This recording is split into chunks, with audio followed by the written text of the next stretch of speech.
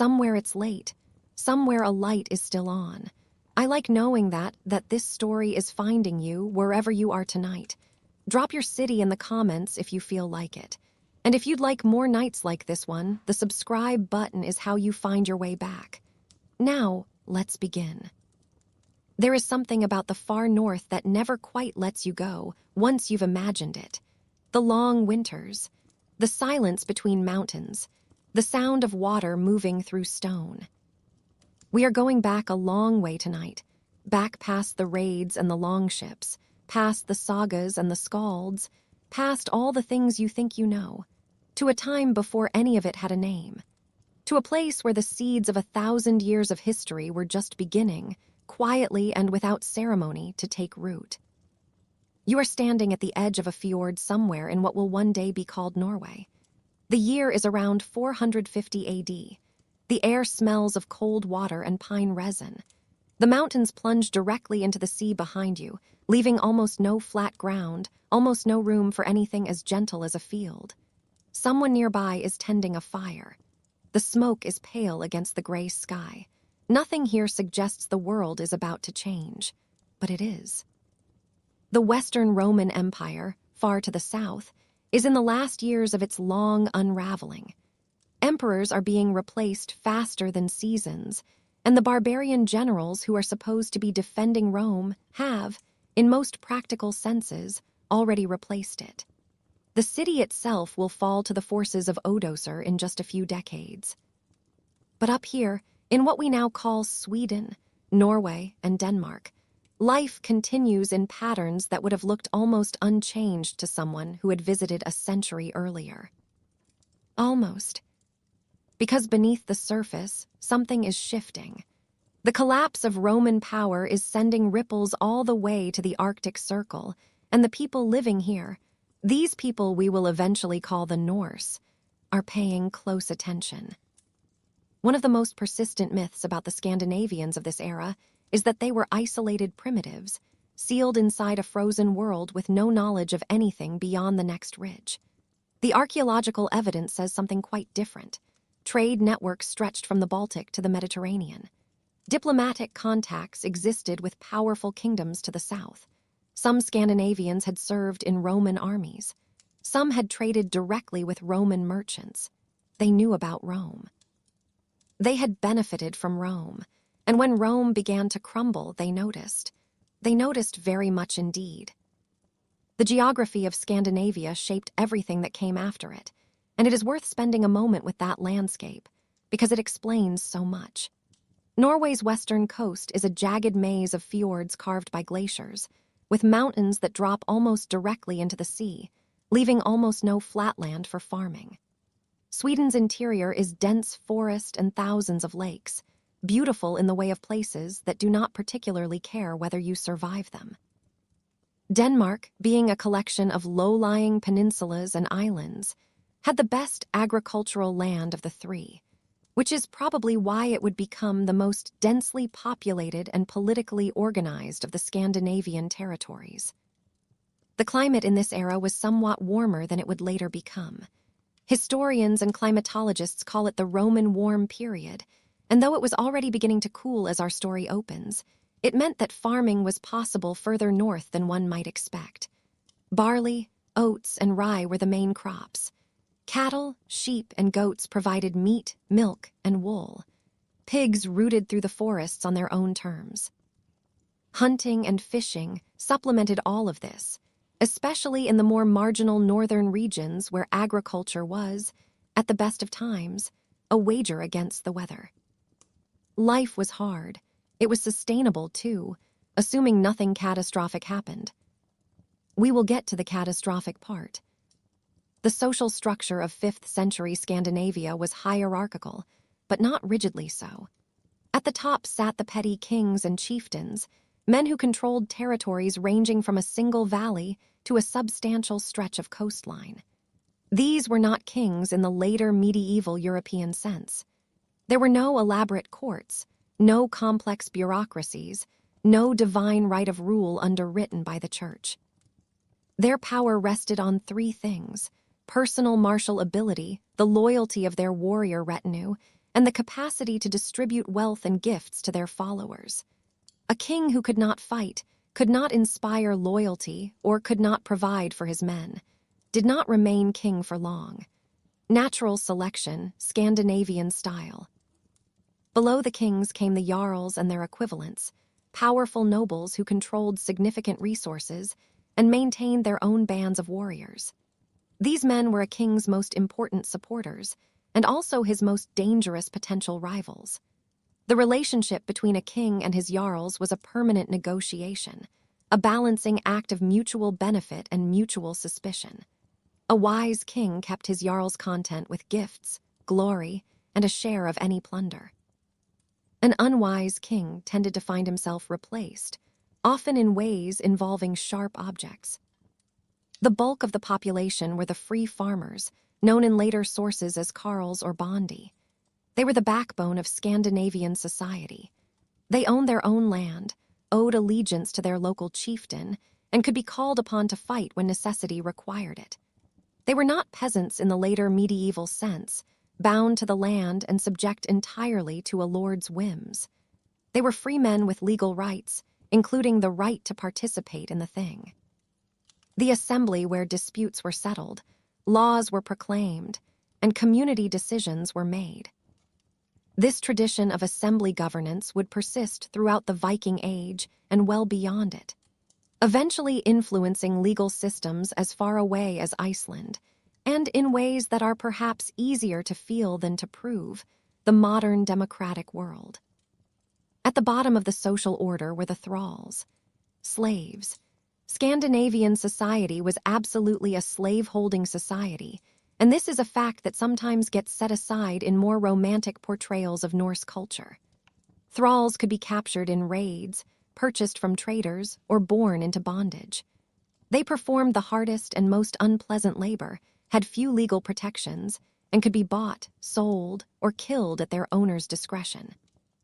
Some thralls could earn or purchase their freedom over time, becoming freedmen with a status somewhere between slave and full citizen.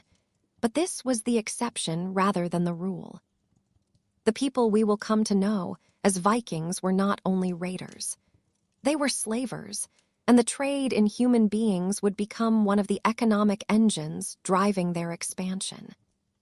The religion of 5th and 6th century Scandinavia has become, in our time, largely a property of popular culture, which means that what most people think they know about it is, at best, a simplified version, and at worst, something filtered through a superhero film.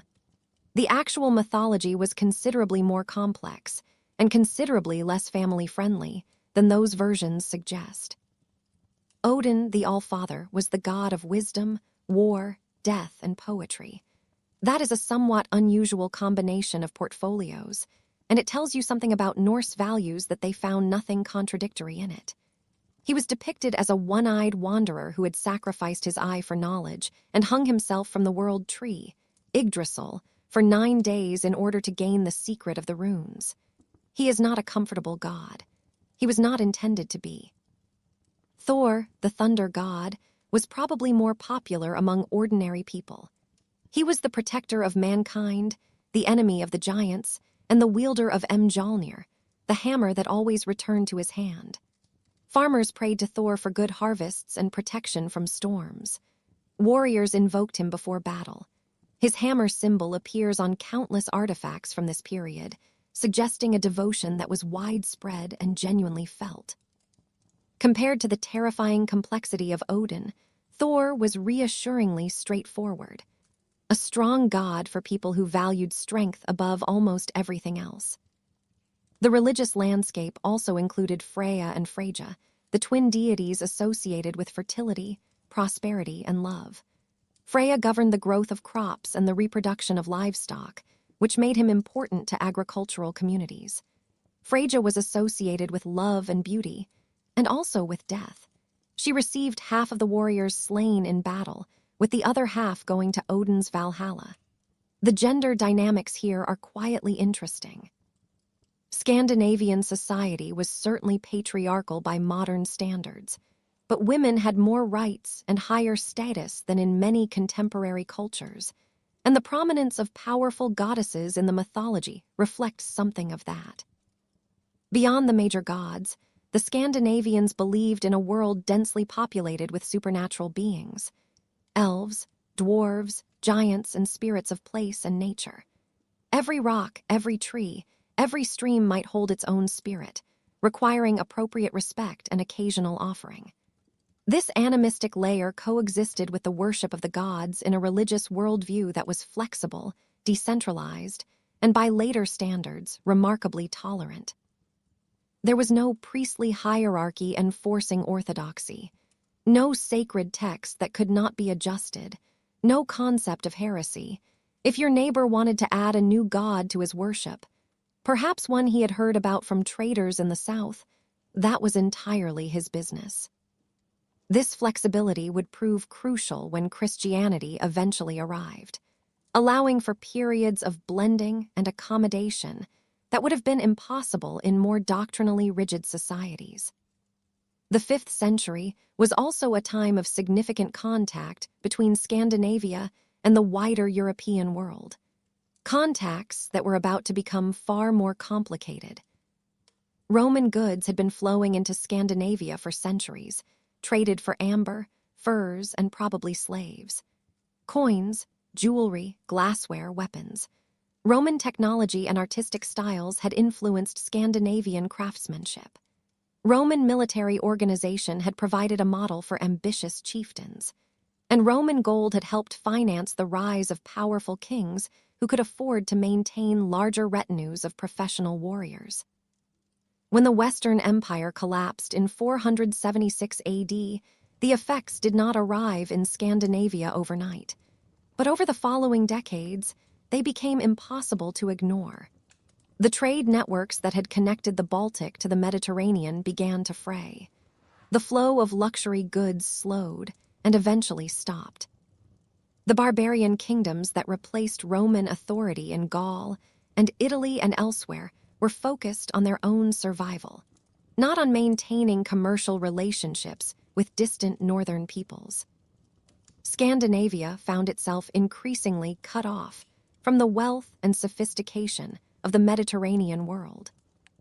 The chieftains who had built their power partly on access to exotic Roman goods now needed to find other sources of prestige and wealth.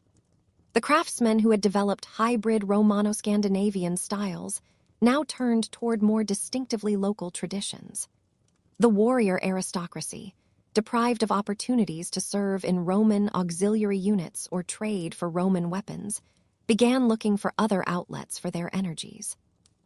The seeds of Viking expansion were being planted in this economic and political soil, 3 centuries before they would fully germinate. Meanwhile, the political situation on the continent was creating both new dangers and new temptations for Scandinavian leaders. The migration period, that chaotic era when various Germanic peoples were carving out kingdoms from the remains of Roman territory, brought war closer to Scandinavia's doorstep. The Danes found themselves in occasional conflict with the Saxons and other peoples to their south.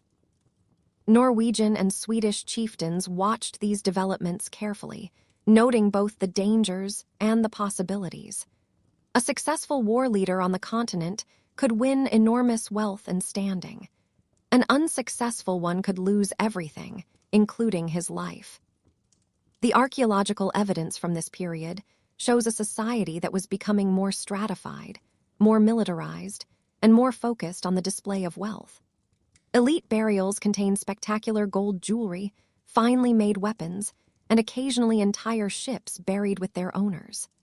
These were not yet the famous longships of the Viking Age, but they were already sophisticated seagoing vessels, capable of coastal navigation and short open water crossings.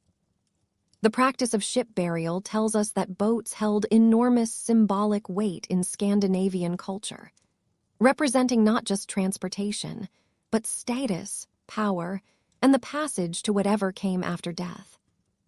The swords found in these graves are equally telling. They ranged from simple functional pieces to elaborate works of art that must have cost a fortune to commission. A fine sword with a pattern-welded blade and decorated hilt was a status symbol as much as a weapon, marking its owner as a man of consequence. These swords often received names and passed down through generations, accumulating stories and significance with each new owner. The warrior culture that would eventually produce the Viking raids was already fully formed by the 5th century. What was lacking was the technology, the organization, and the motivation to project that culture across vast distances. Let us stay for a moment with what life actually felt like for an ordinary person in 5th century Scandinavia. Not a king, not a chieftain, a free farmer, perhaps, living somewhere in what is now southern Sweden. Your world is small. A day's walk in any direction takes you to the edge of territory you have actually visited. Beyond that lies a larger world you have heard about from travelers and traders. A world of great kings and terrible wars and fabulous wealth. But it is as remote to you as a distant star. Your concerns are local and immediate. Will the harvest be good this year? Will the cattle survive the winter? Will the quarrel between your chieftain and his neighbor turn into something that sweeps you up against your will? Your home is a longhouse, a rectangular building of timber and turf, perhaps 30 or 40 feet long, with a central hearth that provides both heat and light. The smoke rises through a hole in the roof, which means the interior is perpetually hazy. You share this space with your extended family, perhaps a dozen people across 3 generations. And during the winter months, your livestock come inside as well. Privacy is not a concept that applies to your living situation. Neither is anything resembling comfortable furniture. Your diet is porridge, bread, dairy products, and whatever meat and fish you can obtain. Ale is the preferred drink, partly because it is more reliably safe than water, and partly because it is ale. During feasts and celebrations, mead is served alongside more substantial dishes. These occasions matter not just for the food, but for what they do socially, reinforcing the bonds of community and hierarchy through the shared act of eating together. If you are a man, your obligations include farming your land, paying whatever dues you owe to your chieftain, and presenting yourself when called to fight. Military service is not optional. Every free man is a potential warrior, and refusing the summons would be a kind of social death. If you are a woman, your domain is the household, which in this context carries real authority. You manage the farm when your husband is absent. You hold the keys to the storerooms. You have legal rights, including the ability to own property and to initiate divorce. Not equality by any modern measure, but significantly more than what women in many other societies of this period could expect. Your religious life is woven into daily existence. You make offerings before planting, before sailing, before battle. You participate in seasonal festivals. You consult those with skill in reading omens. Death, when it comes, will be met with rituals meant to ensure your passage to whatever follows. A warrior who falls in battle might hope for Valhalla. An ordinary farmer can expect something rather less spectacular, but there is no eternal damnation waiting for theological mistakes. The Norse afterlife is determined by how you lived and how you died, not by whether you believed the correct things. This was the baseline, the ordinary rhythm of life, hard, often violent, but sustainable. People were born and lived and died in patterns that had continued for generations and might have continued for generations more. But something disrupted them. Something massive. Not an invasion, not a plague, not a political collapse. The sky went dark. In the year 536 AD, something catastrophic happened to the climate of the entire planet. Contemporary sources from across the world describe the same terrifying phenomenon, independent of one another, separated by thousands of miles, each one recording the same impossible thing. The Byzantine historian Procopius wrote that the sun gave forth its light without brightness, like the moon, for a whole year. The Roman statesman Cassiodorus wrote that the sun seemed to have lost its usual light and appeared bluish in color, that the moon had lost its luster even when full, and that the seasons seemed confused. In China, records describe frost in summer months and snow falling during the harvest season. Something had blocked out the sun, and no one alive at the time had any idea what it was. Modern science has provided the answer: volcanoes.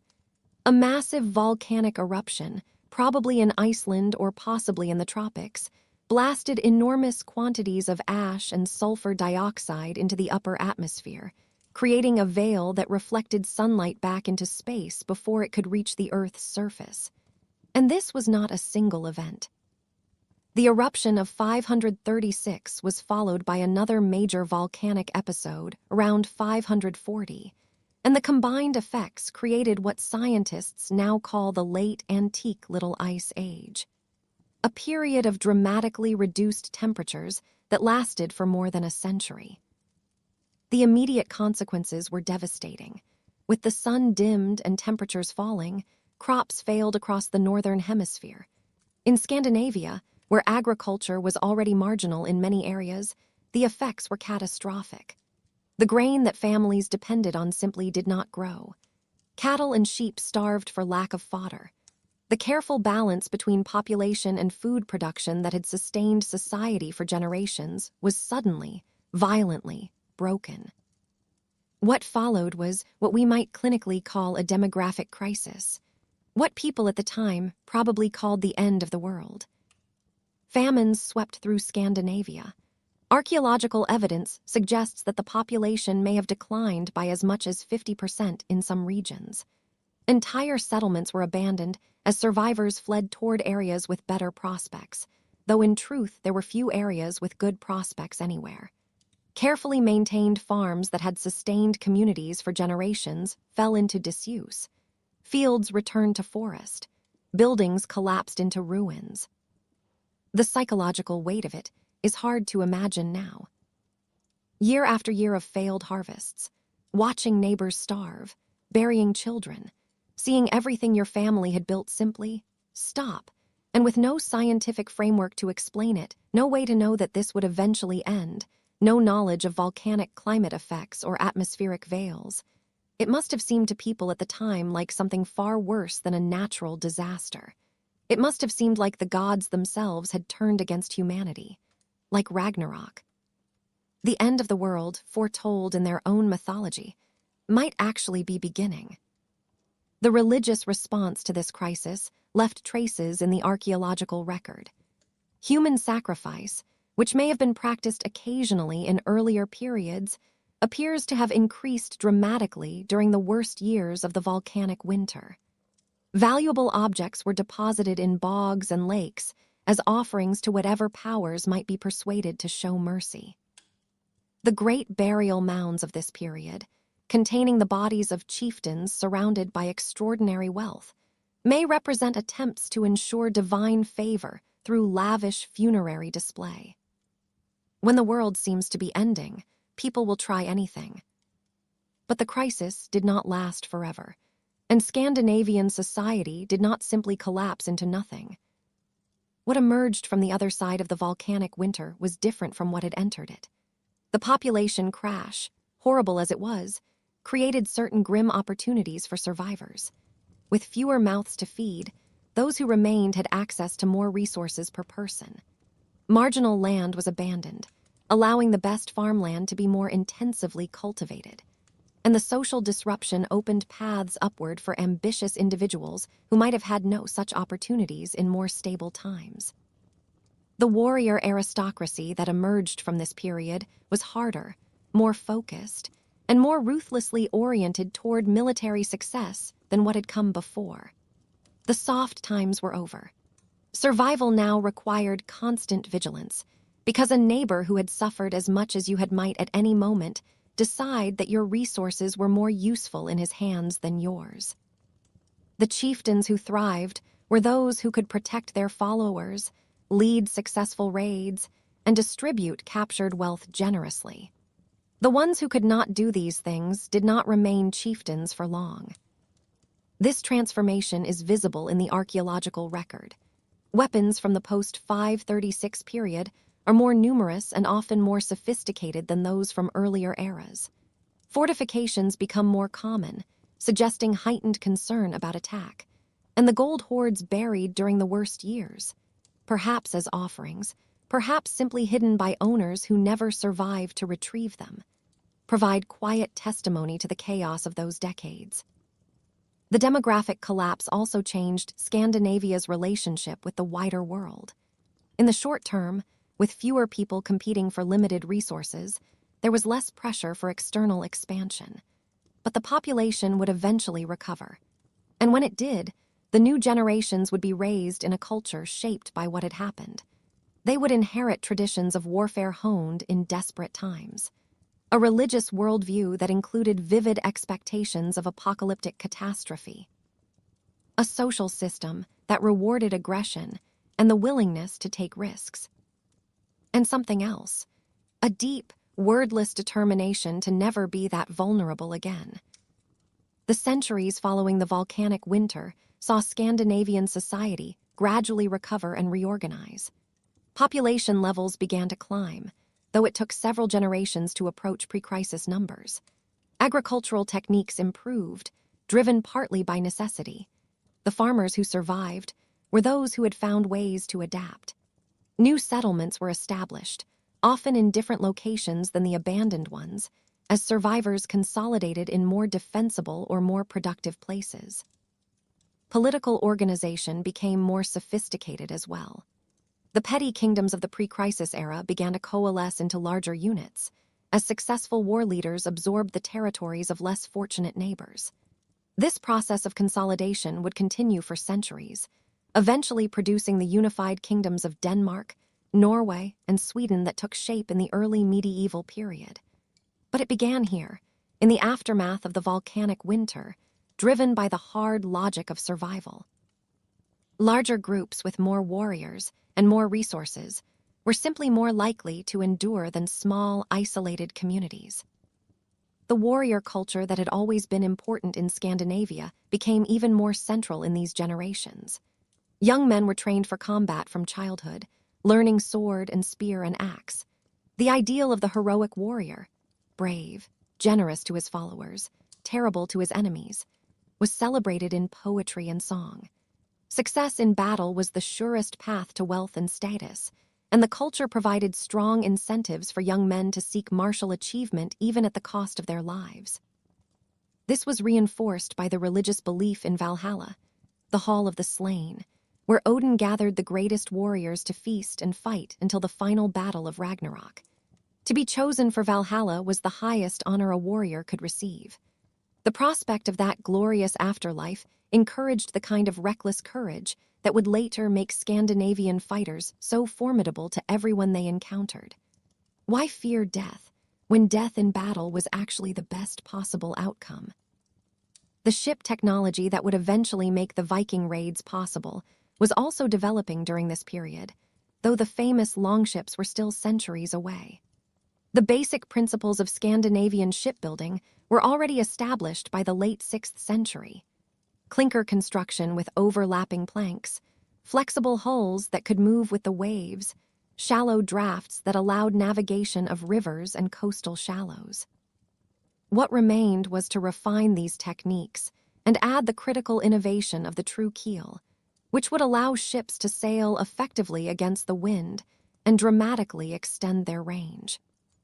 Trade was slowly recovering as well, though the networks that had once connected Scandinavia to the Mediterranean world would never fully return to what they had been.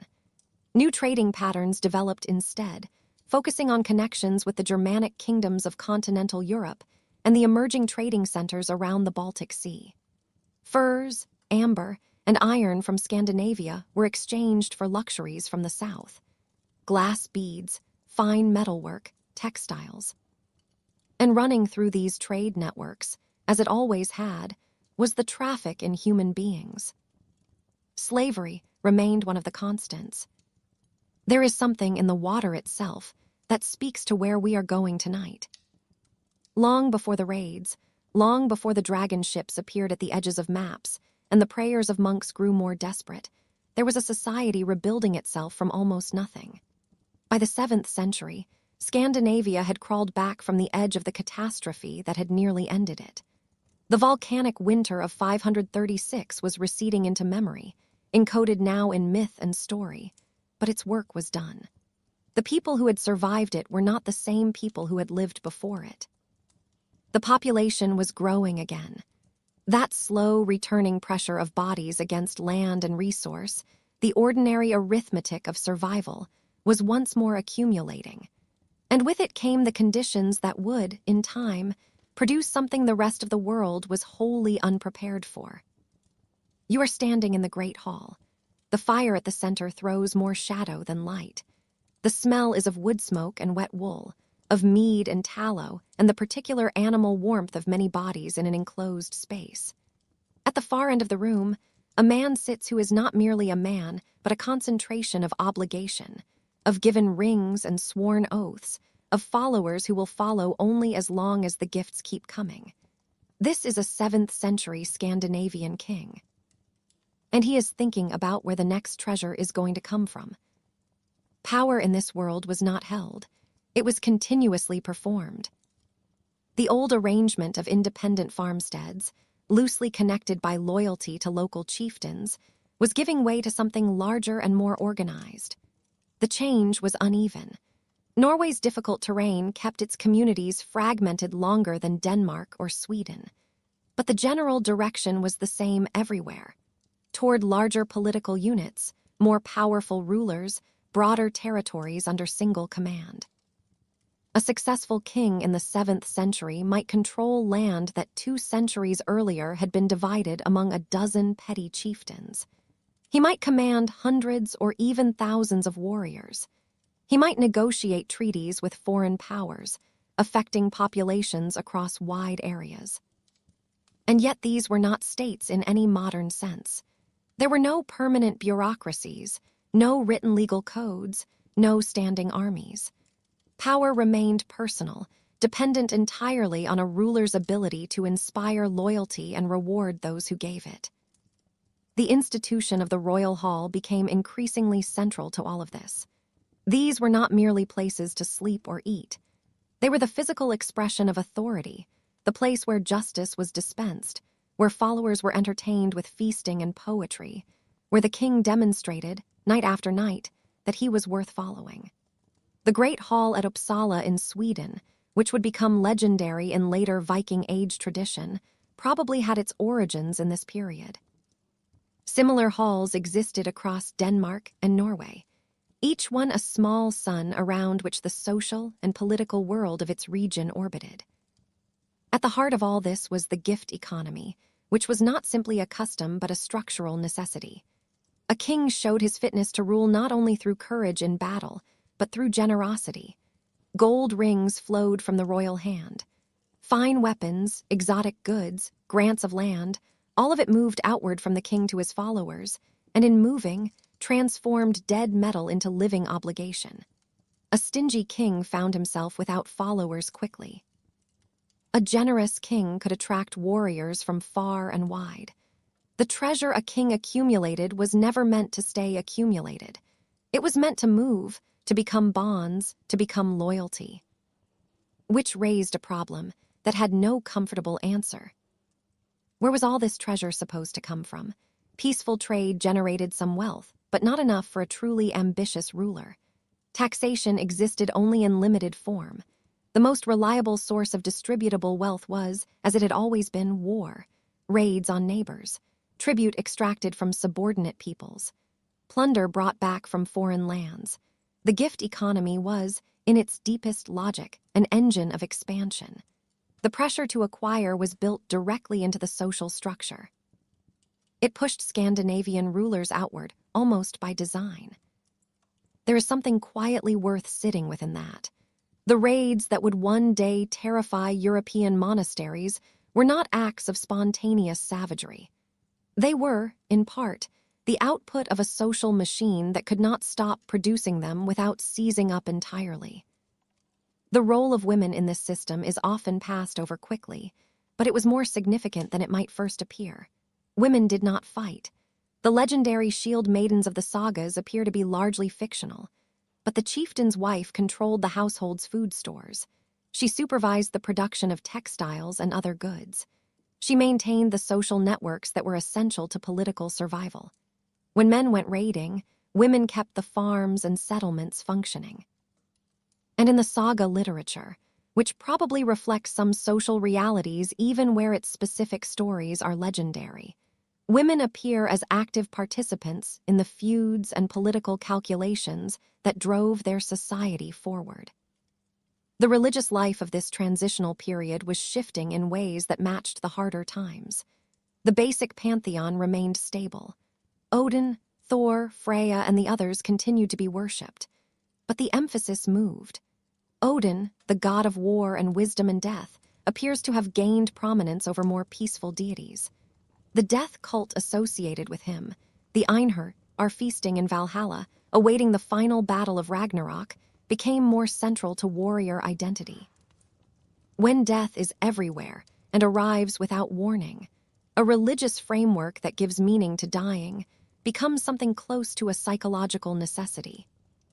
The institution of the blot, the ritual sacrifice that was the central act of Norse religious practice, may have become more elaborate and more frequent during this period. Archaeological evidence suggests large-scale sacrificial events at certain key sites, possibly involving hundreds of animals and significant numbers of human victims. These ceremonies served multiple purposes at once. They propitiated the gods.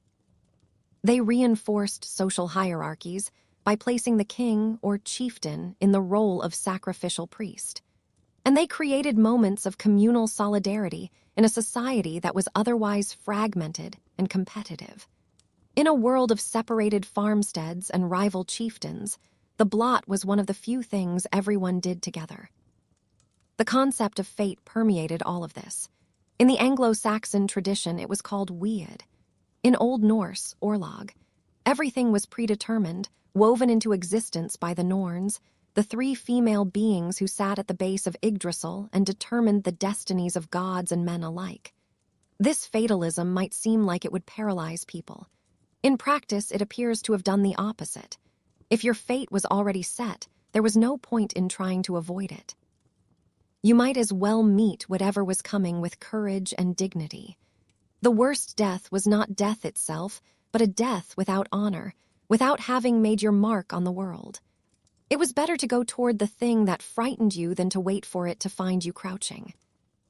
And then there is the question of what the Scandinavians of this period made of their own history, of what they remembered, and what they had transformed into something else. Almost everything we know about Norse mythology comes from sources written centuries later, after Christianization, by people who may have misunderstood or deliberately altered what they were recording. But there are traces in the mythology of something that sounds unmistakably like the volcanic winter. The Fimbulwinter, the mythological precursor to Ragnarok, is a 3-year span of endless cold, a time when the sun disappears and the world freezes. 3 years, no summer, the sun going dark. It is difficult not to hear in that the actual experience of 536 and the years that followed, transformed into prophecy, encoded in religious narrative, passed from generation to generation as a warning about what the universe was capable of. The Scandinavians who lived through those dark years would have had every reason to believe it could happen again. And the mythology does not end with destruction. Ragnarok itself ends with renewal, a green earth rising from the sea, survivors emerging from the wreckage of the old world, new life from catastrophe. This cyclical view of history, in which annihilation and recovery alternate without end, may reflect the actual experience of Scandinavian society in the 6th century, near destruction followed by gradual return, the death of the old order, and the slow birth of something harder in its place. The art of this transitional period reflects something of the same restlessness. The animal ornamentation that characterized Scandinavian work in the migration period became increasingly abstract and complex, moving away from realistic representation toward densely interlocking patterns that seem almost designed to resist the eye's effort to settle on any one thing. Forms shift and transform. One creature bleeds into another. the distinction between things is never quite clear. Some scholars have read this as a visual expression of an unstable world, a world where nothing held its shape for long. Whether or not that interpretation is correct, the distinctive Scandinavian style that would later adorn Viking ships and weapons was taking shape here, in these uncertain centuries. Ironworking was advancing too. The sword remained a prestige weapon, available only to those who could afford it. But spears and axes were becoming the primary weapons of the ordinary warrior. They could be produced more cheaply and in larger quantities, which meant chieftains could equip larger forces. Pattern welding, the technique of combining different types of steel to create blades that were both hard and flexible, was producing weapons of remarkable quality, weapons that were traded across Europe and beyond. The shield was evolving as well. Earlier Scandinavian shields had been relatively small, held by a single central grip.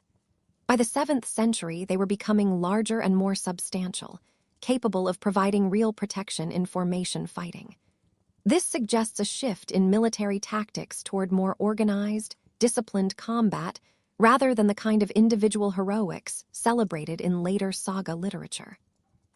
The warriors who would eventually form the great Viking armies needed to fight as units, not merely as collections of champions. Naval technology was advancing steadily, though the revolutionary transformation that would produce the true longship was still a generation or two away. The ships of this period could navigate coastal waters and cross moderate stretches of open sea.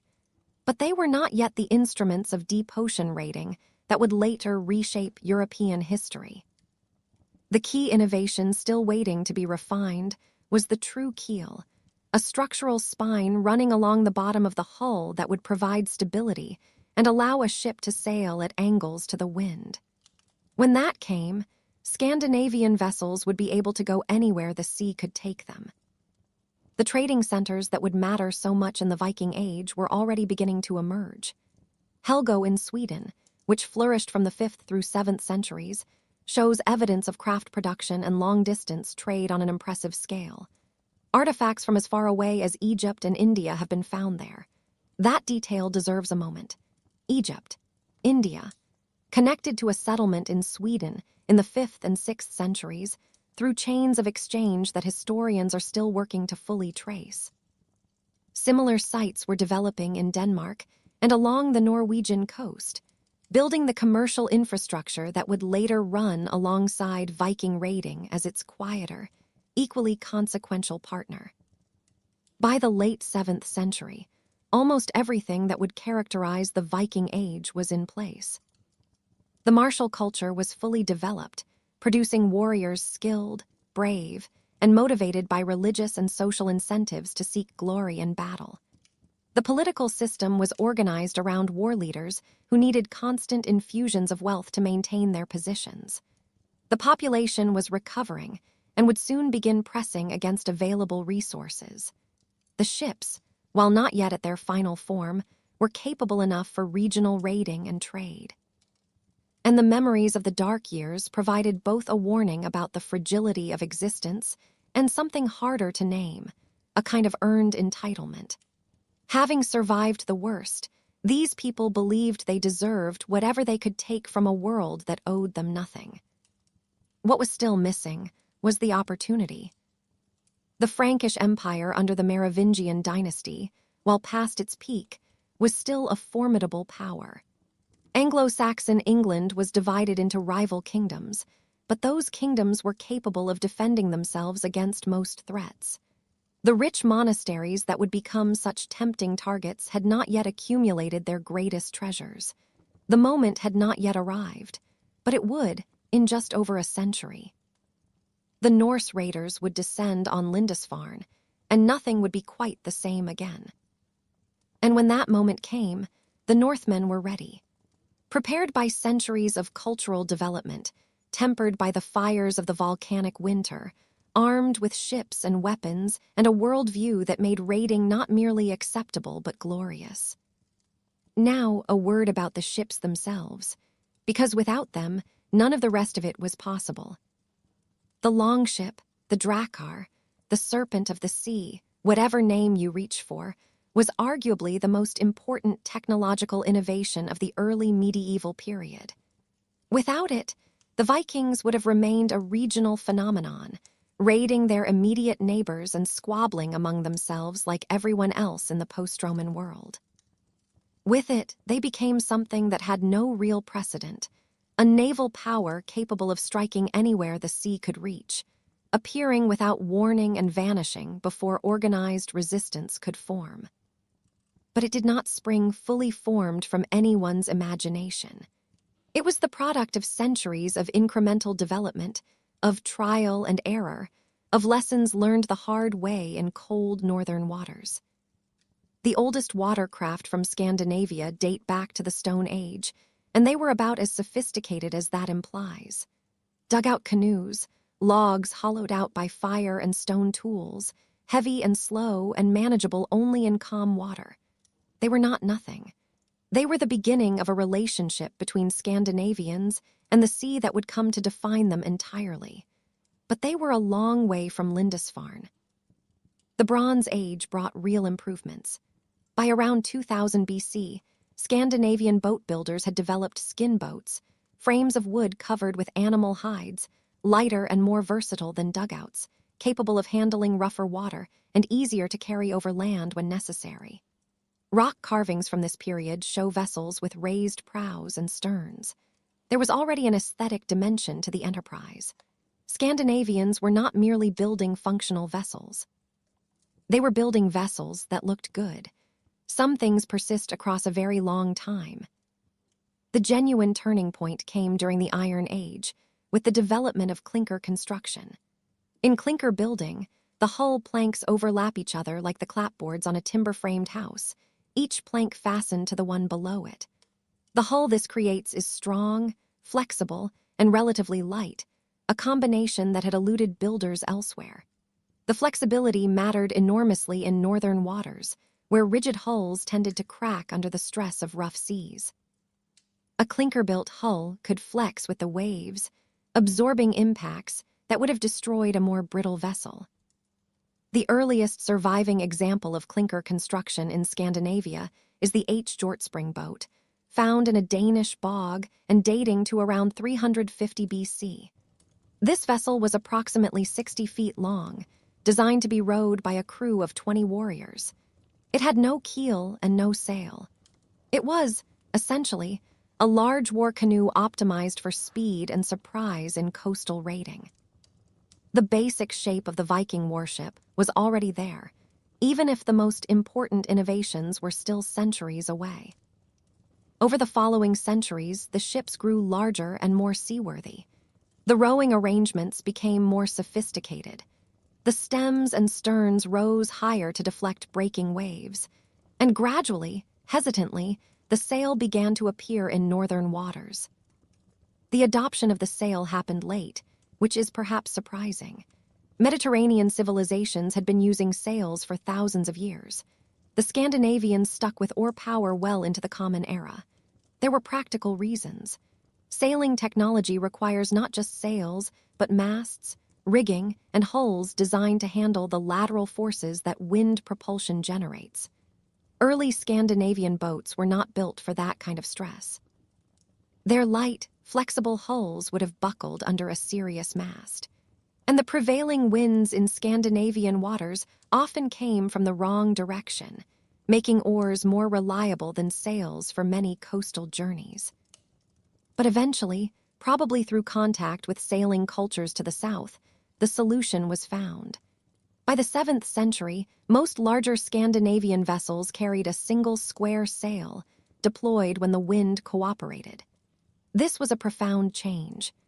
A crew that arrived at its destination fresh, rather than exhausted from days at the oars, was a considerably more effective crew, whether the plan was trading or fighting. The sail, though, created a new problem. A vessel under sail experiences forces that a rowing boat never has to manage. The wind pressing against the sail wants to tip the boat sideways, and if that force is not counteracted, swimming becomes the likely outcome. Mediterranean builders solved this with deep, heavy hulls that resisted tipping through sheer mass. That approach was incompatible with the Scandinavian tradition of light, flexible construction. The solution was the keel. Not a simple keel, but a deep, T-shaped structural element running along the entire length of the hull's bottom. This innovation, which appears in the archaeological record during the 7th and 8th centuries, was the breakthrough that made the true longship possible. The keels strengthened the entire hull, allowing for larger and more robust vessels. It created the lateral resistance that kept the ship upright in beam winds. And most importantly, it allowed the ship to sail at angles to the wind rather than simply running before it. This last point deserves some attention. A ship running before the wind can only go where the wind is going. If your destination is upwind, you are, in the most literal sense, stuck. But a ship with a proper keel can tack, sailing at an angle in one direction, then turning and sailing at an angle in the other, zigzagging gradually toward an upwind destination. The practical range of Scandinavian vessels expanded enormously. They were no longer the prisoners of wind direction. They could go more or less wherever they wished, whenever they wished. Picture the fully developed longship, 70 to 80 feet long, perhaps 15 feet across at the widest point. The hull sitting low in the water with a draft of only 3 or 4 feet, shallow enough to navigate rivers that would stop any Mediterranean galley entirely. A single mast carrying a large square sail, striped or patterned to identify its owner. Along each side, or holes for the moments when wind failed or when precision was needed. The stem rising in a graceful curve, often carved into the shape of a dragon's head. The whole vessel weighing perhaps 10 tons fully loaded, light enough that a determined crew could drag it overland between waterways if circumstances required. The construction methods that produced these ships were as impressive as the ships themselves. Scandinavian shipwrights did not work from written plans. There were no written plans to work from.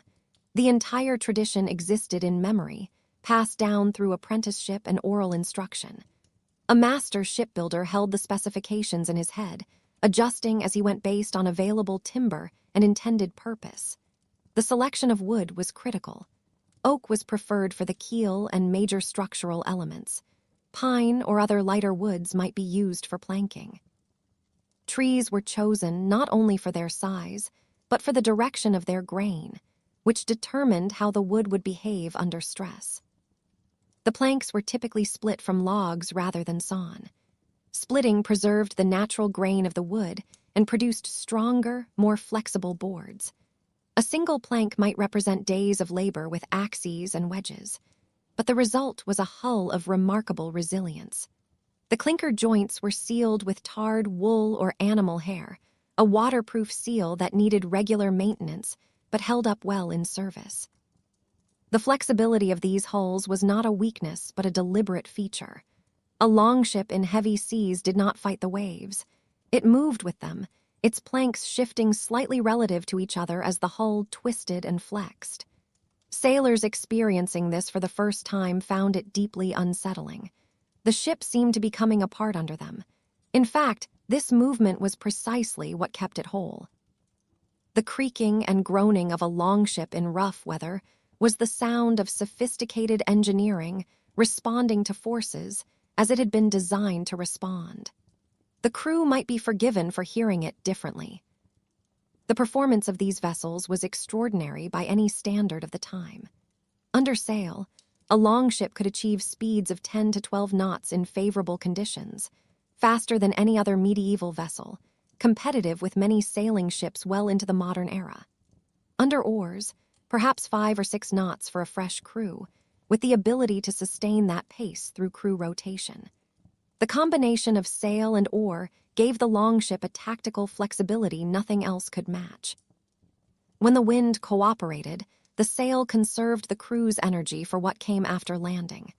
When precision was needed, approaching a beach, navigating a river, evading pursuit, the oars came out. The shallow draft was perhaps the most tactically significant feature of all. Mediterranean galleys drew 6 feet of water or more, restricting them to established harbors and deep channels. Viking ships could operate in water barely deep enough to float a rowboat. They could beach directly on open shores. They could sail up rivers that no one had thought to defend because no one had imagined a ship could reach them. A monastery 30 miles up a navigable river might have felt entirely safe from seaborne raiders. Right up until the morning, the dragon ships appeared around the bend. The crews who sailed these vessels developed seamanship skills to match. Navigation in the Viking Age was done without compasses, without sextants, without any of the instruments later sailors would rely on. Norse mariners worked instead from celestial observation, knowledge of sea currents and bird behavior, and an accumulated, almost instinctive feel for wind and wave patterns. They knew which sea birds indicated proximity to land. They knew the kinds of cloud that formed over islands even when the islands themselves were not visible. They knew how the color and temperature of the water changed near coastlines. This knowledge, accumulated across generations and passed down through the same oral tradition that carried shipbuilding, allowed Viking sailors to cross open ocean with remarkable accuracy. Not perfect accuracy. Some expeditions missed their targets. Some never returned at all, but accurate enough to make regular voyages between Scandinavia, Britain, Iceland, and eventually North America. One navigational tool that has attracted particular scholarly attention is the sunstone, mentioned in several saga texts. This appears to have been a crystal of Iceland spar, a transparent form of calcite that polarizes light in distinctive ways. By observing the sky through such a crystal, it may have been possible to determine the sun's position even when it was obscured by cloud or fog.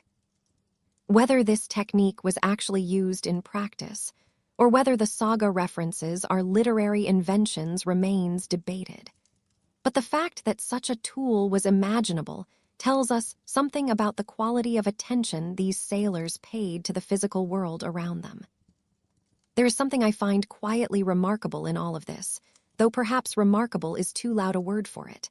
The longship, the navigation, the clinker joints sealed with tarred wool, all of it the product of a society that kept almost none of its knowledge in writing.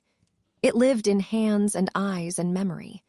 It was passed from a master to an apprentice standing in the cold, watching, listening, trying again.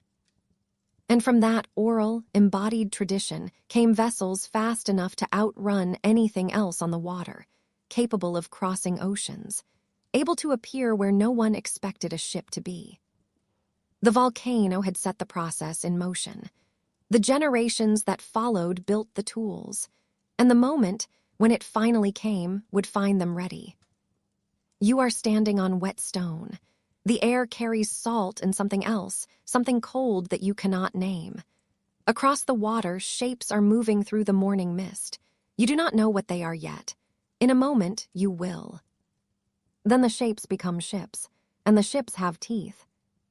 That was the morning of the 8th of June, 793 A.D.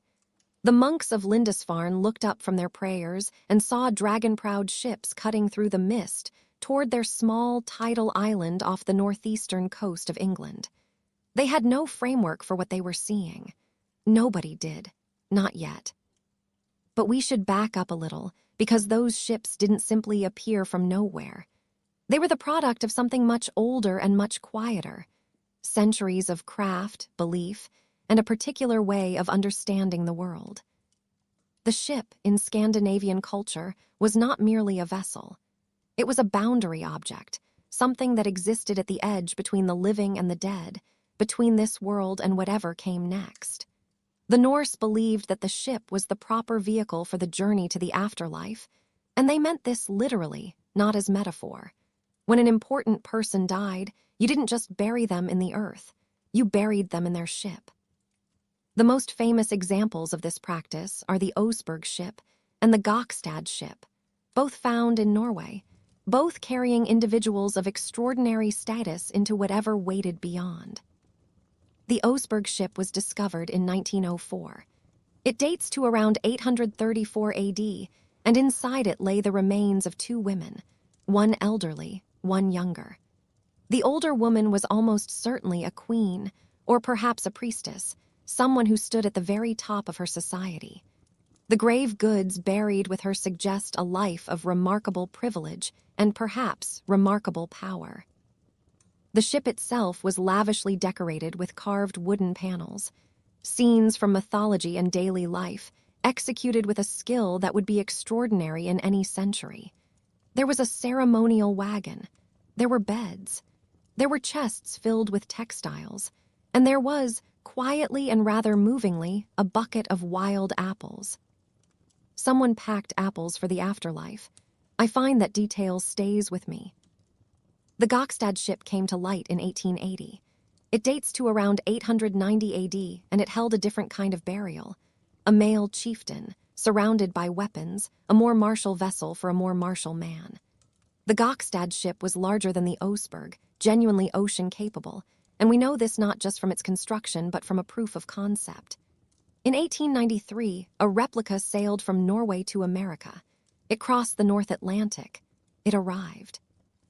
Both ships, despite the differences in their occupants, shared the same essential logic.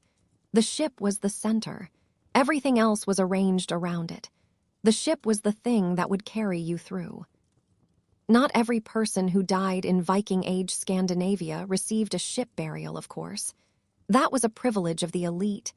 A privilege that required not just wealth, but a certain kind of wealth, the kind measured in timber and labor and years of skilled craftsmanship. But the belief that underpinned it was not elite at all. It was everywhere.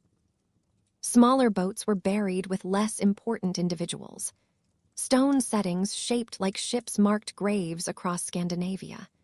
Cremation ceremonies often involved burning the deceased in or alongside a boat, the smoke rising, carrying something upward, the vessel carrying something else across whatever boundary lay between the living world and the next. There was ritual surrounding the building of ships, too. Launching a new ship was a ceremony involving animal sacrifice and possibly more.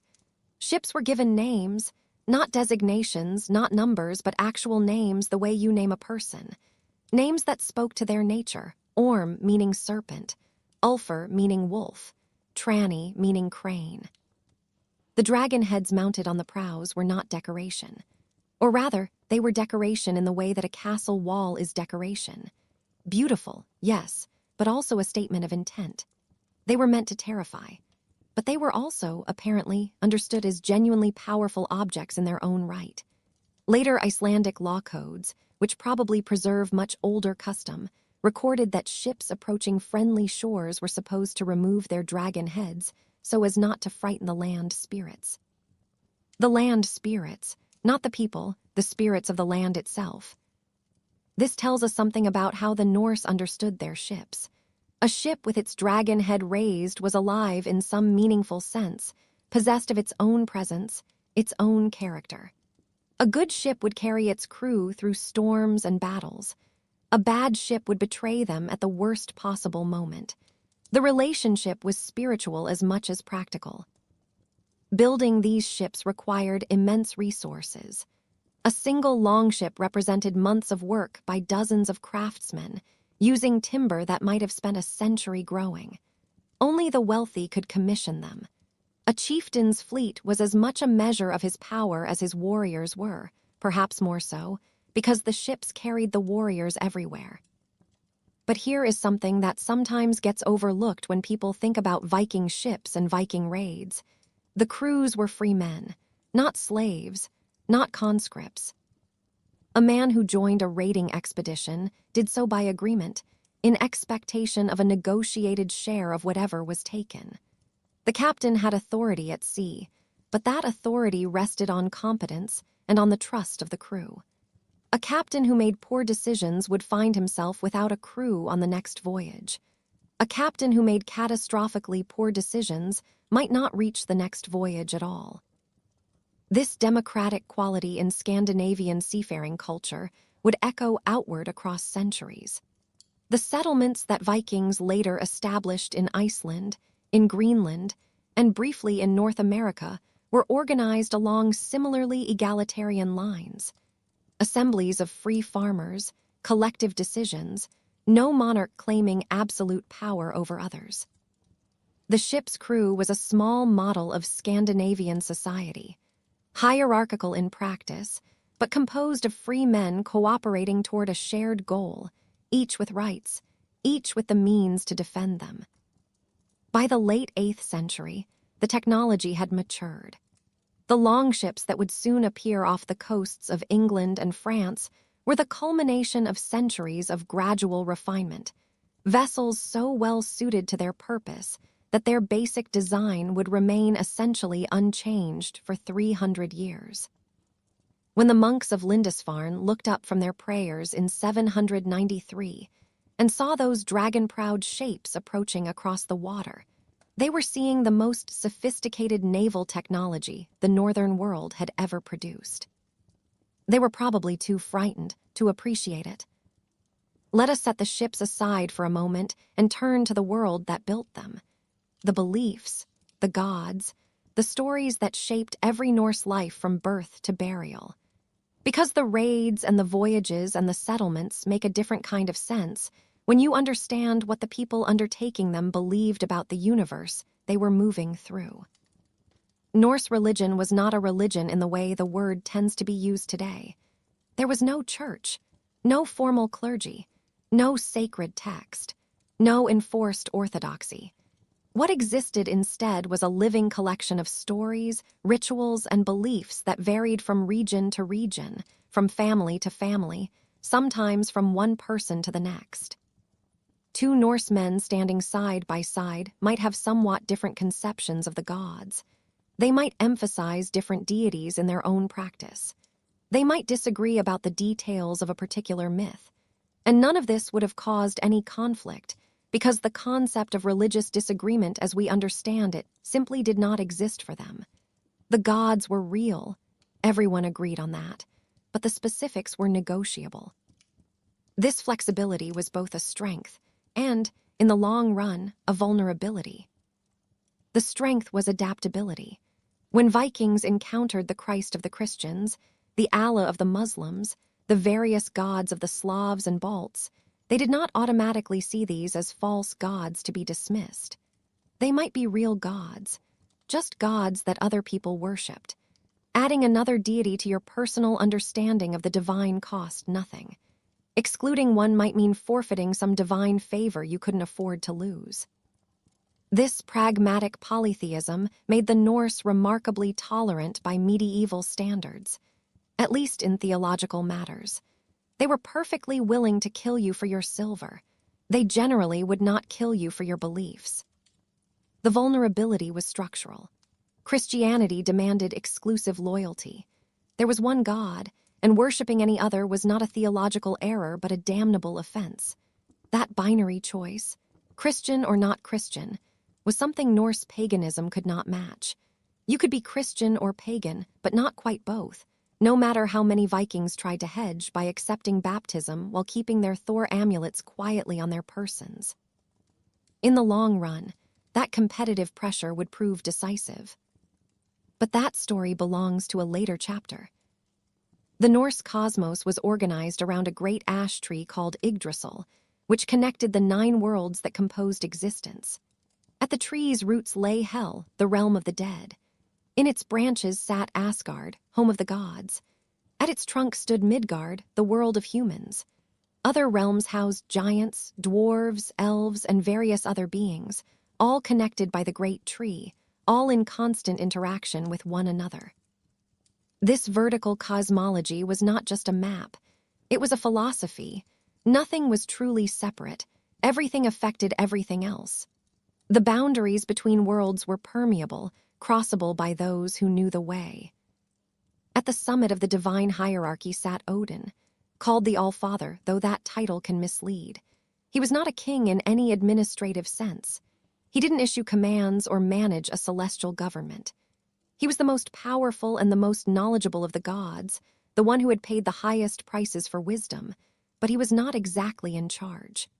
The Norse gods resembled, more than anything, a large and complicated family. Argumentative, occasionally cooperative, never entirely unified. Odin was the god of wisdom, war, poetry, magic, and death. He had sacrificed one of his eyes to drink from the well of Mimir and gain its knowledge. He had hung himself from Yggdrasil for 9 days and 9 nights to learn the secret of the runes. He wandered the worlds in disguise, asking cryptic questions, testing mortals, gathering information, always gathering information. He was the patron of kings, of skalds, of berserkers, of anyone whose life required wisdom and courage in the face of odds that could not be won. He was also, by most accounts, deeply untrustworthy. He was known to betray his own most devoted followers when his larger purposes required it.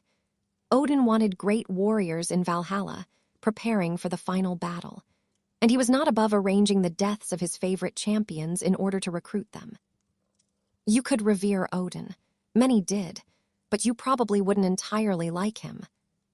The common people tended to prefer Thor. Thor's personality was considerably more straightforward.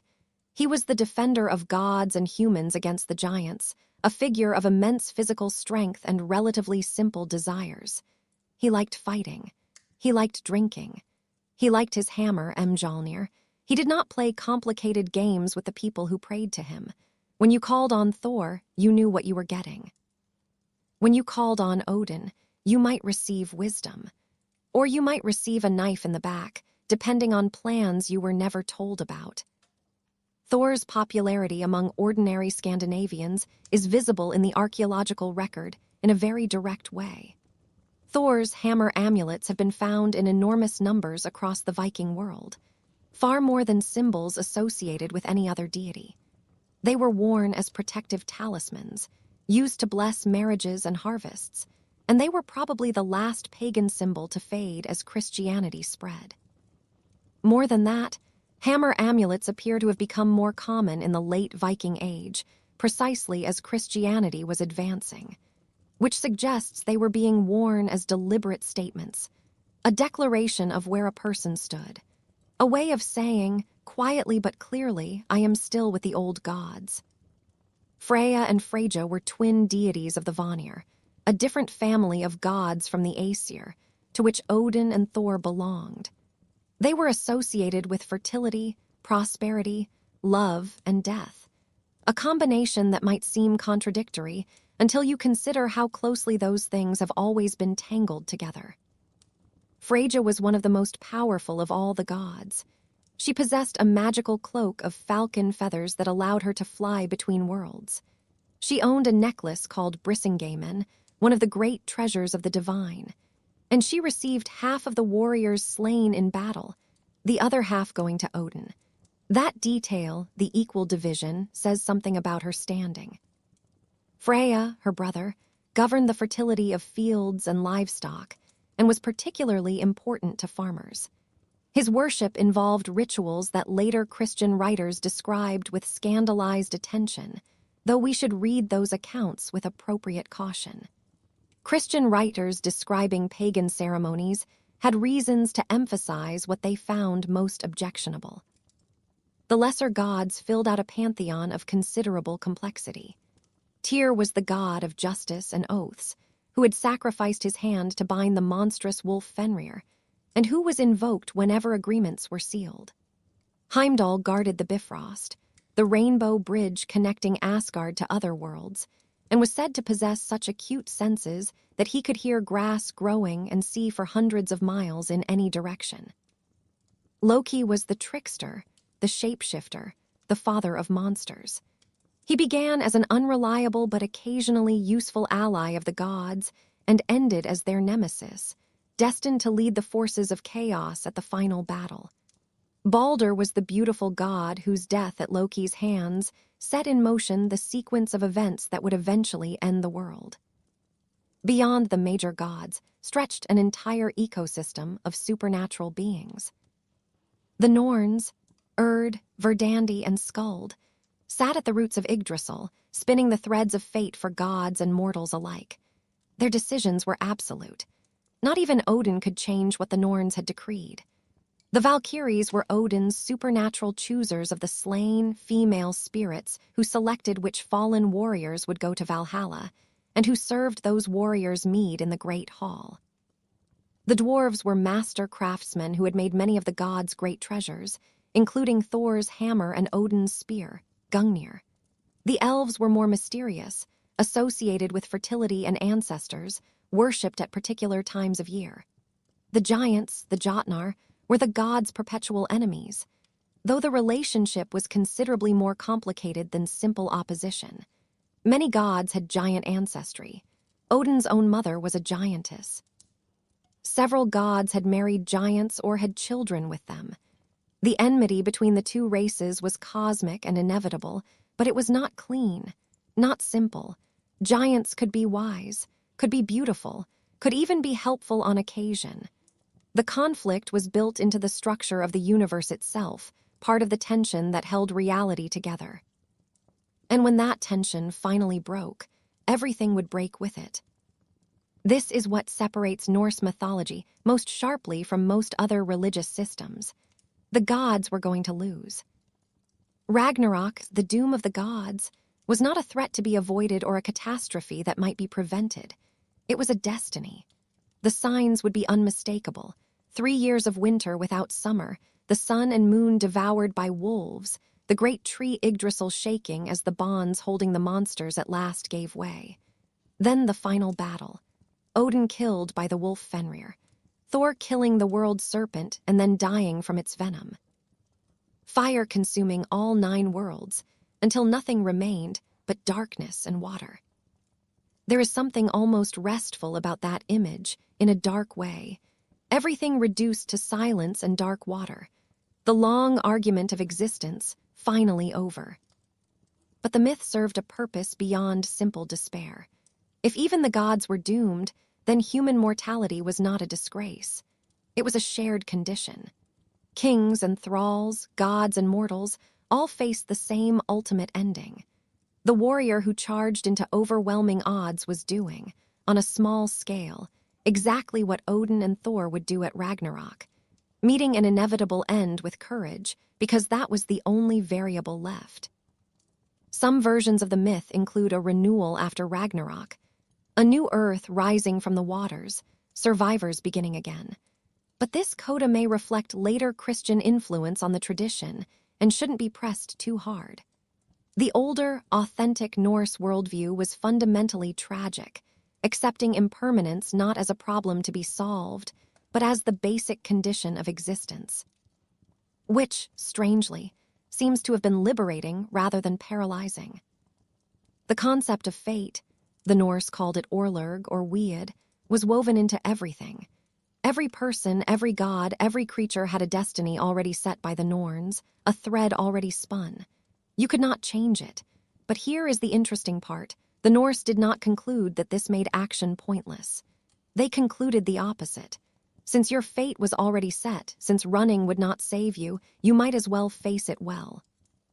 Fatalism, in the Norse understanding, bred boldness rather than passivity. Death was coming regardless. A glorious death was simply better than a shameful one. The afterlife, in Norse belief, was not a simple binary. Where you went after death depended on how you died, what you had done, and which gods favored you. Warriors who fell in battle were the most fortunate. They were divided between Odin's Valhalla and Freyja's Folkvanger.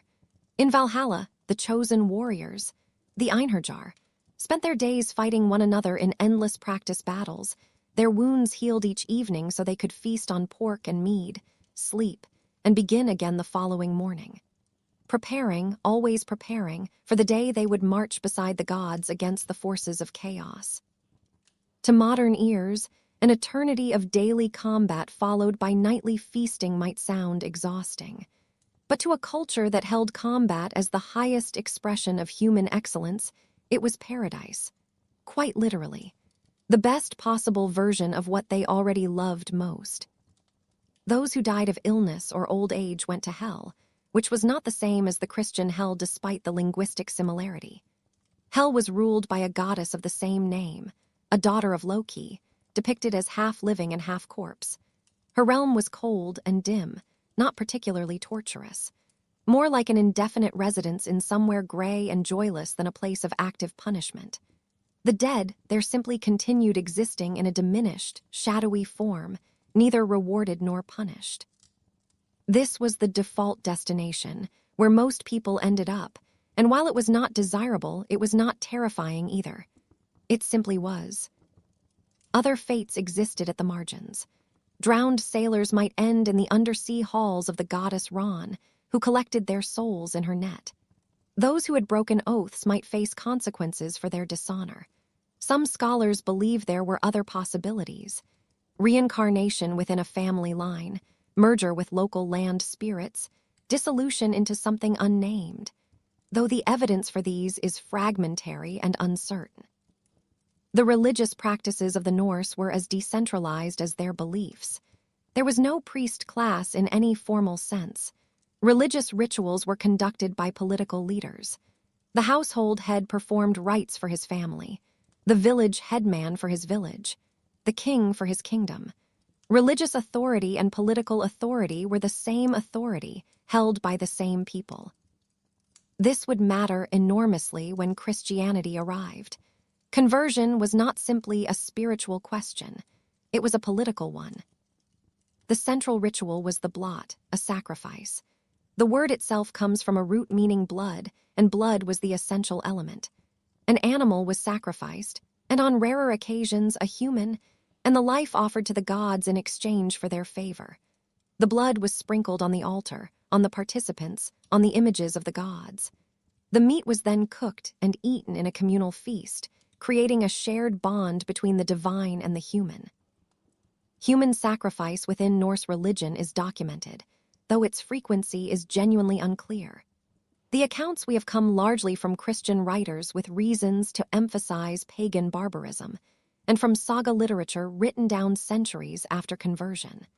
The archaeological evidence is ambiguous. Bodies found in bogs and in graves may represent sacrifice or execution, or simply unusual burial practices. What seems reasonably certain is that human sacrifice was possible within the Norse religious framework, was practiced at least occasionally, and was associated particularly with Odin.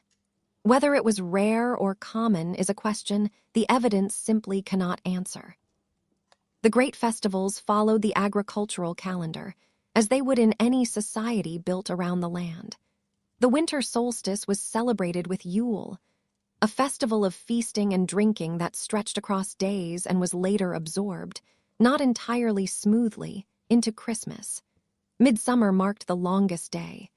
Spring and autumn had their own observances, tied to planting and to harvest. These gatherings served not only religious functions, but social ones, reinforcing bonds, suspending ordinary hierarchies for a time, reminding people that they belonged to something larger than their own household. The relationship between Norse religion and warfare was not incidental. It was structural. Norse religion did not merely permit violence. It celebrated violence as a spiritual good. The warrior who died in battle was fulfilling his highest purpose, earning the best possible afterlife, winning a reputation that would survive him. The berserkers, those legendary fighters who went into battle in a frenzied, dissociated state, were thought to be channeling Odin directly, divine power flowing through a mortal body. The act of raiding. Going Viking, as the verb had it, the word from which the noun eventually came, was a religiously sanctioned activity. Wealth, fame, and a potential path to Valhalla, all pursued simultaneously. This is the framework within which the raid on Lindisfarne has to be understood. When the Norse ships grounded on that island's shore on the 8th of June, 793, and the men came ashore and did what they did, it was not random cruelty. It was not the behavior of people who had no understanding of what they were doing. It was the behavior of people acting entirely in accordance with their deepest beliefs about how the world worked and what made a life worth living. The monks they encountered were alien figures from a Norse perspective, men who worshipped a god who had allowed himself to be tortured to death, who had accumulated wealth and refused to defend it, who would not raise a weapon even in their own defense. From inside the Norse worldview, the monks had done almost everything wrong. They had lived without glory. They would die without glory. And the men who took their silver would gain something real: wealth, reputation, and perhaps the attention of the gods. This is not an excuse for what happened at Lindisfarne. The suffering was real, and it fell on people who had done nothing to deserve it. History does not require us to approve of what we seek to understand. But comprehension is the goal. And to comprehend the Viking Age, you have to understand that the people initiating it were not random psychopaths. They were the coherent product of a coherent culture, acting on beliefs their society had been building for centuries. Lindisfarne had been founded in 635 AD by the Irish monk Heathen, and in the century and a half since then, it had grown into one of the most important religious centers in early medieval Britain. The Lindisfarne Gospels, one of the great masterpieces of medieval manuscript illumination, had been created there. The island itself was small, barely a mile across, connected to the mainland by a causeway that flooded twice daily with the tide, a rhythm that the monks probably found spiritually significant. The isolation was the point. They were apart from the world, protected by their sanctity and by the general assumption that no one would attack a church. That assumption was the last thing that failed them. And the ships that proved it wrong, the ships that appeared through the morning mist on that June morning in 793, were the culmination of everything we have been quietly sitting with tonight: the centuries of shipbuilding, the beliefs about fate and glory and the proper way to meet your end, the cosmology that made violence sacred and the sea a road to everywhere. The monks of Lindisfarne had no idea what any of that meant. In a moment, they would begin to learn. There the voice breaks off, the source material ending mid-sentence, as sources sometimes do. But what came before it is enough to work with, more than enough. Centuries of disruption, fear, adaptation, and transformation. Let the telling begin quietly. You are standing at the water's edge. The morning is still pale, still cold. Somewhere behind you there are prayers beginning, the low murmur of monks at their devotions, the smell of candle wax and damp stone. You do not know yet what the shapes on the horizon are.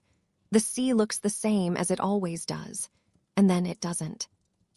The men who came ashore that morning on Lindisfarne carried no particular reverence for the place they were entering. They had heard about it, and hearing was enough. Word had traveled through trade routes and winter halls that certain islands off the English coast held extraordinary quantities of accumulated wealth, and these men possessed the capability to simply take what they wanted from people who had, over the course of many peaceful generations, forgotten how to stop them. The attack was swift. It was brutal. The Vikings landed on the beach, overwhelmed whatever minimal resistance the monks could offer, and began to work through the monastery with methodical efficiency. They took everything of value they could carry: precious metalwork, jeweled book covers, liturgical vessels of gold and silver, coins from the offering boxes, fine textiles. Some monks were killed. Others were taken for the slave markets. The rest were left behind in the ruins of everything they had built and tended and prayed over. The entire operation probably took a few hours at most. By the time word reached the mainland, by the time anyone could think about organizing a response, the dragon ships were already gone, moving back across the North Sea with their plunder riding heavy in the holds. The scholar Alcuin of York was one of the most learned men of his age, an advisor to Charlemagne himself, a mind shaped by decades of Christian scholarship and theological confidence. And when he heard what had happened at Lindisfarne, he wrote a letter that has survived the centuries, and that still carries its original weight. Never before, he wrote, has such terror appeared in Britain as we have now suffered from a pagan race. Nor was it thought possible that such an inroad from the sea could be made. There's something in that phrase worth sitting with for a moment, that such an inroad from the sea could be made. It wasn't just the violence that shook him. It was the impossibility of it. The world had not been arranged, in Alcuin's understanding, for this kind of thing to happen. The attack on Lindisfarne was not merely a crime. In the minds of Christian Europe, it was a cosmic violation, an assault on the sacred order of things. How could God have permitted pagans to desecrate a holy place? What sins had the English committed to deserve such punishment? These were not rhetorical questions. They were genuine theological problems that exercised some of the finest minds of the era. But from a practical standpoint, the more pressing questions were simpler. How had the Vikings known to attack Lindisfarne, and why had no one seen them coming? The answers tell us something important about both the raiders and the raided. The Vikings knew about Lindisfarne because they were not, despite the reputation that would gather around them, ignorant barbarians sealed off from the wider world. Scandinavian traders had been traveling to Britain and the continent for generations before the first raids. They bought and sold in established markets. They observed local conditions. And when they returned home, they brought back more than amber and furs. They brought information. Which areas were wealthy, which were poorly defended, which could be reached by sea without difficulty. The raid on Lindisfarne was not a random act of violence. It was a calculated military operation based on reconnaissance, informal and accumulated over years, but reconnaissance nonetheless. And as for why no one saw them coming, that was the whole point. Viking ships were fast in a way that the coastal communities of early medieval Europe had no framework to account for. They required no harbors, no docking facilities. They could land directly on beaches, appear from any direction, limited only by the presence of navigable water. A monastery on a tidal island that felt safely remote was actually maximally exposed to exactly this kind of approach. The military threats that early medieval communities understood came overland, from neighbors and rival kingdoms. Such threats moved slowly. They could be detected at a distance. They could be met with organized resistance. Naval warfare existed, but it meant fleet battles at known strategic points, not hit-and-run raids appearing without warning at random points along hundreds of miles of coastline. The Vikings had identified a gap in European defenses, and they were about to drive a flotilla of dragon ships through it. The year after Lindisfarne brought more raids, confirming that the first attack had not been an isolated event. In 794, a monastery at Jarrow, the very place where the Venerable Bede had written his famous history, was attacked, though this time the raiders encountered somewhat stiffer resistance and reportedly suffered significant casualties. In 795, the raids spread to Ireland, striking the island monastery of Lambay near Dublin. The pattern was unmistakable. Wealthy religious institutions near the coast, maritime mobility, strike before defenders could react, withdraw before retaliation could be organized. Why monasteries, specifically? The question almost answers itself. Medieval monasteries were, in economic terms, essentially banks that couldn't fight back. They accumulated wealth through donations from pious believers seeking to secure their salvation. They converted this wealth into precious objects, reliquaries, altar furnishings, illuminated manuscripts, concentrating value into portable, easily transported forms. They were located in places chosen for spiritual retreat rather than military security, and they were staffed by men who had taken vows of nonviolence, men whose martial capabilities had atrophied across generations of peaceful practice. From a Viking perspective, a monastery was an unguarded treasure house with convenient beach access.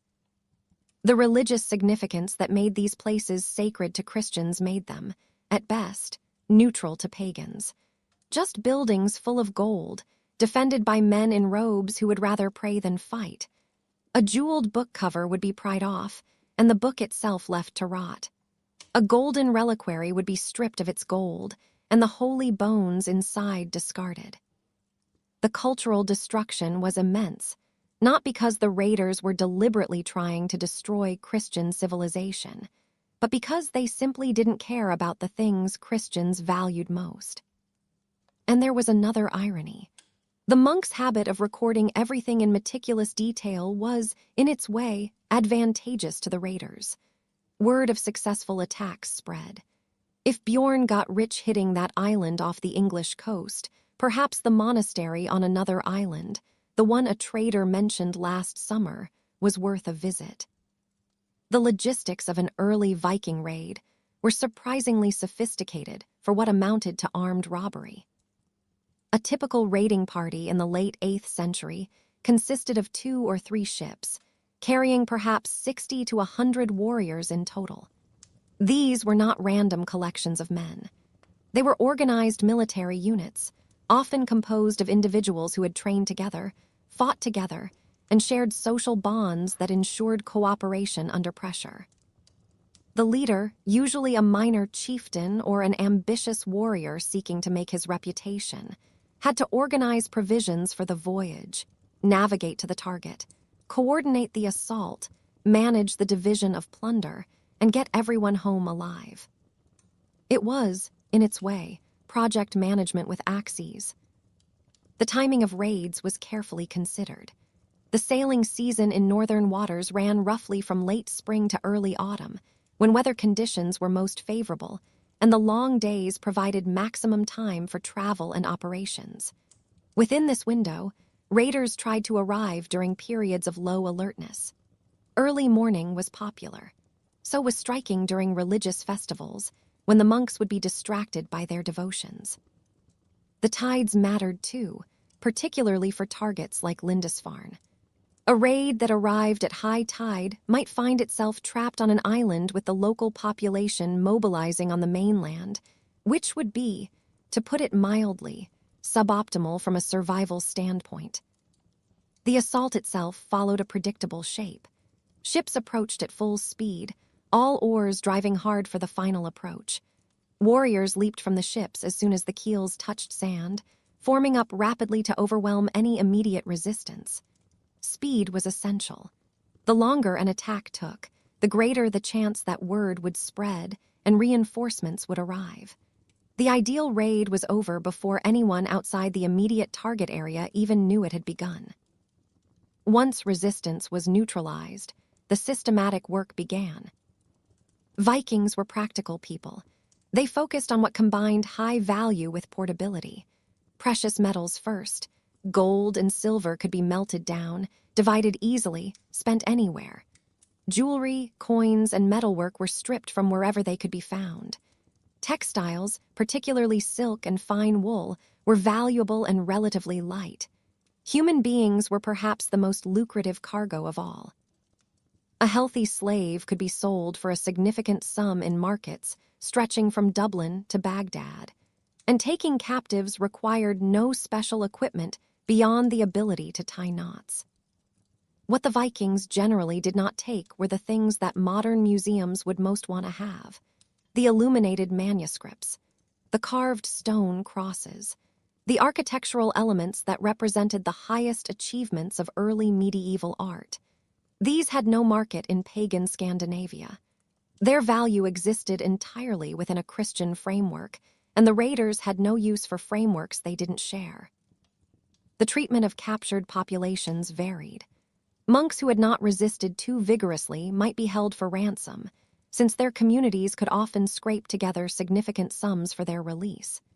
Those who fought back, or who simply had the misfortune to be in the wrong place, might be killed outright. The young and healthy of both sexes were candidates for enslavement, destined for lives of servitude in Scandinavian households or sale to distant markets. The old, the sick, the inconveniently troublesome were generally not worth transporting, and met whatever fate their captors deemed appropriate. The return voyage was in some ways the most dangerous part of the operation. Heavily laden ships sat lower in the water and handled less responsively. Exhausted crews were more prone to errors in seamanship and navigation, and there was always the possibility of encountering hostile forces, defenders still pursuing, or rival Viking groups interested in relieving the successful raiders of their plunder.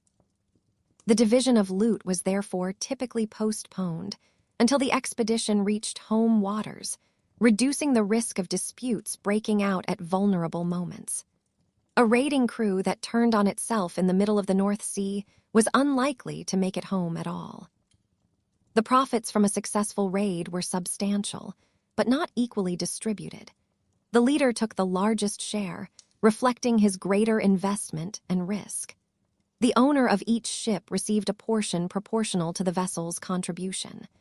The warriors divided the remainder according to formulas that varied from crew to crew, but that generally recognized differences in rank and accomplishment. A fighter who had distinguished himself in the assault might receive a larger share than a man who had held back. This performance-based compensation created strong incentives for individual courage, while maintaining the cooperative structure that kept the whole enterprise functioning. The early raids of the 790s and early 800s were small-scale opportunistic affairs. A handful of ships, a quick strike on an isolated target, a fast retreat. But success bred imitation, and the trickle of raids became a flood. By the 830s, the pattern had begun to shift. Larger fleets were forming under more ambitious commanders with more strategic objectives. The era of smash-and-grab piracy was evolving into something more organized and considerably more dangerous. The transformation was gradual, driven by several forces at once. The success of early raids had demonstrated the profitability of violence against Christian Europe, attracting more participants to the enterprise.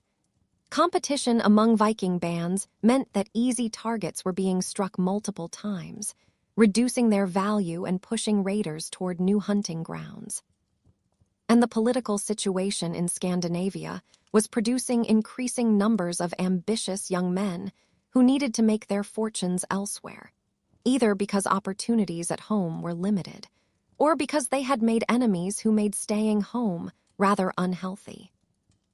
In 834, a major raid struck the trading town of Gokstad in the Frankish Empire, one of the most important commercial centers in northern Europe. This was not some isolated monastery. It was an urban target, with walls and armed defenders. The fact that the Vikings attacked it anyway, and succeeded, demonstrated how far their capabilities had grown since the early days. Gokstad would be raided repeatedly over the following years, eventually abandoned entirely as the combination of Viking attacks and flooding made it untenable. The 840s brought something still more alarming: Vikings who didn't go home. Instead of the traditional pattern of summer raids followed by winter retreats to Scandinavia, some groups began establishing bases in the territories they were attacking. These winter camps allowed continuous operations regardless of season, put sustained pressure on local populations year-round, and created permanent footholds from which further expansion could proceed. The distinction between raiding and conquest was beginning to blur. In Ireland, Viking warbands established long forts, fortified naval bases at key coastal locations, most notably at Dublin in 841. These were not temporary camps.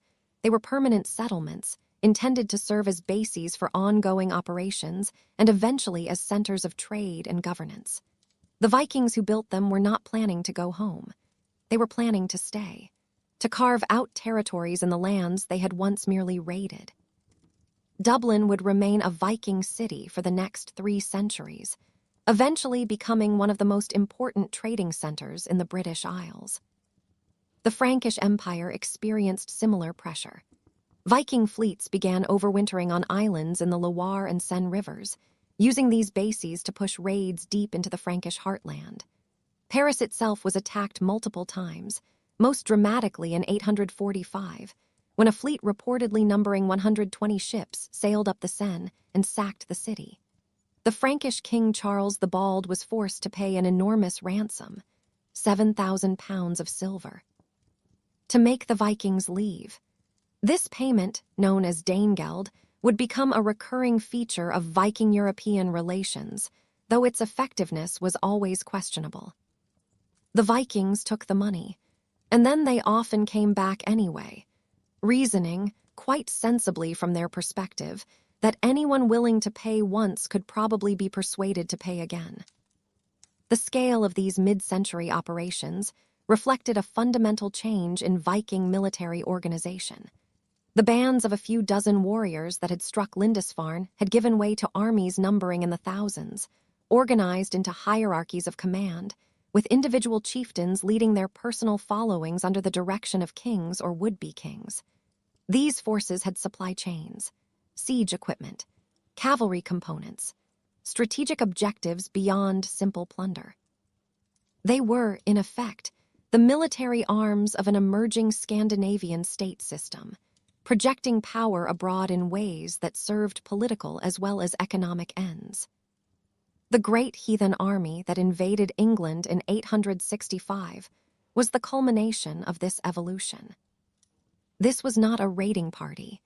It was an invasion force, numbering perhaps several thousand warriors drawn from across the Scandinavian world, with the objective not of plunder, but of conquest. The systematic subjugation of the Anglo-Saxon kingdoms and the establishment of permanent Scandinavian rule. Over the following 15 years, this army would destroy 3 of the 4 major Anglo-Saxon kingdoms, leaving only Wessex under Alfred the Great to maintain what remained of English independence. The age of raids had become the age of conquest. But the transformation wasn't only about scale, it was also about method. Early Viking raids had been defined by speed and opportunism. Hit the target, take the valuables, vanish before organized resistance could form. The later campaigns required something different entirely. Siege warfare to reduce fortified towns, pitched battles against organized armies, administration of conquered territories, collection of tribute from subjugated populations. The Vikings who undertook these operations were not simply larger versions of the Lindisfarne raiders. They were different kinds of warriors, with different skills and different purposes. The psychological dimension of Viking activity deserves its own moment of attention, because the Vikings understood something that military strategists in every era have understood. Reputation is itself a weapon. The terror that preceded Viking fleets was not accidental. It was cultivated. Deliberate displays of brutality served strategic purposes beyond their immediate effects. The ritual killing of captives, the desecration of sacred objects, the burning of buildings that might have been looted instead. These were not expressions of mindless rage. They were calculated investments in fear. A community that had heard stories of Viking atrocities was more likely to pay tribute without fighting, to surrender quickly when resistance seemed hopeless, to cooperate rather than risk provoking something worse. The Vikings were running a protection racket on a civilizational scale. And like all protection rackets, it depended on the credible threat of violence more than on actual violence itself. The Blood Eagle, that infamous execution method allegedly practiced by some Vikings, illustrates this point quietly. Whether or not the practice was actually carried out, scholars have debated this endlessly. The important thing is that people believed it was. The stories circulated. They grew in the telling. They added to the aura of supernatural cruelty that surrounded the Northmen. A chieftain thought capable of such acts enjoyed certain advantages in negotiation, even if he never had occasion to demonstrate the technique. The same logic applied to the targeting of holy places. Monasteries were attacked primarily because they were wealthy and poorly defended. But the religious dimension added something beyond the material. Every desecrated church, every murdered monk, every stolen reliquary carried a message. Your God cannot protect you. This undermined the moral authority of Christian rulers, who had claimed divine sanction for their power. And it shattered the psychological security of populations that had believed themselves protected by forces beyond human control. The responses to this psychological campaign varied considerably. Some communities collapsed into despair, interpreting Viking attacks as divine abandonment and losing the will to resist. Others experienced something like religious revival, reasoning that if God was punishing them for their sins, the solution was more rigorous piety. A few took a more practical view, observing that God appeared to help those who helped themselves, and investing in walls and weapons and trained fighting men rather than prayers alone. The Frankish response under Charlemagne and his successors offers an instructive case. Charlemagne himself, who died in 814 before the worst of the raids, had established a coastal defense system that seems to have functioned reasonably well. Watch stations along the coast provided early warning of approaching fleets. A network of garrisons could respond quickly to threats, and the presence of organized military force deterred at least some would-be raiders from testing their luck.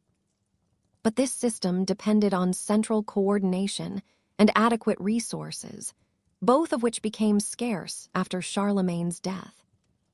His successors fought among themselves, dividing their attention and their armies between internal rivals and external threats. The empire was partitioned, then partitioned again, creating smaller political units with fewer resources available for defense. The Vikings, observing this fragmentation with the interest of professionals, adjusted their operations accordingly. Why raid a coast defended by Charlemagne's army when you could wait a generation and raid the same coast defended by his squabbling grandsons? The division of the Frankish Empire in 843 by the Treaty of Verdun coincided almost exactly with an escalation of Viking attacks on Frankish territory. This was probably not coincidental. The chaos of civil conflict had provided excellent opportunities for raiding, and the resulting political fragmentation made sustained resistance considerably more difficult.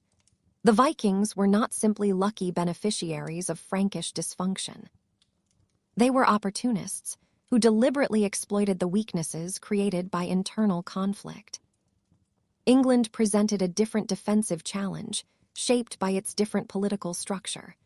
The island was divided among several independent kingdoms: Northumbria, Mercia, East Anglia, Wessex, and various smaller units, none of which was strong enough to mount an effective defense of the whole island. Cooperation between kingdoms was sporadic at best, and often undermined by old rivalries. When the great Heathen army arrived in 865, it was able to defeat the English kingdoms in detail, conquering them one by one before any of the others could organize effective assistance. The experience of Northumbria illustrated the problem with particular clarity.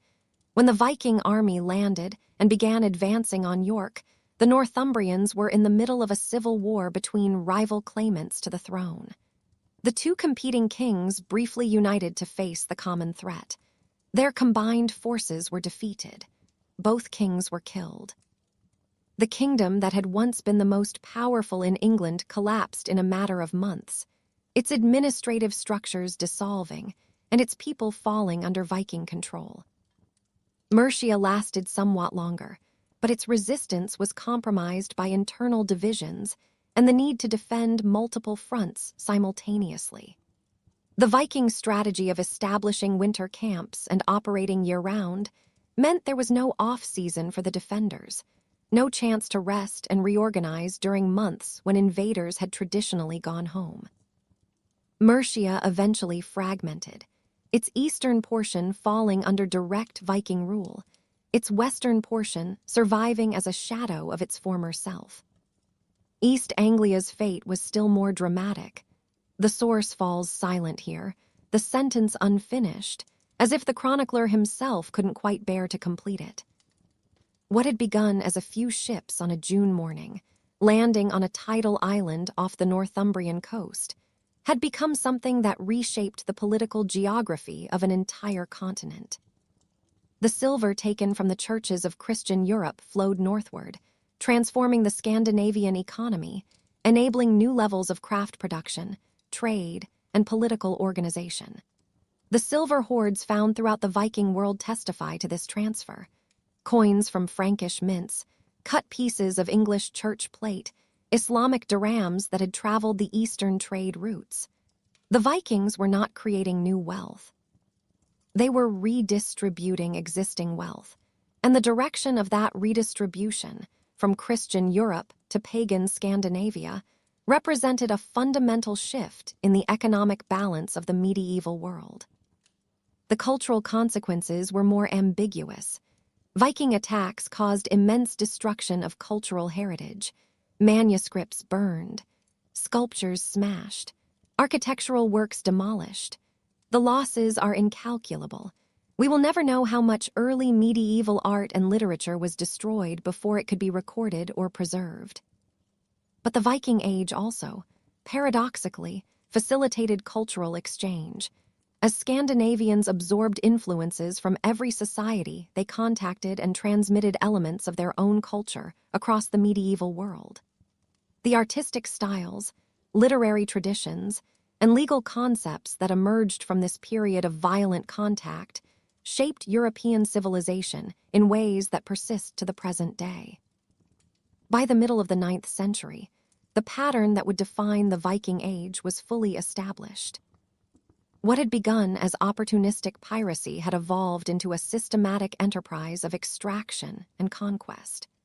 The Scandinavians had developed techniques and forms of organization capable of challenging the greatest powers of Christian Europe, and they were using these capabilities to reshape the political and economic landscape of the medieval world. The monks of Lindisfarne, had any of them survived to see what their ordeal had helped to set in motion, would have been appalled. But the story was far from finished. The Viking phenomenon would continue evolving, adapting to new circumstances, pursuing new objectives. The raiders would become rulers, the pirates would become traders, and eventually the pagans would become Christians themselves.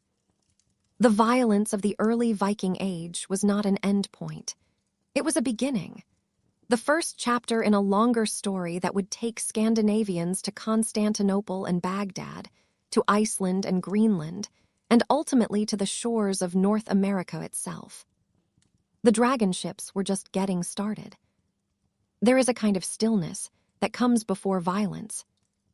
You are standing on a low hill above the marshes. The morning is gray and very cold.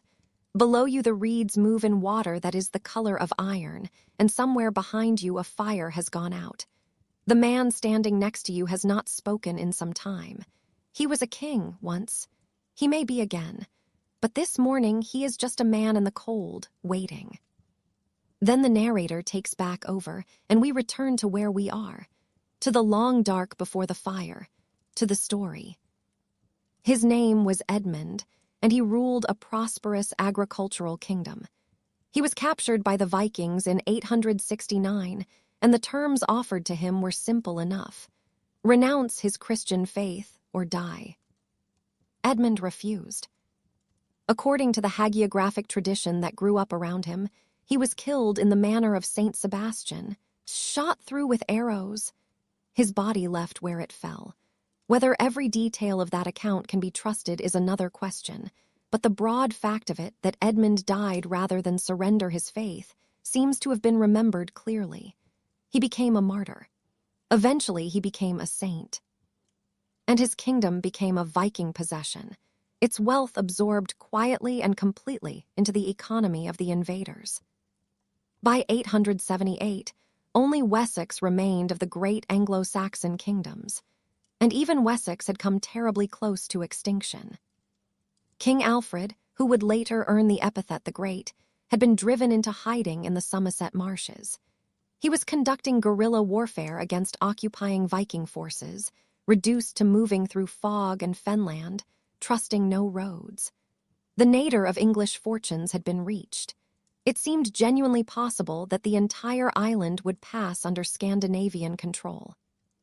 The famous story of Alfred sheltering with a peasant family, so distracted by his circumstances that he let the woman's cakes burn on the fire, may be legendary. Probably it is, but it captures something true about this period all the same. The King of Wessex had been reduced to such straits that he could pass unrecognized among his own people. That is not a detail you can improve upon. It is already as plain and strange as history gets. There is something quietly worth sitting with there. A king who cannot be recognized. A fire going out. someone's bread burning while the fate of a kingdom turns on nothing in particular. From that low point, Alfred rebuilt. He reorganized his military forces. He oversaw the construction of a network of fortified towns called bars, permanent communities with standing garrisons, capable of providing refuge to the surrounding population when raiders approached. The bars were spaced so that no point in Wessex was more than 20 miles from a fortified position, roughly a day's travel for civilians moving on foot, carrying what they could.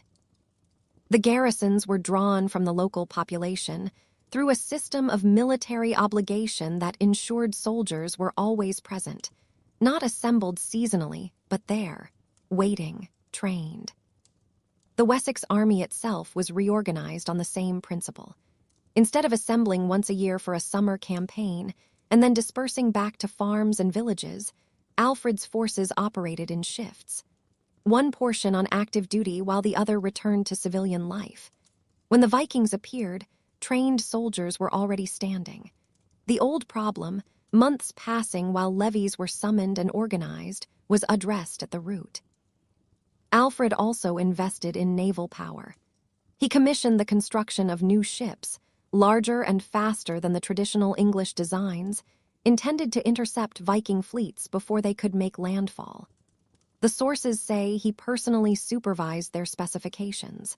Whether those ships were as effective in practice as they were in ambition is debated, but the impulse behind them was sound. He understood that the Vikings' greatest advantage was their mobility at sea, and he chose to contest that rather than simply accept it. The result of all this was a stalemate, a slow, grinding shift in English favor. The Vikings retained control of eastern and northern England, the area that would become known as the Danelaw. But they could not conquer Wessex, and they could not swallow the Mercian remnant that remained allied with it. Over the following generations, Alfred's successors would push further still, eventually reunifying England under a single crown in the mid-10th century. The Viking invasions had reshaped English society, but they had not destroyed it. By the end of the 9th century, something was changing in the broader pattern of Viking activity. The easy targets of the early raids were gone. What remained was either defended or had already been stripped of everything worth taking. And the Vikings themselves were changing. The most successful among them transforming from raiders into settlers, into rulers, with interests and obligations that diverged from those of simple pirates. The age of raids was giving way to an age of settlement and state building, though violence would remain, as it always had, a constant feature of the world they inhabited. The period from 793 to roughly 900 had been the Viking Age at its most purely destructive. In that century, Scandinavian raiders had extracted enormous wealth from Christian Europe, destroyed irreplaceable cultural heritage, killed and enslaved countless people, and overthrown established political orders across a vast territory.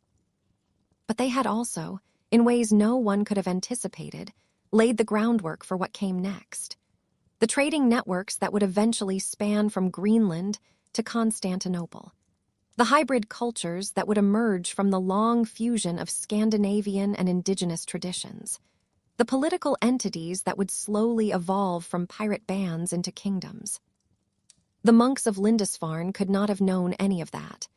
On that June morning in 793, watching the dragon ships approach across water that must have looked perfectly ordinary until it didn't, they knew only what was in front of them. That violence had come to their island. That everything they valued was under attack. That there was nothing they could do to stop it. Their experience would be repeated countless times in the following century, in monastery after monastery, village after village, across a coastline that stretched from Ireland to the mouths of the great French rivers. Communities that had never imagined such a thing was possible learning the same lesson, in the same terrible way. One thing that rarely receives enough attention is the question of how, precisely, relatively small numbers of Viking warriors managed to achieve such disproportionate results against populations that often vastly outnumbered them. Part of the answer is tactical flexibility. Viking warbands did not approach warfare the way the armies of Christian Europe did. Against a defended position, they might attempt a rapid frontal assault. If that failed, they could transition to siege warfare, using captured ships to blockade waterways and starve the defenders into submission. Against a field army, they could fight if the odds favored them, or retreat to their ships if the odds did not. Against a fleeing population, they could pursue on horseback. Against an abandoned settlement, they could simply stop and loot it at their leisure. The use of horses deserves particular attention. Viking forces are remembered for their ships, and rightly so. But as campaigns grew more ambitious, the horse became equally important. Longships could carry only limited numbers of mounts, so the solution was to capture them locally upon landing. A Viking army that arrived by sea could transform itself into a cavalry force within days of landfall, dramatically extending its reach inland. The Great Heathen Army reportedly traveled overland from the east coast of England to York, a distance of some 60 miles, moving faster than news of their approach could travel ahead of them. Against that kind of speed, conventional defensive strategy was very nearly useless. By the time a defending army reached the last reported Viking position, the raiders were already somewhere else entirely. River systems were not merely the roads along which Viking ships moved. They were strategic assets, tools for shaping entire campaigns. A fleet moving up a major river could threaten multiple population centers at once, forcing defenders to divide their forces or concentrate and leave other areas exposed. The junctions of major rivers were especially valuable, offering multiple directions of advance and retreat in equal measure. The Viking bases established on islands in the Seine and Loire exploited this geography with considerable intelligence, providing defensible positions from which raiders could move in any direction, and to which they could fall back when threatened. Fortifications were more of a genuine challenge, but the Vikings developed responses to those as well. Simple palisades and earthworks could be stormed if the garrison was thin or surprised. Stone fortifications required something more patient: siege engines, undermining, blockade, or the slower business of negotiation. The Siege of Paris in 885 to 886 demonstrated the full range of what Viking forces could bring to bear, as attackers tried assault, fire, undermining, naval blockade, and other techniques over the course of nearly a year. That Paris ultimately held was less a reflection of Viking inadequacy than of the exceptional stubbornness of its defenders, who had clearly decided that dying in defense of their city was preferable to the alternative. The organization of plunder was, in its own way, as systematic as the violence that obtained it. Everything of value was gathered, sorted, and evaluated by individuals who understood the markets where it would eventually be sold. This was not simple theft. It was a form of violent commerce, conducted by men who knew the difference between objects that could be converted quickly into silver and objects that were valuable only to specific buyers. Silver was always preferred, being universally acceptable and easily divided. Gold was better still, but rarer. Other goods were assessed on portability, weight, and likely resale value, with the efficiency of people who had done this many times before.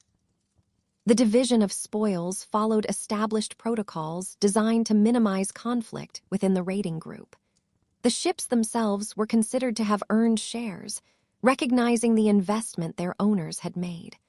Officers received larger portions than ordinary warriors. Exceptional acts of valor or contribution might merit bonus allocations. Certain items, captured weapons, enemy banners, particularly impressive pieces of jewelry, might be claimed by the individuals who had performed the specific deeds that obtained them. The system was rough, but it functioned, which is the point. It allowed thousands of violent men to cooperate in plunder without constantly fighting each other over the proceeds. Slaves were perhaps the most complicated category of plunder. because they were both valuable and difficult to manage. A captured monk might be worth a substantial ransom if his monastery could afford to pay. If not, he could be sold in Dublin, or in Hedeby, or in one of the other slave markets that dotted the Viking trading network. Women and children brought lower prices, but were easier to control. Craftsmen with useful skills were particularly valuable and might end up working directly for their captors rather than being sold on. The logistics of managing human cargo, feeding people, guarding them, moving them across water, finding buyers, added considerable complexity to every operation. But the Vikings pursued this line of business with great persistence, which suggests it was worth the trouble. The seasonal rhythm of Viking activity was more layered than the image of simple summer raiding implies. While the main campaigning season ran from spring to autumn, the winter months were not idle. Ships required maintenance, weapons needed repair, plunder had to be disposed of, evaluated, converted. Next year's expeditions had to be planned, and the information gathered during the previous season analyzed. A successful chieftain spent his winters in ways that would have been recognizable to any skilled administrator. Networking, negotiating, positioning himself for the next round of operations. Recruitment alone was a significant undertaking. Word had to spread that an expedition was being organized. Potential participants had to be assessed. Terms of service negotiated. Young men seeking to make their reputations came forward to present themselves to established leaders. Veterans who had grown too old or too wealthy for active campaigning might be replaced by their sons or nephews. Political considerations shaped who was welcome. Men with powerful enemies might be turned away. Men with useful connections might be actively recruited, even if their fighting skills were only middling. The emergence of professional Viking armies in the mid-9th century was the culmination of all these organizational trends. These were not seasonal raiders who returned to farms between campaigns. They were full-time soldiers whose entire adult lives were given over to warfare, supported by the continuous flow of plunder and tribute that had to be maintained through continuous operations. The pressure to keep raiding, even when good targets were scarce, explains some of the otherwise puzzling decisions Viking commanders made, attacking well-defended positions, penetrating deep into hostile territory, accepting risks that seem excessive in hindsight. The system demanded constant expansion, constant acquisition, constant violence. Stop raiding, and the whole structure collapsed. And yet, before all of this, before the great armies and the siege of Paris and the Danelaw, before the Viking Age became what we remember it as, the Norsemen ran into a wall. That wall was the Frankish Empire under Charlemagne. And for as long as the great emperor lived, the Northmen found the pickings considerably less easy than they had hoped. Charlemagne, or Charles the Great in the English rendering, was the most powerful ruler in Western Europe since the fall of Rome. By the time Viking raids began in earnest in the 790s, he had already spent 3 decades building an empire that stretched from the Pyrenees to the Elbe, from the North Sea to central Italy. He commanded armies numbering in the tens of thousands. He administered his territories through a network of counts and bishops. And in the year 800, Pope Leo III had crowned him Emperor of the Romans, a title that had not been used in the West for more than 3 centuries. This was not a coastline you raided casually. The Franks had been aware of the Scandinavians long before the first raids began. Trade connections between the Frankish Empire and the Nordic lands were well established. Frankish merchants had been buying furs, amber, and slaves from northern traders for generations. Charlemagne himself had conducted diplomatic dealings with various Danish kings, negotiations that balanced commercial interests against strategic concerns about his northern frontier. He knew who these people were. He knew what they were capable of, and he had taken steps accordingly.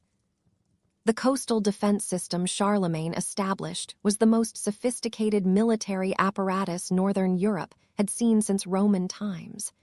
It was not a single fortification, or even a simple chain of fortresses. It was an integrated network of surveillance, communication, and rapid response, designed to make Viking raids unprofitable before they could properly begin. Watch stations were positioned at intervals along the North Sea and Atlantic coasts, manned by men whose sole purpose was to scan the horizon for unfamiliar sails. In the clear northern light, a sharp-eyed observer could see a fleet many miles distant. When ships were spotted, signals were relayed inland by fire or smoke. The system was fast enough that inland communities could have hours of warning before raiders arrived, time enough to move valuables to safety and summon military assistance. The response forces were organized around rapid deployment. Charlemagne understood that the Vikings' greatest advantage was speed, the ability to appear without warning, strike, and vanish before conventional armies could reach the scene. His answer was to station mounted troops at strategic points, capable of covering significant distances quickly. A raiding party that expected to find an undefended monastery might instead find armored cavalry arriving within hours of landing. This was not what the Scandinavians had come for. The Frankish fleet, though less celebrated than the land forces, played an equally important role. Charlemagne commissioned warships specifically designed to counter Viking vessels, larger and more heavily armed than the northern longships, intended to intercept raiding fleets at sea before they reached the coast. He personally inspected these ships and took an active interest in naval matters, unusual for a ruler whose military reputation rested primarily on land. He understood that the sea was the medium through which the threat would arrive, and he invested in contesting it. The effectiveness of these measures is visible in the relative absence of major Viking attacks on Frankish territory during Charlemagne's lifetime. While England and Ireland were suffering increasingly severe raids through the 790s and into the early 800s, the Frankish coast remained largely unmolested. There were probing attacks, certainly. The Vikings were never easily discouraged from testing defenses, but those probes were typically repulsed with enough vigor to discourage follow-up operations. The word apparently spread in Scandinavian circles that the Frankish Empire was not worth the trouble, at least while the old emperor lived. This had a broader consequence that is easy to miss. The Vikings were not abandoning the idea of raiding. They were redirecting their attention to softer targets. The intensity of attacks on the British Isles in the early 9th century may have been partly a consequence of Frankish defensive effectiveness. Raiders who could not profitably attack the continent turned their ships toward islands where resistance was less organized. The Frankish Empire was, in effect, exporting its Viking problem to its neighbors. Charlemagne's approach to the Scandinavian threat was not purely military. He also supported efforts to convert the Danes to Christianity, reasoning that Christian Danes would be less likely to attack their coreligionists and might even become useful allies against pagan raiders from further north. This strategy had limited success during his lifetime, but would bear fruit in later generations as Christianity spread gradually through Scandinavia. The relationship between Charlemagne and the Danish kings was complex and shifted over time. Early contacts had been relatively cordial, centered on trade and the mutual benefits of peaceful coexistence. But as the Frankish Empire expanded northward, particularly after the conquest of Saxony brought Frankish territory to the Danish border, tensions increased considerably. The Danish King Godfred, who ruled in the early 800s, viewed Frankish expansion with understandable alarm. He took steps to strengthen his own position, including the construction of the Danevirke, a defensive earthwork built across the neck of the Jutland Peninsula. The Danevirke is worth pausing over because it tells us something unexpected about the anxieties of that moment. This was not a fortification against Viking raids. It was a defense against Frankish invasion. Godfred clearly believed that Charlemagne might attempt to conquer Denmark as he had conquered Saxony, and he was preparing accordingly. There is a kind of historical irony there that is difficult not to notice. While Christian Europe was trembling at the thought of Viking attacks, the Vikings themselves were constructing walls against the Christians. Godfred was not only defensive. He conducted raids into Frankish territory, attacked the important trading center of Rurik on the Baltic coast, and forcibly relocated its merchant population to his own trading town of Hedeby. He reportedly boasted that he would march on Aachen, Charlemagne's capital, and confront the emperor in his own palace. Whether this was genuine strategic ambition or a kind of calculated bravado is difficult to say. But it suggests a man thinking in terms of kingdoms and empires, not merely plunder. The confrontation between Charlemagne and Godfred never reached a decisive conclusion. In 810, as both sides appear to have been preparing for serious military operations, Godfred was murdered by one of his own retainers. This was, as the sources quietly suggest, an occupational hazard that Danish kings faced with depressing regularity. His successor made peace with the Franks quickly, and the immediate danger of large-scale war receded. But the underlying tensions did not dissolve. Both sides understood that the current balance was temporary. Charlemagne died in 814, and with him died the system that had kept the Vikings at bay. The watch stations still stood, the garrisons still existed, the ships still patrolled, but the driving intelligence behind it all, the central authority that had coordinated every element, was gone. What remained was infrastructure without effective leadership. And infrastructure alone, as history is frequently content to demonstrate, is not enough. The succession crisis that followed was perhaps inevitable given Frankish inheritance traditions, but it was devastating for imperial defense. Charlemagne's son Louis the Pious inherited the throne intact, but his own sons began quarreling over their expected inheritances almost immediately. The empire that Charlemagne had spent a lifetime building was being prepared for partition before Louis was even in his grave, and everyone knew it. The unity of purpose that had made the coastal defense system work was dissolving into factional rivalry. Louis was a capable ruler in many respects. His epithet, the Pious, reflects genuine religious devotion rather than weakness. But he lacked his father's ability to overawe potential troublemakers through sheer force of personality. The great nobles of the empire, who had submitted to Charlemagne's authority with varying degrees of enthusiasm, began testing the limits of what they could manage under his less formidable successor. Resources that should have gone to imperial defense were diverted toward building up private power. The coordination that had made the Frankish response to Viking raids so effective began, quietly and then less quietly, to break down. The Vikings noticed. Of course they noticed. These were not careless observers, and they had been probing Frankish defenses for years, testing for weaknesses, monitoring the political weather. When word reached Scandinavia that the great emperor was dead and that his heirs were fighting among themselves, the implications were immediate and obvious. The wall had developed cracks, and cracks could be exploited. The first major test came in 820, when a Viking fleet attacked the island of Normandy at the mouth of the Loire.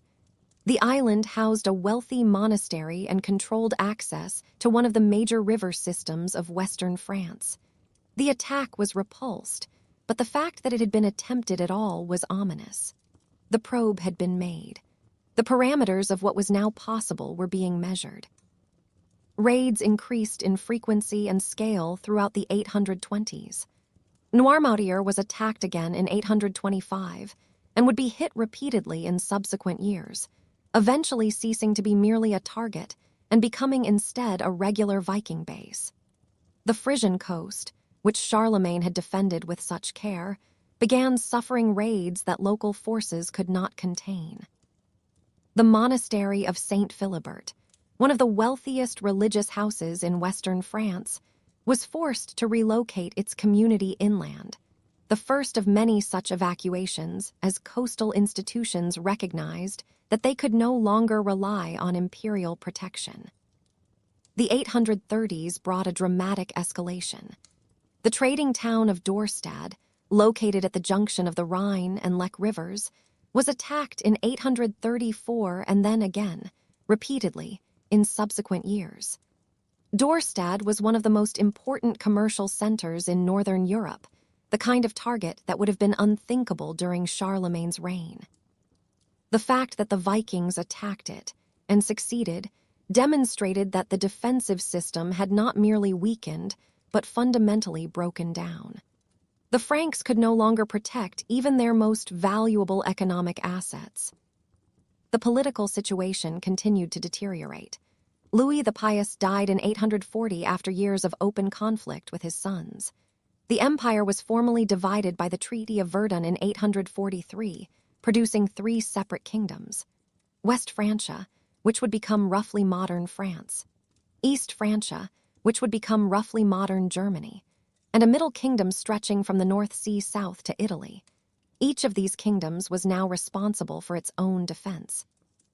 None had the resources the unified empire had commanded, and the Vikings were now facing divided opponents who could not coordinate their responses.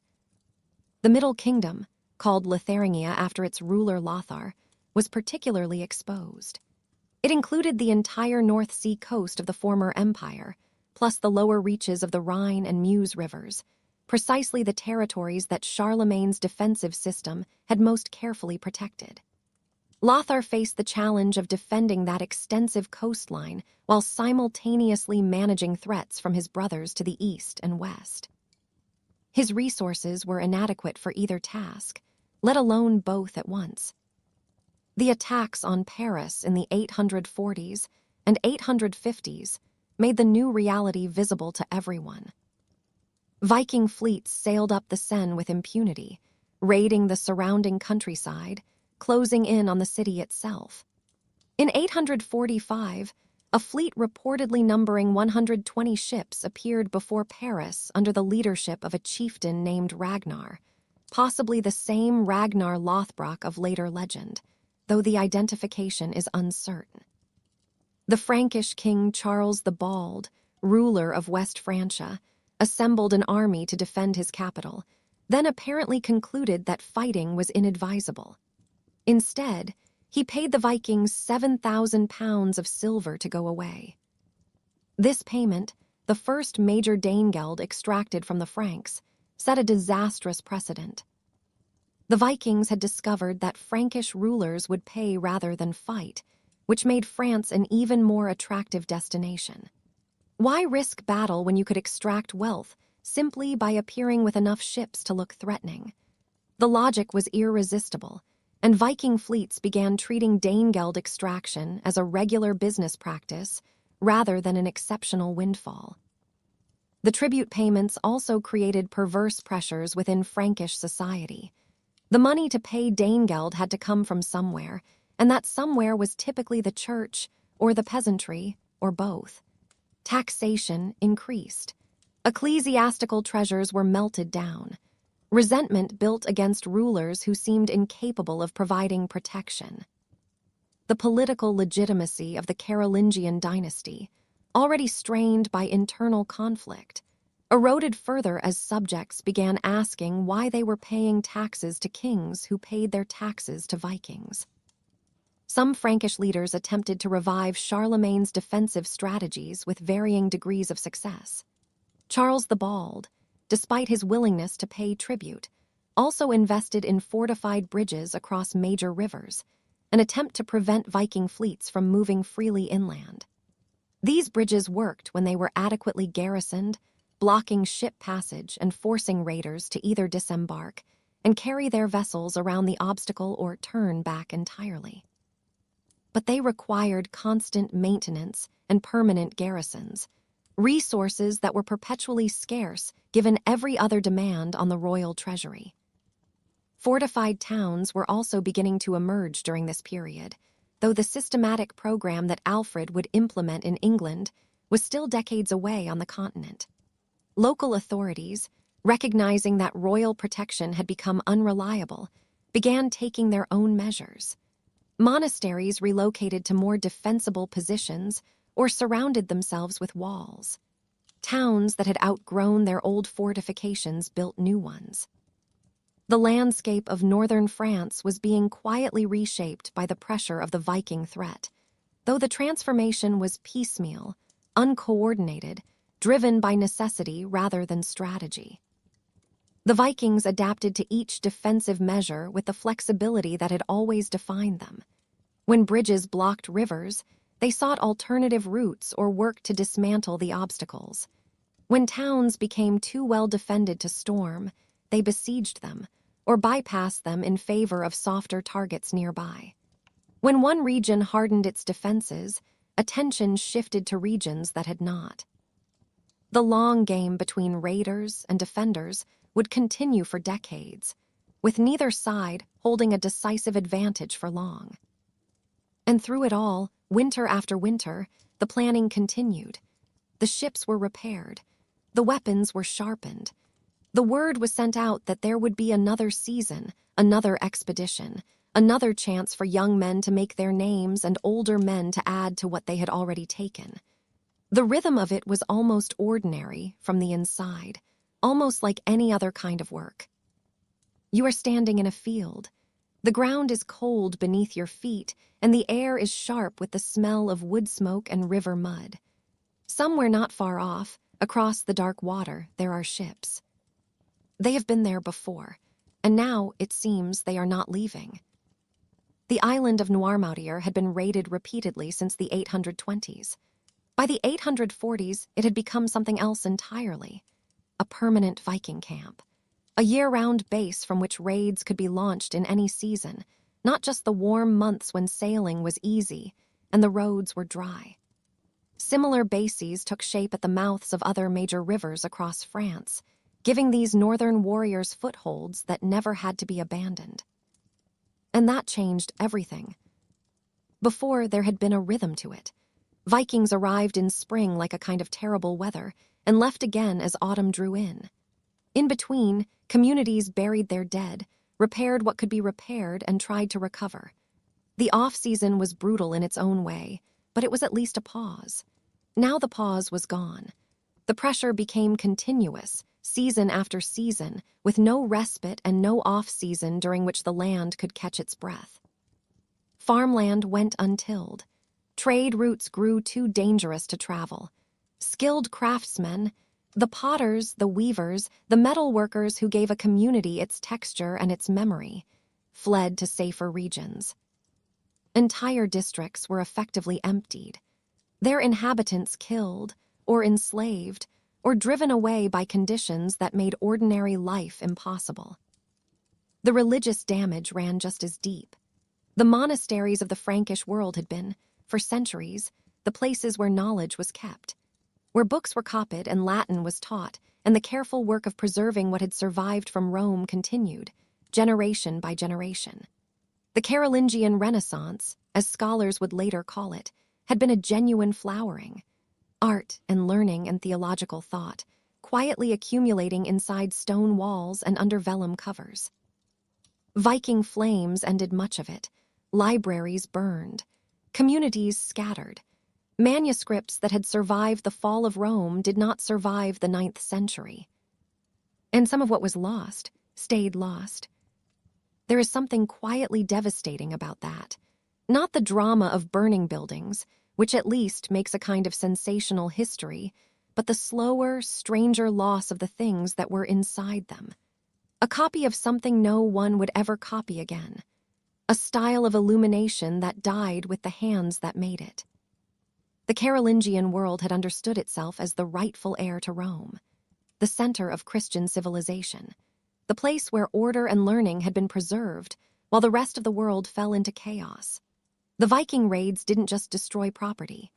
They challenged that self-conception at the deepest level. If the Frankish Empire could not protect its own churches, could not maintain order within its own territories, could not prevent pagan raiders from doing whatever they pleased, then what, exactly, was the empire for? That question didn't go away quickly. The crisis of confidence that accompanied the physical destruction would take generations to resolve. By the 860s, the situation had deteriorated to the point where some Frankish leaders began considering something quite different from anything they had tried before. If the Vikings could not be defeated militarily and could not be permanently bought off with tribute, perhaps they could be absorbed, given land and responsibility, turned from enemies into defenders. It was a strange kind of logic, but it had a certain cold elegance.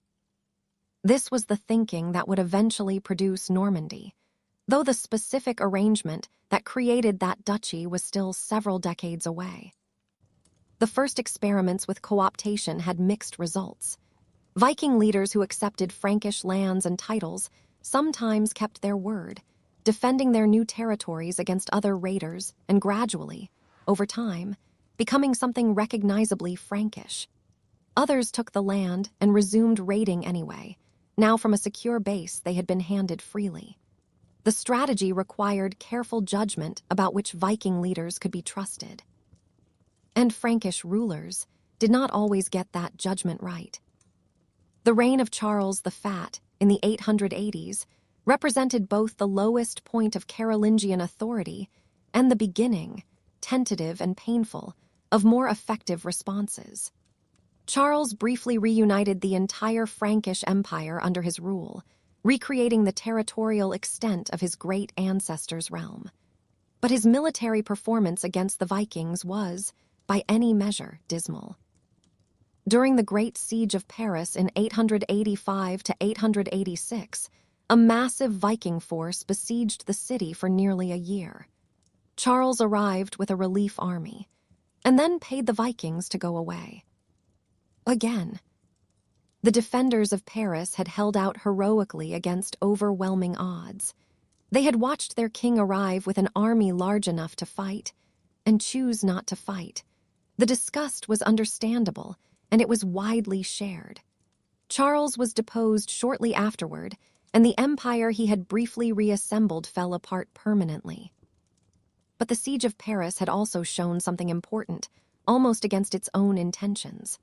Properly fortified positions, defended by determined people, could resist Viking attacks even without royal support.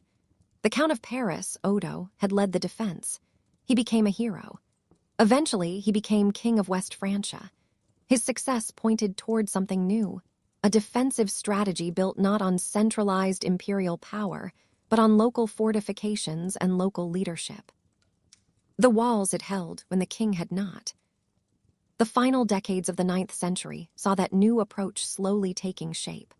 Local lords built castles, not the great stone structures of later centuries, but simpler things, earthen mounds and timber palisades, which could nonetheless provide genuine refuge against a raiding party. Towns that had been attacked and attacked again invested in walls and garrisons. The landscape of France began to fill with defensive points that made Viking-style mobile raiding progressively less rewarding. The Vikings themselves were changing too. The warriors who had been raiding France for 50 years were growing old.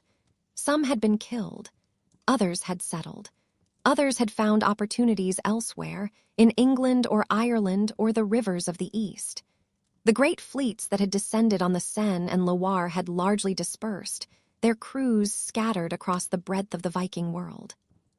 The creation of Normandy in 911 marked what felt like the symbolic end of the Viking threat to France, though the reality was, as always, more complicated. The Viking leader Rollo received the lower Seine Valley as a fief from the French King Charles the Simple, accepting baptism and nominal subordination in exchange for territorial control. Rollo's followers settled the land, intermarried with the local population, and within a generation or two had become more French than Scandinavian. Though they retained their martial qualities, which their descendants would deploy in spectacular fashion when they conquered England in 1066. The Norman solution was the triumph of co-optation over confrontation.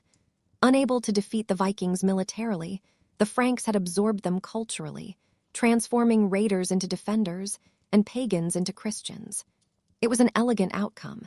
It also came at significant cost: the loss of territory. The acceptance of semi-autonomous power centers within the kingdom. The quiet admission that royal authority could not maintain order without barbarian assistance. Charlemagne would probably not have approved. Looking back across the century between Charlemagne's death and the establishment of Normandy, a clear arc is visible. The defensive system that had held the empire together collapsed when the central authority maintaining it disappeared. The chaos that followed allowed Viking raids to escalate from seasonal annoyances to something closer to existential threats. And the eventual response was not a restoration of what had existed before, but a fundamental restructuring of society around local fortification and local lordship. Historians would later call what emerged from this period feudalism. The Viking attacks did not create feudalism on their own. The social and economic changes that produced the medieval order had many causes and unfolded across centuries. But the Viking threat accelerated the process dramatically. When royal governments couldn't provide protection, people turned to whoever could. Local strongmen who built castles and kept armed men and could, at least, offer something resembling safety. The exchange of loyalty for protection that would come to define feudal relationships made perfect sense in a world where the alternative was being carried off by Northmen. The contrast between Charlemagne's success and his successor's failures also illustrates something worth sitting with quietly. The Vikings were not inherently more powerful than the Frankish Empire. Quite the reverse, in terms of raw population and economic resources. They were simply more agile, more opportunistic, and better able to exploit the divisions among their opponents. The Franks didn't lose because the Vikings were unstoppable. They lost because they stopped being unified. The clerical writers who recorded most of what we know about this period were traumatized witnesses.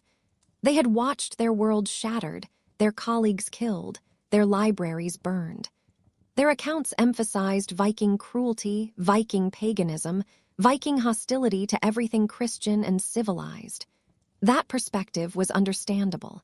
It was also partial. The Vikings who attacked France were not mindless destroyers. They were rational actors pursuing comprehensible goals. They raided because raiding was profitable. They attacked churches because churches had wealth and couldn't fight back effectively. They extracted tribute because tribute was easier than fighting. They settled when settlement offered better opportunities than continued raiding. Their behavior was brutal by any standard. It was also strategic, calculated to maximize returns while minimizing risks. Understanding that doesn't excuse anything, but it does help explain why the Viking Age played out the way it did. Charlemagne's Iron Curtain, then, was not breached because the Vikings became stronger. It was breached because the Franks became weaker. The defensive system that had worked so well depended on political unity, adequate resources, and competent leadership. When those conditions disappeared, the Vikings moved through gaps that would have been closed under better circumstances. The empire that had held them at bay became the empire that paid them tribute, and the transformation took barely a generation. The tactical evolution of Viking operations in France deserves its own moment of attention because it reveals how adaptable these warriors were when circumstances required it. The earliest raids had followed the established pattern: swift coastal attacks on exposed targets, quick withdrawal before any organized response could arrive.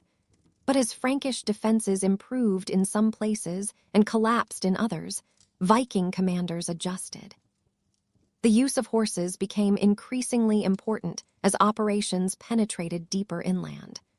Viking armies that arrived by ship could transform themselves into cavalry forces within days of landing, capturing local mounts and using them to extend their reach far beyond what foot travel would allow. This was devastating in a landscape where defensive preparations had assumed waterborne threats. A monastery that had relocated 20 miles from the coast to escape naval raids might find itself perfectly positioned for a cavalry attack instead. Siege capability was another adaptation, and a significant one. Early Viking raiders had little patience for fortified positions. If a target couldn't be taken quickly, they moved on to softer ones nearby. But as easy pickings grew scarcer and more communities invested in walls, siege warfare became necessary. Viking armies constructed siege engines, employed mining operations to undermine walls, and demonstrated considerable patience in blockading defended positions until starvation forced surrender. The Siege of Paris showed that Vikings could sustain complex operations over extended periods when the prize was worth the effort. Winter campaigning, initially rare, became more common as permanent bases were established. The traditional raiding season had been constrained by weather conditions for sailing, but armies operating from land bases faced no such constraint. Winter attacks had the additional advantage of catching defenders at their most vulnerable, when supplies were low and the agricultural workforce couldn't be spared for military service. The year-round pressure wore down Frankish resistance in ways that seasonal raiding never could have managed. The Vikings also became increasingly sophisticated in their use of intelligence and psychological warfare. They maintained networks of informants who reported on political conditions, military preparations, and the location of valuable targets. They exploited divisions within Frankish society, sometimes allying with one faction against another, sometimes simply waiting for internal conflicts to distract their opponents. The timing of major attacks often coincided with moments of Frankish political weakness, which suggests careful monitoring of the enemy's internal affairs. The treatment of captured populations evolved too, as Viking objectives shifted from pure plunder toward territorial control. In areas destined for settlement, wholesale massacre was counterproductive. You could not farm depopulated land. Viking leaders began offering terms to communities that surrendered without resistance, promising relatively stable treatment in exchange for cooperation. It was not mercy in any modern sense, but it was pragmatic recognition that terrorized populations made poor subjects. The Frankish response, though ultimately inadequate at the imperial level, produced innovations that would shape medieval warfare for centuries afterward. The fortified bridge was a particularly elegant solution to the problem of river-based attacks. By blocking navigation at key points, these structures could prevent Viking fleets from reaching inland, while also serving as toll collection points and administrative centers. The bridge at Pont de l'Arche on the Seine, completed in 862, reportedly blocked Viking access to Paris for several years. A significant achievement, even if it was eventually circumvented. The development of rapid-response cavalry forces represented another important innovation. Charlemagne's system had relied on stationed garrisons, but these proved too static to counter Viking mobility. Later Frankish commanders experimented with mobile forces that could shadow Viking movements and strike when opportunities arose. These proto-knightly units were the ancestors of the heavy cavalry that would come to define medieval battlefields. Their tactical doctrines forged in the desperate fighting against Scandinavian invaders. Local fortification programs, though lacking central coordination, collectively transformed the Frankish landscape. The castle, originally a simple affair of earthen mound and wooden palisade, proliferated across the countryside as local lords sought to protect their populations and their investments. These structures were not intended to stop Viking armies. They were intended to provide refuge until help could arrive or the raiders moved on.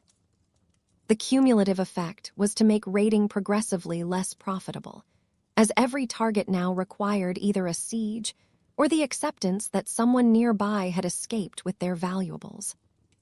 The economic adaptation to Viking pressure was equally significant. Trade routes that had flourished under Carolingian peace were disrupted, forcing merchants to seek alternative paths or abandon commerce altogether. Some regions experienced dramatic economic decline as the combination of raiding, tribute payments, and disrupted agriculture devastated their productive capacity. Others, strangely, benefited, as refugees brought skills and capital to areas that had escaped the worst violence. The economic geography of Western Europe was being reshaped, with consequences that would persist for centuries. The Church's response to the Viking crisis took several forms. At the institutional level, there was a massive relocation of religious communities from exposed coastal positions to more defensible inland sites. The monks of St. Philibert, for instance, moved their community multiple times over several decades, eventually settling at Tournus in Burgundy, far from any navigable water. Similar migrations occurred across the Frankish realm as religious houses sought safety in distance and fortification. At the theological level, the Viking attacks provoked intense soul-searching about what the disasters might mean. The dominant interpretation held that God was punishing Christian society for its sins, a view that had the advantage of providing both explanation and remedy. If sin had brought the Vikings, then repentance might send them away. Penitential movements flourished. Liturgical reforms were undertaken. Moral standards were, theoretically at least, tightened. Whether any of this actually helped against the Vikings is a question the sources cannot quite answer. But it shaped religious culture in ways that extended well beyond the immediate crisis. The political consequences of the Viking era were perhaps the most enduring. The Carolingian dynasty, which had seemed so formidable under Charlemagne, was thoroughly discredited by its failure to provide protection. The local lords who actually defended their territories, the counts and castellans who built fortresses and maintained warriors, gained legitimacy at royal expense. The feudal order that would characterize medieval Europe was being born in the ruins of Carolingian authority. The story of the Frankish response to Viking raids is, in the end, both a warning and something else. A warning about what happens when political institutions fail to meet the challenges placed before them, and a quieter kind of testament to human adaptability in the face of catastrophe. The world that emerged from the Viking onslaught was different from the world that had existed before. More decentralized, more militarized, more focused on local defense than on imperial coordination. But it was still a world, still functioning, still capable of growth and development. The Vikings had transformed Europe. They had not destroyed it. That distinction would matter enormously for everything that came next. Somewhere around the middle of the 9th century, something fundamental shifted in the nature of Viking presence in Western Europe. The raiders who had been arriving each spring and departing each autumn, like particularly violent migratory birds, moving with the seasons, started staying through the winter, and then the next winter, and then the winter after that. What had been seasonal piracy was becoming something altogether different. Mobile societies of warriors, their families, and their followers, living on foreign soil for years at a time, building camps that looked increasingly like towns, developing social structures that had more in common with embryonic states than with pirate crews. The Vikings were no longer just visiting. They were moving in. This transformation didn't happen overnight, and it didn't happen everywhere at once.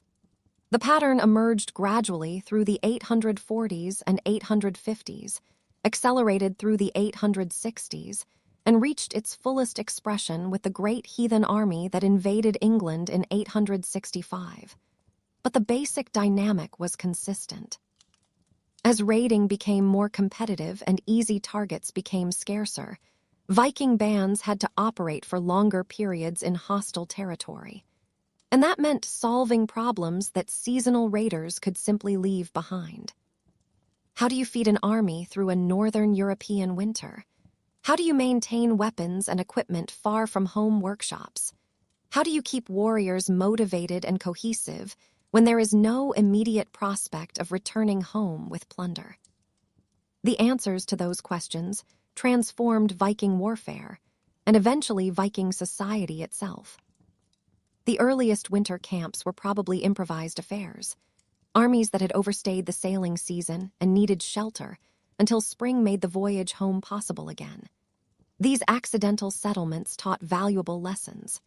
A Viking force that wintered in enemy territory maintained continuous pressure on local populations, preventing the recovery that normally occurred during the traditional off-season. It could begin operations early in the spring before defenders had time to organize. and it avoided the risks and expenses of the long voyage back to Scandinavia. Voyages that claimed ships and lives every year regardless of what any enemy might do. The strategic advantages were significant enough that wintering became deliberate rather than accidental. By the 850s, Viking armies were establishing winter camps as a matter of course, choosing sites that offered defensive advantages, access to food supplies, and convenient departure points for the following season's operations. These were not random selections, but carefully considered decisions that reflected sophisticated military thinking. The island of Thanet, off the coast of Kent in southeastern England, provides one of the earliest documented examples of a planned winter camp. In 850, a Viking force landed there, and according to the Anglo-Saxon Chronicle, for the first time remained over winter. The phrasing is significant. The chronicler clearly understood that something new was happening, not just another raid, but the beginning of a different pattern. Thanet offered everything a wintering army could want. Separation from the mainland for security, fertile land for grazing captured livestock, and easy access to the Thames estuary for future operations. The choice of islands for winter camps was not coincidental. Islands offered natural defensive perimeters that reduced the manpower needed for security. They could be reached only by water, which the Vikings controlled. They were difficult for land-based forces to assault, and easy to evacuate if pressure became too intense. Throughout the 840s and 850s and 860s, Viking armies repeatedly chose island positions for their winter bases. Thanet, Sheppey, and various islands in the rivers of France. The pattern was so consistent that it clearly represented deliberate doctrine. The camps themselves evolved rapidly from temporary shelters to semi-permanent installations. Archaeological evidence from sites like Repton in England and various locations along the Loire and Seine rivers shows defensive earthworks, organized layouts, and evidence of industrial activity. Metalworking, leatherworking, and the repair of ships and weapons. These were not just places to sleep through the winter. They were functioning communities, with all the infrastructure needed to sustain military operations. Repton deserves particular attention because it provides the most complete archaeological picture of a great army winter camp that we have. In 873 to 874, the army that had been devastating England for nearly a decade established itself at this Mercian royal site, evicting the monastery that had previously occupied the location and repurposing its buildings for military use. The Vikings did not simply camp at Repton.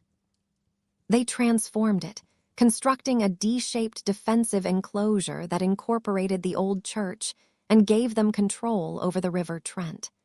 They were making a statement about who was in charge. The burials at Repton are particularly revealing. A mass grave containing at least 264 individuals was discovered near the camp. Analysis of the bones suggests these were warriors who died during the army's operations, some from wounds, others possibly from disease. The demographic profile skews heavily male and relatively young, exactly what you would expect from a military force. Some bodies show evidence of ritual treatment consistent with Norse funerary practices. These were not raiders who happened to die far from home. They were members of a community that had its own burial customs, its own way of honoring the dead, its own sense of collective identity. Individual high-status burials near Repton show even more elaborate funerary practices. One grave, possibly that of a war leader, contained a man who had suffered massive combat injuries, surrounded by weapons, a Thor's hammer amulet, and, intriguingly, the bones of a woman who appears to have been sacrificed to accompany him. Another burial included a warrior surrounded by the bodies of 4 young men, possibly retainers or thralls dispatched to serve their lord in the afterlife. These were not improvised arrangements. They were elaborate rituals that required time, resources, and a community capable of performing them properly. The Great Army at Repton was not just an army. It was a society in miniature, with its own social hierarchies and its own religious practices intact. The logistical challenges of maintaining such forces for extended periods were immense. An army of several thousand warriors, plus their horses and any camp followers, required enormous quantities of food and fodder and other supplies. The traditional Viking approach, live off plunder, worked well for short-term raids but could not sustain a permanent presence. Winter camps had to secure reliable food supplies through some combination of stockpiled plunder, ongoing extraction from local populations, and actual production within the camp itself. The extraction of tribute and supplies from surrounding areas became systematized during this period. Viking armies developed what amounted to taxation systems, demanding regular deliveries of food, horses, and silver from communities that lacked the means to resist militarily. These arrangements were enforced with the implicit threat of violence: pay, or we burn everything. But they were arrangements nonetheless, with negotiated terms and ongoing relationships. Some local rulers found it more cost-effective to pay than to fight, effectively purchasing protection from the very people who threatened them. The composition of these armies was more diverse than the simple word Viking might suggest. While the core was certainly Scandinavian, warriors from Denmark, Norway, and Sweden who had left home seeking wealth and opportunity, the extended campaigns attracted recruits from other backgrounds.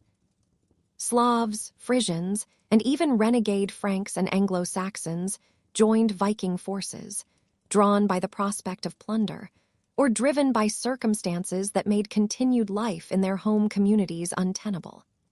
A successful Viking army was a magnet for the ambitious, the desperate, and the criminal elements of early medieval Europe. The presence of women and children in at least some winter camps suggests that these were not purely military organizations. Archaeological evidence and scattered documentary references indicate that families accompanied some Viking forces, transforming what might have been temporary warbands into something closer to migrating communities. This changes the picture considerably. These armies were not simply raiding. They were relocating, bringing their social structures with them, and preparing to establish permanent settlements if opportunities arose. The line between army and colonization expedition was blurring. The internal organization of these mobile societies is difficult to reconstruct with precision, but certain features seem consistent. At the top were the kings and jarls, men of high status who commanded through personal authority and the loyalty of their retainers. Below them came the ordinary warriors, free men who served in exchange for shares of plunder and the protection of their leaders. At the bottom were thralls, enslaved individuals who performed the hardest labor and had no voice in the army's decisions. This hierarchical structure was traditional in Scandinavian society, and it traveled with the armies wherever they went. The relationship between leaders and followers in these armies was more negotiated than commanded. A Viking king could not simply order his men to comply. He had to maintain their support through success in battle, fair distribution of plunder, and wise decision-making. An army that lost confidence in its leadership might simply choose new leaders. The democratic traditions of Scandinavian society did not disappear just because the army was operating abroad. This created interesting dynamics, as commanders had to balance military necessity against the expectations and desires of their followers. The financing of extended campaigns required innovative approaches. The traditional model, raid, plunder, go home, generated wealth through direct seizure, but sustaining an army for years required more reliable income streams. Tribute extraction from subject populations provided one solution. Ransoming high-value captives provided another. And the sale of plunder in distant markets, particularly the sale of slaves, generated cash that could be used to purchase supplies and maintain loyalty. The Vikings were developing what amounted to a war economy, an integrated system for converting violence into sustainable revenue. The slave trade deserves particular emphasis because it was central to Viking economics throughout this period. The mobile armies of the mid-9th century were, among other things, slave-catching operations on an industrial scale. Captured populations were sorted by value, high-status individuals who could be ransomed, skilled craftsmen who might be kept for their abilities, healthy young people who could be sold in markets stretching from Dublin to Baghdad, and those who were neither valuable enough to ransom nor useful enough to keep. You are standing in the dark mouth of a winter, somewhere between England and nowhere you could name on a map. The ground beneath you is hard as iron. The air carries the smell of wood smoke and thatch and something older, something animal. Somewhere inside the perimeter of ditches and earthworks ahead of you, hundreds of men are waiting out the season. Listen, that low sound is not wind. It is a language you do not quite recognize. Then the narrator steps back, and the camp comes into focus. The logistics of moving human beings across long distances added a particular kind of complexity to military campaigns. Captives had to be fed, guarded, transported, and eventually either sold or kept for use within the camp itself. The effort involved was considerable, and yet it was worth it because the profit was considerable too. The trading networks that absorbed Viking plunder were not improvised or crude. They were extensive and sophisticated, reaching across an extraordinary geography. Irish ports like Dublin, which the Vikings controlled directly, served as major slave markets where captives from Britain could be sold to buyers from across Europe. And further east, the trade routes that connected Scandinavia to the Islamic world offered a demand for slaves that was, to use the plainest possible word, essentially unlimited. Silver flowed back along those routes. Silver, the universal currency of the Viking Age, moving westward and northward, financing further campaigns, enriching commanders, sustaining the whole apparatus of organized ambition. The great heathen army that invaded England in the year 865 was the fullest expression of everything the mobile society had become. It was not a single unified force under a single commander. It was a coalition of several armies, each with its own leaders, its own traditions, its own understanding of why it was there. They were cooperating for mutual advantage, temporarily and practically, in the way that ambitious people sometimes do when their interests converge. What this required, assembling forces from across Scandinavia, agreeing on objectives and on who commanded whom, maintaining cohesion across years of active campaigning, was a remarkable organizational achievement. Whatever else they were, the Vikings were not disorganized. The leaders of the great army became figures of legend. Ivar the Boneless, Halfdan, and Ubba, the sons of Ragnar Lothbrok if the legends are to be believed, commanded divisions of the force and pursued their own particular agendas within the broader coalition. Ivar's epithet alone has occupied scholars for generations. The boneless. It has never been satisfactorily explained. Theories range from some kind of physical disability to supernatural flexibility to a mistranslation of a Scandinavian term meaning something closer to pitiless or cruel. Whatever it originally meant, it was apparently memorable enough to stick for over 1,000 years. That is a kind of immortality, even if its origins are murky. The strategy of the great army was not opportunistic. It was coherent. The commanders did not raid randomly wherever chance presented itself. They pursued a systematic plan of conquest, dismantling the Anglo-Saxon kingdoms one by one. They exploited political divisions. They allied with disaffected factions within those kingdoms. They timed their attacks to maximize advantage. The destruction of Northumbria, Mercia, and East Anglia in rapid succession was not luck. It was the result of careful planning and effective execution. These were not merely raiders. They were conquerors who understood how to dismantle political structures and replace them with their own. The establishment of what would come to be called the Danelaw, the region of eastern England that passed under Scandinavian control, marked the transformation of the great army from an invasion force into something else entirely. A ruling class. Beginning in the 870s, significant portions of the army began settling permanently. They divided conquered lands among themselves. They established the agricultural base that would sustain their descendants for generations. Warriors who had spent years living in winter camps became landowners. Temporary settlements became permanent villages. The mobile society was putting down roots. This transition created its own difficulties. Men who had been warriors their entire adult lives now had to become farmers, administrators, community leaders. The skills that had made them effective in combat, courage, aggression, physical capability, were not necessarily the skills required for peacetime governance. Some adapted well, becoming the founders of prosperous estates and the ancestors of the Anglo-Danish aristocracy that would dominate eastern England for centuries. Others could not make the transition and continued seeking military employment, either in ongoing campaigns or as mercenaries in the service of various rulers. The integration of Scandinavian settlers with existing Anglo-Saxon populations varied considerably from place to place. In some areas, the Vikings appear to have displaced the native population almost entirely, establishing purely Scandinavian communities with their own laws and their own customs. In others, the two populations coexisted and gradually merged, creating hybrid societies that blended elements of both cultures.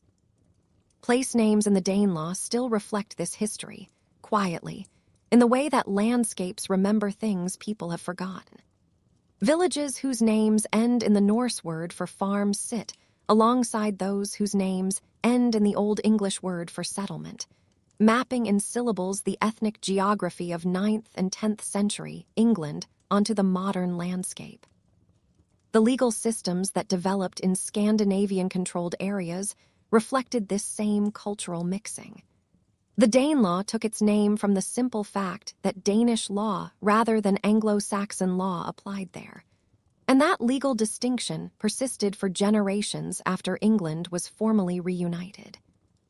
No comprehensive legal codes survive from the early period, but later sources suggest systems that emphasized different principles and different procedures than those prevailing in Wessex and English Mercia. The Vikings brought not just their swords but their laws, their concepts of justice, and their expectations about how societies should be organized. The religious dimension of settlement was equally layered. The Vikings who arrived in England were predominantly pagan, worshipping the Norse gods and practicing the traditional rituals of Scandinavian religious life. But they arrived in a Christian land, surrounded by Christian populations and Christian institutions. The conversion that followed took several generations and was probably more gradual and more mixed than later Christian sources were comfortable admitting. Many Scandinavian settlers adopted Christianity fairly quickly, perhaps recognizing the political advantages of sharing religion with the people they were governing and trading with. Others maintained traditional beliefs longer, creating communities where pagan and Christian practices existed side by side in proportions that shifted year by year. The archaeological evidence for this religious change is genuinely ambiguous. Burial practices shifted over time, with traditional Scandinavian grave goods gradually disappearing and Christian-style burials becoming more common. But the transition was not uniform. Some areas appear to have converted quickly. Others maintained pagan traditions for generations. And then there are the finds that suggest something in between. Small hammer amulets, symbols of Thor, found alongside Christian crosses, worn by the same people, or at least people from the same communities, hedging their bets, appealing to both sets of supernatural powers just in case. Theological consistency was apparently not a high priority for many 9th century Scandinavians, which is, in its own way, entirely understandable. The winter camps and temporary settlements of the mid-9th century served as laboratories for the more permanent communities that would follow. The organizational structures, the legal practices, the economic relationships, the cultural adaptations that emerged in those mobile societies provided the templates for settled life when the time finally came. The Vikings did not have to invent new ways of living when they transitioned from raiding to ruling. They had been developing those ways for years, in the camps and bases that sustained their military operations. A similar process was unfolding in Francia, following parallel patterns with its own regional variations. Viking armies established winter camps along the Loire, the Seine, and other major rivers, extracting tribute and supplies from surrounding populations, and occasionally settling permanently when circumstances made it practical. The Norman settlement at the mouth of the Seine, which would eventually become the Duchy of Normandy, began as exactly this kind of winter camp, a temporary base that grew, slowly and then irreversibly, into something more permanent. The distinction between temporary base and permanent colony was often a matter of degree rather than kind. The social changes within Scandinavian society itself were equally significant. Extended campaigns abroad created new kinds of wealth and new pathways to status. Men who would have been ordinary farmers in traditional Scandinavian society could become wealthy landowners in England or Francia, their success measured in silver, in slaves, in subject populations. This social mobility was disruptive, certainly, but it was also dynamic, drawing ambitious individuals out of Scandinavia and depositing them across the European world. The Viking diaspora was reshaping social structures at both ends of the migration. The military innovations that emerged from the mobile society period would influence warfare for centuries. The combination of naval mobility and land-based persistence that the Vikings developed was extraordinarily effective against the defensive systems of early medieval Europe.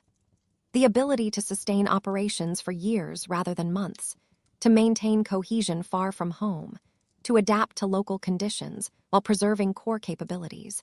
These were military virtues that opponents struggled to match.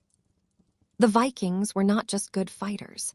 They were good at the organizational challenges that determine whether fighting leads anywhere at all. The psychological impact on both Vikings and their opponents deserves a quiet moment of consideration. For the warriors who spent years in foreign lands, the experience must have been genuinely transformative. They were no longer simply Danes or Norwegians or Swedes. They were members of something larger, the army, the community of people who had shared danger and shared success across years of campaigning together. This bonding through shared experience created loyalties that sometimes transcended traditional ethnic or regional identities. The Great Army was not just a military formation. It was a social unit with its own culture and its own traditions. For the populations who experienced Viking occupation, the psychological effects were different but equally profound. Living under foreign rule, subject to unfamiliar laws and customs, watching as churches were desecrated and neighbors enslaved, these experiences shaped attitudes that persisted for generations. The fear and hatred of Vikings that permeates so much early medieval literature was not abstract prejudice. It was the residue of lived experience, memories of violence and loss passed down from those who had suffered to those who came after. The transformation from seasonal raiders to mobile societies to permanent settlers was not inevitable. At each stage, different choices could have produced different outcomes. The Vikings might have remained purely predatory, extracting wealth without ever transitioning to governance. They might have been defeated militarily before achieving permanent footholds. They might have maintained separate enclaves rather than integrating with local populations. The path that actually occurred was one of many possibilities, shaped by contingent decisions and unpredictable events. But the path that did occur had profound implications for the future of Europe. The Scandinavians who settled in England, France, Ireland, and elsewhere brought their languages, their legal concepts, their cultural practices into the European mainstream. The hybrid societies that emerged from the fusion of Viking and indigenous elements would play crucial roles in medieval history. The Normans who conquered England in 1066 were the descendants of Vikings who had settled in France. The rulers of the emerging Russian state traced their origins to Scandinavian adventurers who had navigated the rivers of the East. The mobile societies of the 9th century were incubators for changes that would reshape the medieval world. The camps themselves have left traces that archaeologists continue to discover and interpret. Each excavation adds new details to our understanding of how these communities functioned, what they looked like, how they evolved. The picture that emerges is of societies that were more complex, more adaptive, and more sophisticated than the simple barbaric raider stereotype has ever allowed for. The Vikings were many things, violent, opportunistic, sometimes cruel, but they were not primitive. The organizational achievements of the mobile society period demonstrate capabilities that command a certain quiet respect, even across the distance of a millennium. At Repton, the Vikings constructed a ditch and rampart that enclosed over 1.5 acres, with the old church serving as a strong point within the perimeter. The effort required to build such fortifications, digging through frozen ground, moving thousands of cubic feet of earth, constructing timber palisades, suggests both serious concern about security and the organizational capacity to direct large-scale labor. These were not frightened refugees huddling behind makeshift barriers. They were confident conquerors, establishing positions they intended to hold. The spatial organization of these camps mirrored social hierarchies, translating abstract distinctions of status into concrete living arrangements that everyone could see. The central areas typically contained larger structures, presumably for leaders and communal gatherings. Ordinary warriors occupied smaller accommodations around the periphery. Distinct areas served different functions: housing, workshops, storage, animal pens. Abstract rank became visible space. The workshops found within camp perimeters reveal the industrial capabilities that sustained extended campaigns. Metalworking facilities produced and repaired weapons, armor, and tools, everything from sword blades to cooking pots to the iron rivets that held ships together. Leather workers maintained boots, belts, scabbards, and the countless other items an army requires. Textile production, probably carried out primarily by women who accompanied the camps, provided clothing and tent material. The Vikings were not dependent on supply lines back to Scandinavia. They could maintain themselves using local resources and their own skills indefinitely. The food procurement strategies of winter camps combined several approaches. Foraging parties ranged through the surrounding countryside, seizing livestock and stored grain from local farms. Hunting supplemented these supplies. Some camps apparently maintained their own agricultural activities, planting crops in spring for harvest before the army moved on, which is a remarkably settled behavior for supposedly mobile raiders.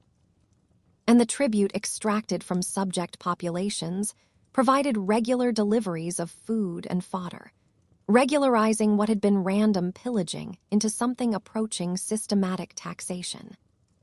The health of camp inhabitants is largely invisible in the written record, but archaeology provides some clues. Skeletal remains show healed wounds that would have required weeks or months of recovery, suggesting that injured warriors received enough care to survive the healing process. Dental health was generally poor by modern standards, but entirely typical for the period. These people had the same problems with their teeth as everyone else in the 9th century, which is to say considerable problems. Disease must have been a constant concern in camps, where hundreds or thousands of people lived in close proximity under conditions of questionable sanitation, though specific evidence for epidemics is difficult to identify. The social life of winter camps remains somewhat speculative, but certain things can be reasonably inferred.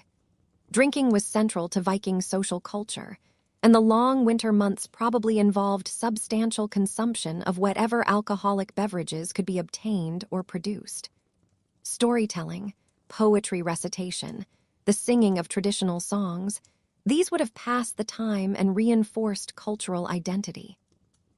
Gaming is attested both archaeologically, through surviving game pieces, and in literary sources that describe Viking recreational habits.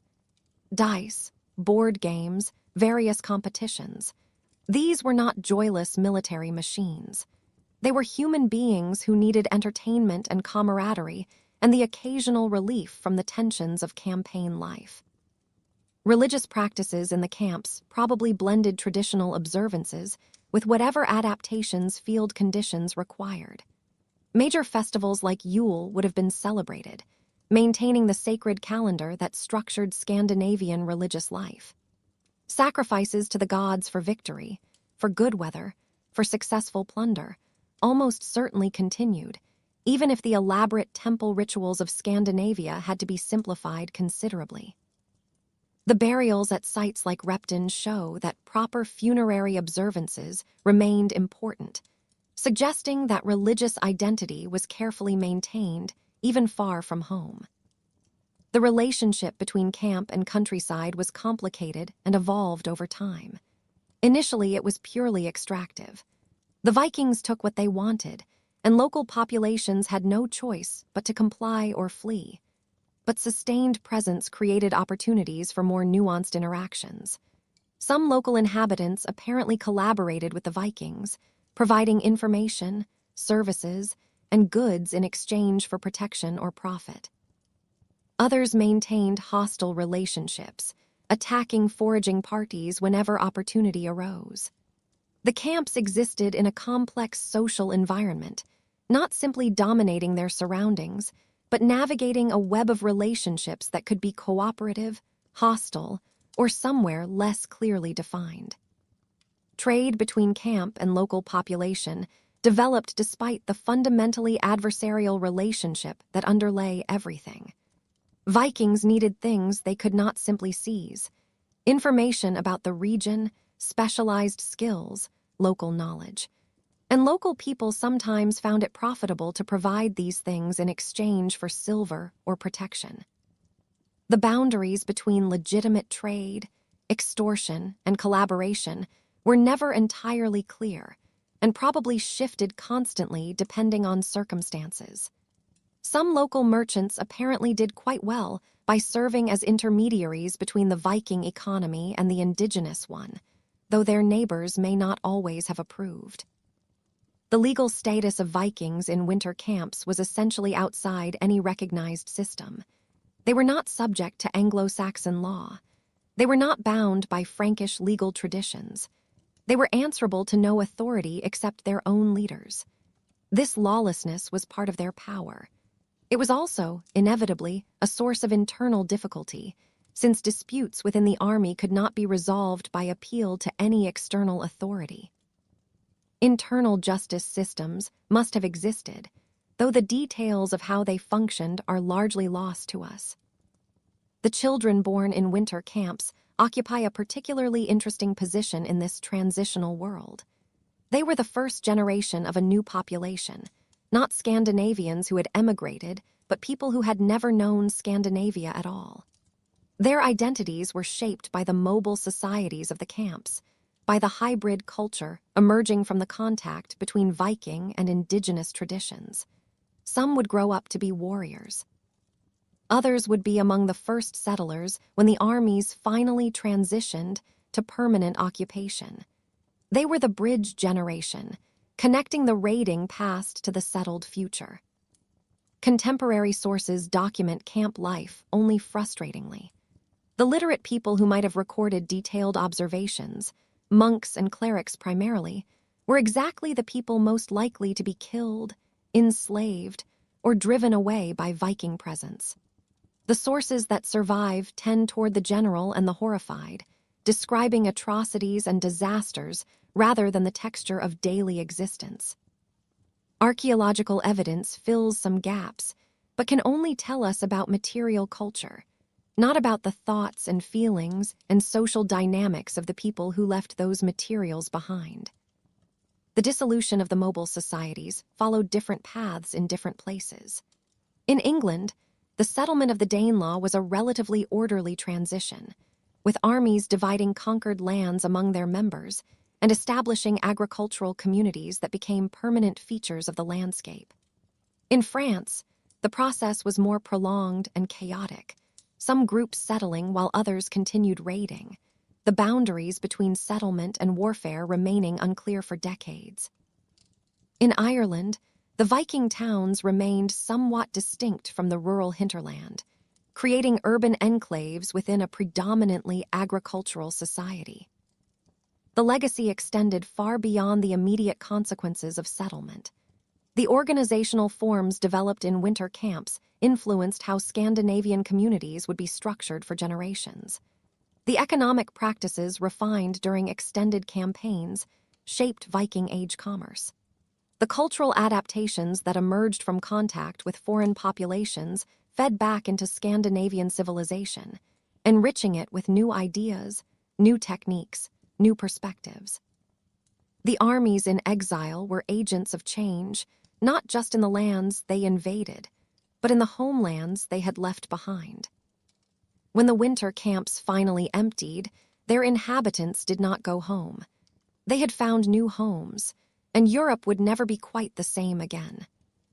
The popular image of Vikings as nothing but bloodthirsty raiders is, like many popular images, oversimplified to the point of distortion. Yes, they raided.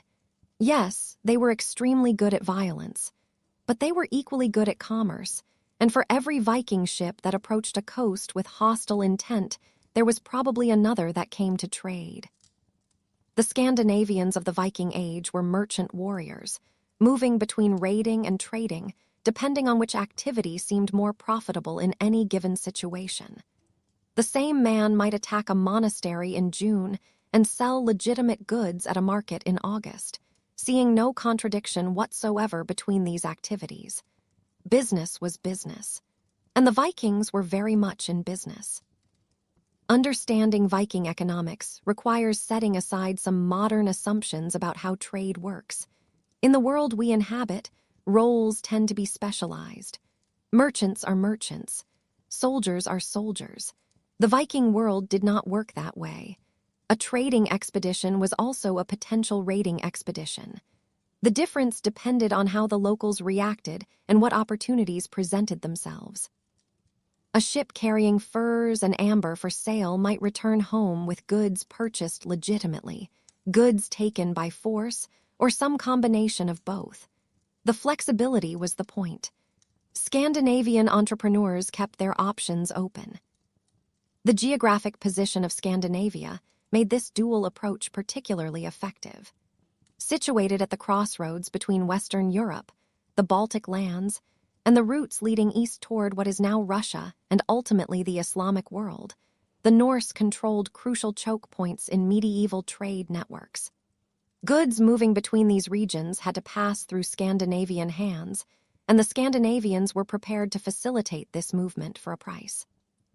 That price might be paid in silver, in trade goods, or in the tacit understanding that resistance would be inadvisable. The line between toll collection and protection racket was blurry then, much as it tends to be in many times and places. Silver was the lifeblood of the Viking economy. Unlike the coin-based economies of Christian Europe, where money took the form of struck currency with standardized weights and official backing, the Viking silver economy operated on raw weight. What mattered was not what form the silver took, but how much it weighed. Coins were accepted, certainly, but so were ingots, jewelry, and hack silver, pieces cut from larger objects to make precise payments. The Vikings carried scales and weights for measuring silver the way we carry the means of payment now, and transactions involved careful weighing rather than simple counting. This weight-based system had interesting implications for how silver circulated. A beautiful piece of jewelry might be worn as an ornament, used as a store of wealth, or chopped into pieces to make payments, all depending on current needs. Archaeological finds regularly include hack silver hoards containing fragments of objects that were clearly once quite elaborate, now reduced to bullion by the practical demands of commerce. The Vikings appreciated fine craftsmanship, but they appreciated liquidity more. An arm ring that could not be converted into purchasing power when needed was, in the end, just a pretty piece of metal. The sources of Viking silver were various, and tracking them tells us much about the networks that connected the Scandinavian world to its neighbors. Western European silver came primarily from raids and tribute, Danegeld payments, church treasures, the accumulated wealth of monasteries and towns. This was silver that had been minted as coins by Frankish and Anglo-Saxon authorities, then seized by Vikings, and either spent as currency or melted down for other uses. The flow of Western silver into Scandinavia was essentially a measure of Viking military success, a transfer of wealth from Christian victims to pagan victors. But Western silver was only part of the picture, and probably not even the largest part. The Eastern trade routes that connected Scandinavia to the Islamic world brought vast quantities of silver northward, silver that originated in the mines of Central Asia and reached the Baltic through a chain of intermediaries stretching thousands of miles. This Eastern silver took the form of Islamic dirhams, coins minted by the Abbasid Caliphate and its successor states, bearing Arabic inscriptions that the Vikings could not read and did not particularly care about. The important thing was that dirhams were silver, and silver was silver regardless of what was written on it. The quantity of Islamic silver that reached Scandinavia was remarkable. Archaeological finds have produced tens of thousands of dirhams from Viking Age contexts, with particularly rich concentrations on the Swedish island of Gotland. These coins came from mints across the Islamic world, Baghdad, Samarkand, Bukhara, and dozens of other cities, testimony to the extent of the trade networks that connected the Norse world to the Middle East. The Vikings were not simply raiding their immediate neighbors. They were participants in a global economy that stretched from the Atlantic to Central Asia. The trade routes themselves were extraordinary achievements of logistics and determination. The eastern route began at Baltic trading centers like Birka in Sweden, crossed the Baltic to the eastern shore, and then followed the great rivers of what is now Russia, the Volga, the Dnieper, the Don, southward toward the Black Sea and the Caspian. Along these rivers, Scandinavian traders established settlements, portaged their boats around rapids, negotiated with local populations, and eventually reached markets where they could exchange their goods for silver, silk, and other luxuries. The journey was dangerous, difficult, and potentially extremely profitable. The goods that the Vikings brought to Eastern markets were largely those that Scandinavia produced in abundance, but that the sophisticated civilizations of the South lacked. Furs were perhaps the most important: beaver, sable, marten, fox, and other pelts that fetched high prices among the luxury-loving elites of Constantinople and Baghdad. Amber from the Baltic coast was another valuable export, prized for jewelry and believed to have medicinal properties. Walrus ivory from the Arctic provided an alternative to elephant ivory, suitable for the same decorative purposes but from a completely different source. Honey and wax from the northern forests served civilizations that had not yet learned to process sugar efficiently. And then there were slaves. The human commodity was central to Viking trade economics, possibly the single most valuable category of goods that moved along the eastern routes. The Islamic world had an enormous appetite for slaves, domestic servants, agricultural laborers, military recruits, concubines, and the Vikings were prepared to supply this demand. They captured slaves in raids throughout Europe, purchased them from other slave traders, and bred them in captivity. The Arabic sources that describe Scandinavian traders consistently emphasize their involvement in the slave trade, and the prices quoted suggest that this was where much of the real money was made. Dublin, which the Vikings founded and controlled, became one of the largest slave trading centers in Western Europe. Captives taken in raids across Britain and elsewhere were brought there, held, and sold to buyers from across the continent and beyond. The slave markets of the Viking world were not incidental to their economy. They were central to it. Something has always struck me about the slave markets of the early medieval world. Not the violence of the raids themselves, though that was real enough, but the quieter horror of what came after. The holding, the sorting, the selling. Hedeby in Denmark processed captives from Ireland, Britain, and lands beyond. It was one node in a network that reached across the known world, a system for moving human beings from the places where they were taken to the places where they were wanted. The eastern entrepots, places like Bulgar on the Middle Volga, saw transactions involving hundreds or thousands of people at a time. The scale of it. It was industrial, if that word can be stretched to fit a world that had no factories, no steam, no machinery beyond the chains themselves. The experience of being enslaved by Vikings was, as one might expect, horrific. Captives who were valuable enough might be held for ransom. Most were not. Most faced either permanent bondage or sale to distant buyers. The journey to market was brutal. Long distances traveled under guard, with inadequate food and shelter, and violence for any resistance offered along the way. Those sold eastward into the Islamic world faced additional layers of trauma. The complete disorientation of utterly alien cultures, the near certainty of never seeing home again, and for male captives, the possibility of castration, which made them more valuable for certain purposes and which was, well, it hardly needs elaborating. It was a transaction that consumed people. Anyone inclined to find the Vikings purely romantic would do well to sit with that for a moment. The great trading centers of the Viking world were something quite different from what most people picture when they imagine the Norse world. Not rough encampments, not smoky longhouses at the edge of the sea, but genuine cities, organized and purposeful, with streets and workshops and walls. Hedeby, sitting at the base of the Jutland Peninsula in what is now northern Germany, was one of the largest. At its peak in the 9th and 10th centuries, the town covered more than 60 acres and may have housed 1,000 permanent residents, with many more passing through as traders and travelers. You are standing at the edge of its main street. The ground is packed earth, worn smooth by the passage of feet from a dozen different lands. Somewhere ahead of you someone is haggling in a language you almost recognize. The air smells of wood smoke and tallow and something sweet and foreign you cannot quite place. There are stalls and workshops and people moving with the particular purposeful energy of a place where everyone has somewhere to be. Then the narrator's voice settles back, and the city opens up around you. Hedeby had streets laid out in organized patterns, specialized craft workshops, permanent market facilities, and defensive walls protecting the whole complex. This was not a village. It was a genuine city, comparable in scale and sophistication to many urban centers in Christian Europe at the same moment.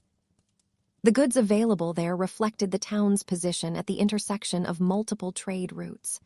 Glass beads from the Rhineland, silk from the Byzantine Empire, Islamic coins from Central Asia, amber from the Eastern Baltic, furs from the Arctic, weapons from Frankish forges. The archaeological excavations at Hedeby have recovered artifacts of such diversity that the list reads almost like a catalog of the known world. The merchants who operated there were cosmopolitan figures, comfortable doing business across cultural and linguistic barriers, familiar with the customs of civilizations they had never visited, but whose products they handled every day. Birka, on an island in Lake Mälaren in what is now Sweden, served similar functions for the eastern trade routes. This was the gateway to the Russian rivers and the markets beyond, the point where Scandinavian goods were consolidated for the long journey east, and where Eastern luxuries entered the Nordic distribution system. Like Hedeby, Birka was a planned settlement. Organized streets, craft production areas, defensive fortifications. The burials excavated there include some of the richest Viking Age graves ever found, testimony to the wealth that passed through the hands of those who knew how to position themselves along a trade route. The layout and operation of these centers reveal something worth pausing on. Markets were divided into distinct zones for different types of goods, with craft production separated from retail trade and both separated from residential areas. Standardized weights and measures allowed transactions across linguistic and cultural divides. Legal frameworks, the specifics of which we understand imperfectly, clearly existed and protected merchants and enforced contracts. This was not the behavior of simple raiders. This was the behavior of people who had thought carefully about how economic activity should be organized. The relationship between trade and raiding was complex and varied by context. In some cases, the same individuals engaged in both, moving between them as circumstances permitted. A trading expedition that encountered weak defenses might become a raid. A raiding expedition that met strong resistance might negotiate a trading relationship instead. The flexibility to move between these modes was itself a kind of advantage, and the uncertainty this created in the minds of those watching a Norse ship approach the shore, not knowing what kind of visit this would be, that uncertainty was not accidental. It kept potential targets off balance. It created leverage. In other contexts, the two activities were more cleanly separated. The great trading centers like Hedeby and Birka required stable conditions to function. Merchants cannot do business if their customers are being robbed by the merchants' cousins. The rulers who controlled these centers had strong reasons to maintain order within their spheres of influence, even while tolerating or encouraging raiding in distant waters. The result was a patchwork: peaceful commerce in some areas, violent predation in others, and a careful management of which was which. The goods circulating through Viking trade networks included not only raw materials, but manufactured items of genuine quality. Scandinavian craftsmen produced metalwork, textiles, and other products that found ready markets across the medieval world. The famous Viking swords, with their pattern-welded blades and decorated hilts, were sought after from Ireland to the steppe. Jewelry of Scandinavian design, the intricate interlaced animal ornamentation that characterizes Viking Age art, was worn by elites across Europe and beyond. These were not primitive people exporting raw commodities. They were sophisticated producers competing in international markets. The flow of goods was multidirectional. Furs moved generally southward from the Arctic regions, where they were trapped toward the temperate and tropical zones, where they were worn as signs of wealth. Silver moved generally northward from the mints and mines of the Islamic world and Western Europe into the Scandinavian markets, where it accumulated in hoards we are still finding today. Slaves moved in both directions, captured throughout Europe, and sold wherever demand was highest. Finished goods circulated through distribution, networks too complex for simple generalization. The profits from this activity were enormous by the standards of the time. A successful trader might return from a single expedition with enough silver to buy land, equip a warband, or establish himself as a person of consequence in his home community. Some scholars have suggested that the Eastern trade was actually more important to the Viking economy than the Western raiding, though this probably varied by period and circumstance. Either way, the returns justified the considerable risks of the journey. The infrastructure supporting long-distance trade extended beyond the major centers to include networks of smaller settlements, warehouses, and waypoints along the routes. The rivers of Russia were dotted with Scandinavian trading posts, some permanent, some seasonal, providing shelter, supplies, and opportunities to exchange goods along the way. The Vikings were not merely raiders who occasionally traded. They were builders of commercial infrastructure, connecting distant parts of the medieval world that would otherwise have had no direct contact with each other. The decline of these trade networks in the 11th century had multiple causes, but changes in silver supply were particularly significant. The Islamic silver that had flowed northward for 2 centuries began to dry up as the Central Asian mines became exhausted, and as the political situation within the caliphate deteriorated. Western European silver also became less accessible, as improved defenses made raiding more difficult and as Danegeld payments declined. The economic engine that had powered Viking expansion was running low on fuel, and that, quietly, contributed to the broader transformation of Scandinavian society that we call the end of the Viking Age. Now we turn to something equally significant, and in some ways more surprising in how it actually unfolded. The religious transformation of Scandinavia from paganism to Christianity was one of the most consequential developments of the entire Viking Age, and it did not happen the way most people assume. There was no single moment of conversion, no dramatic confrontation between old gods and new. No morning when people woke up and found Thor's hammer had been quietly replaced by the Christian cross. Instead, there was a gradual, messy, politically complicated process that extended over 2 centuries and produced all sorts of strange hybrid arrangements along the way. The Christianization of the Vikings is a story of pragmatism, diplomacy, and remarkably flexible theology. It tells us much about how cultural change actually happens in the real world, which is rarely cleanly. The first significant contacts between Vikings and Christianity occurred through violence. When Scandinavian raiders attacked Christian monasteries and churches, they encountered a religious system that was completely unlike their own.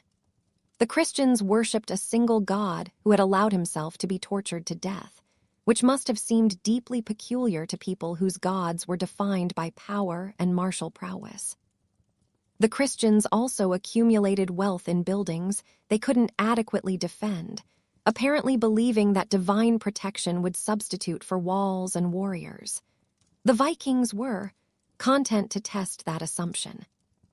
The Christians, for their part, kept written records of everything, which is why we can reconstruct the Viking Age in as much detail as we can. There is a certain irony in that. The people being raided are the ones who preserved the history.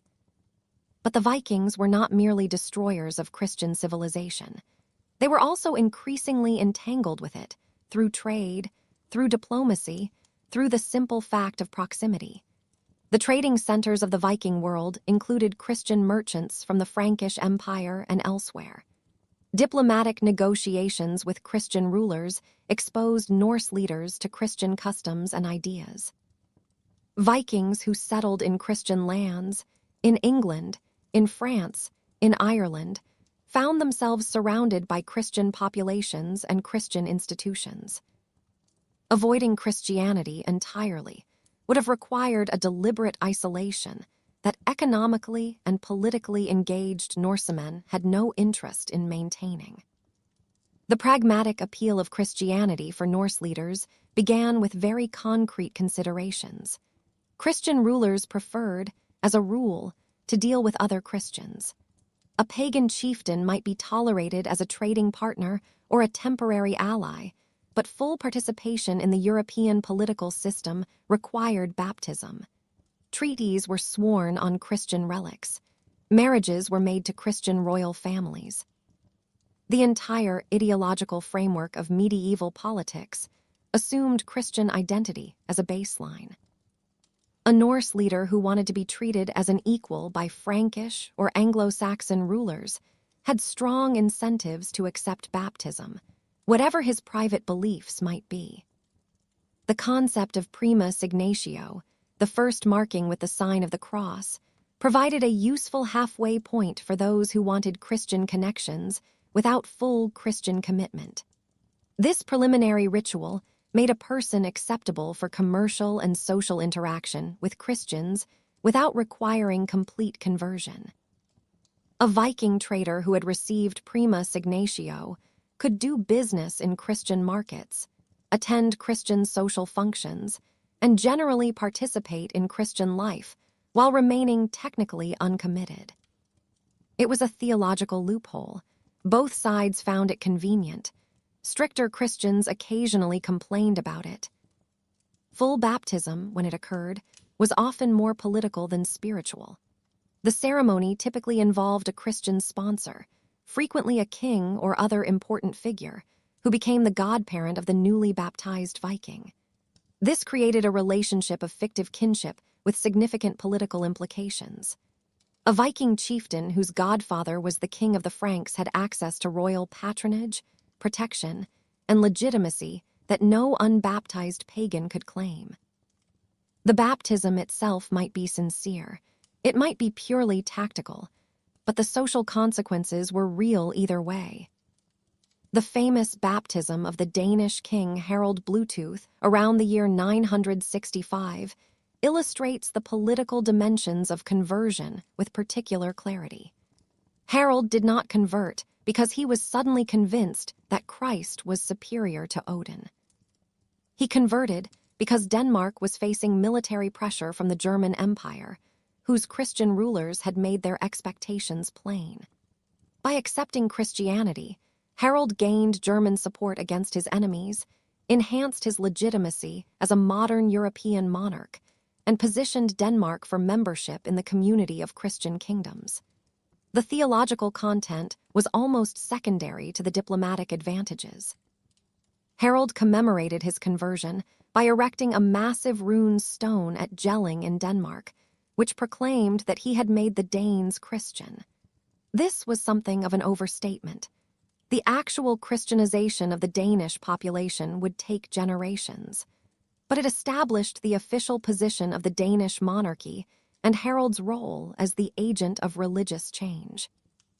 The Jelling stone, with its combination of runic inscription and Christian imagery, is a perfect symbol of the transitional period.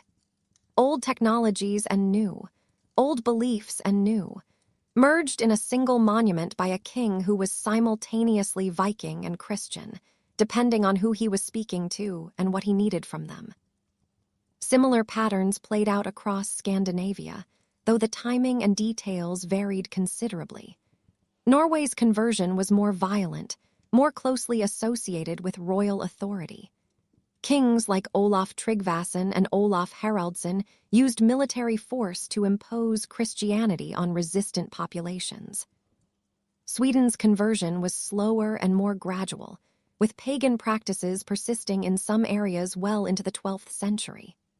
Iceland accepted Christianity by a collective decision of the Althing in the year 1000, a remarkably democratic approach to religious change that allowed private pagan worship to continue alongside public Christian observance. Each society found its own path through the transition, shaped by local politics, cultural traditions, and the specific circumstances of its encounter with the new faith. The persistence of pagan practices alongside nominal Christianity created what scholars call religious syncretism, the blending of elements from different religious systems into hybrid forms. Some converts appear to have viewed Christ as simply another god to be added to the existing pantheon, one more supernatural power to invoke when circumstances seemed appropriate. The idea that Christianity demanded exclusive worship, that accepting Christ meant rejecting Thor and Odin entirely, was not immediately obvious to people raised in a polytheistic tradition, where adding gods was normal and subtracting them was, well, pointless. Archaeological evidence for syncretism includes molds that could cast both Thor's hammer amulets and Christian crosses, perhaps for merchants who wanted to appeal to customers of either persuasion, or perhaps for individuals who saw no contradiction between the two symbols. Grave goods from the transition period often include mixtures of pagan and Christian elements, suggesting that the dead were being equipped for an afterlife that might involve either set of supernatural powers. The theological confusion this implies must have been considerable. People seem to have managed. The attitudes of Christian missionaries toward these hybrid practices varied. Some were rigorously opposed to any accommodation with paganism. Others were more flexible, recognizing that gradual change was more achievable than sudden transformation and tolerating practices that purists would have condemned. The most successful missionaries were probably those who understood their audience well enough to present Christianity in terms that resonated with existing beliefs, emphasizing Christ's power and victory rather than his suffering and humility. since power was something Scandinavians understood and valued. The institutional apparatus of Christianity, churches, monasteries, bishoprics, and ultimately archbishoprics, was established gradually across Scandinavia as conversion progressed. The first churches were often small wooden structures, barely distinguishable from ordinary buildings. They were typically built by local magnates on their own land, functioning somewhat like private chapels that also served the surrounding population. The idea of the parish church as a community institution, owned and controlled by the church itself, came later, as ecclesiastical organization became more sophisticated. The establishment of bishoprics required royal support and significant resources. Bishops needed income to maintain their households and perform their functions, which meant grants of land, rights to collect tithes, and other economic privileges. Kings who established bishoprics were making substantial investments in the new religious infrastructure, investments that paid dividends in terms of legitimacy, administrative capability, and connections to the broader Christian world. The bishops themselves were typically drawn from aristocratic families, creating links between ecclesiastical and secular power that would characterize medieval Scandinavian society for centuries. The monasteries that eventually appeared in Scandinavia brought not just religious practices, but literacy, learning, and new forms of social organization. Monks and nuns lived according to rules that were entirely alien to traditional Scandinavian culture. Celibacy, poverty, obedience to superiors. Their communities modeled entirely different ways of organizing human life. The monasteries also preserved and transmitted knowledge, maintaining libraries and scriptoria that would eventually produce the written records of Scandinavian history and literature. The sagas that tell us so much about the Viking Age were written down by Christian monks, often centuries after the events they describe, filtered through Christian perspectives that shaped how the pagan past was remembered and recorded. The conversion of Scandinavia had significant implications for the rest of Europe as well. Christian Vikings were, in theory at least, no longer legitimate targets for Christian defensive efforts. You could not crusade against fellow believers. The raids that had terrorized Western Europe for 2 centuries became increasingly difficult to justify as Scandinavian kingdoms joined the community of Christian nations. This did not mean Vikings stopped fighting. Medieval Christians were enthusiastic warriors against each other, but it changed the framework within which violence occurred and the legitimacy claims that accompanied it. The cultural transformation was equally significant. Christian Scandinavia developed in different directions than pagan Scandinavia might have, absorbing influences from the broader Christian world while contributing its own distinctive elements to medieval European culture. The literature, art, and architecture of Christian Scandinavia drew on continental models while retaining Scandinavian characteristics, creating hybrid forms that were neither purely Norse nor purely European, but something genuinely new. The process of Christianization also involved significant destruction of the old religious culture. Pagan temples were torn down or converted to Christian use. Sacred groves were cut down. Traditional rituals were suppressed. The stories and beliefs of the old religion were either forgotten or preserved only in Christianized versions that emphasized their primitive falsity. We know as much as we do about Norse paganism largely because Christian writers found it interesting enough to record. But their accounts are filtered through hostile perspectives that make careful reconstruction difficult. The living tradition of Norse religion died with its last practitioners, leaving only fragmentary traces in later sources. The timeline of conversion was compressed compared to earlier Christianizations in Europe. The Roman Empire had taken centuries to become fully Christian. Scandinavia accomplished the transition in roughly 200 years. This rapid pace had consequences. There was less time for gradual accommodation.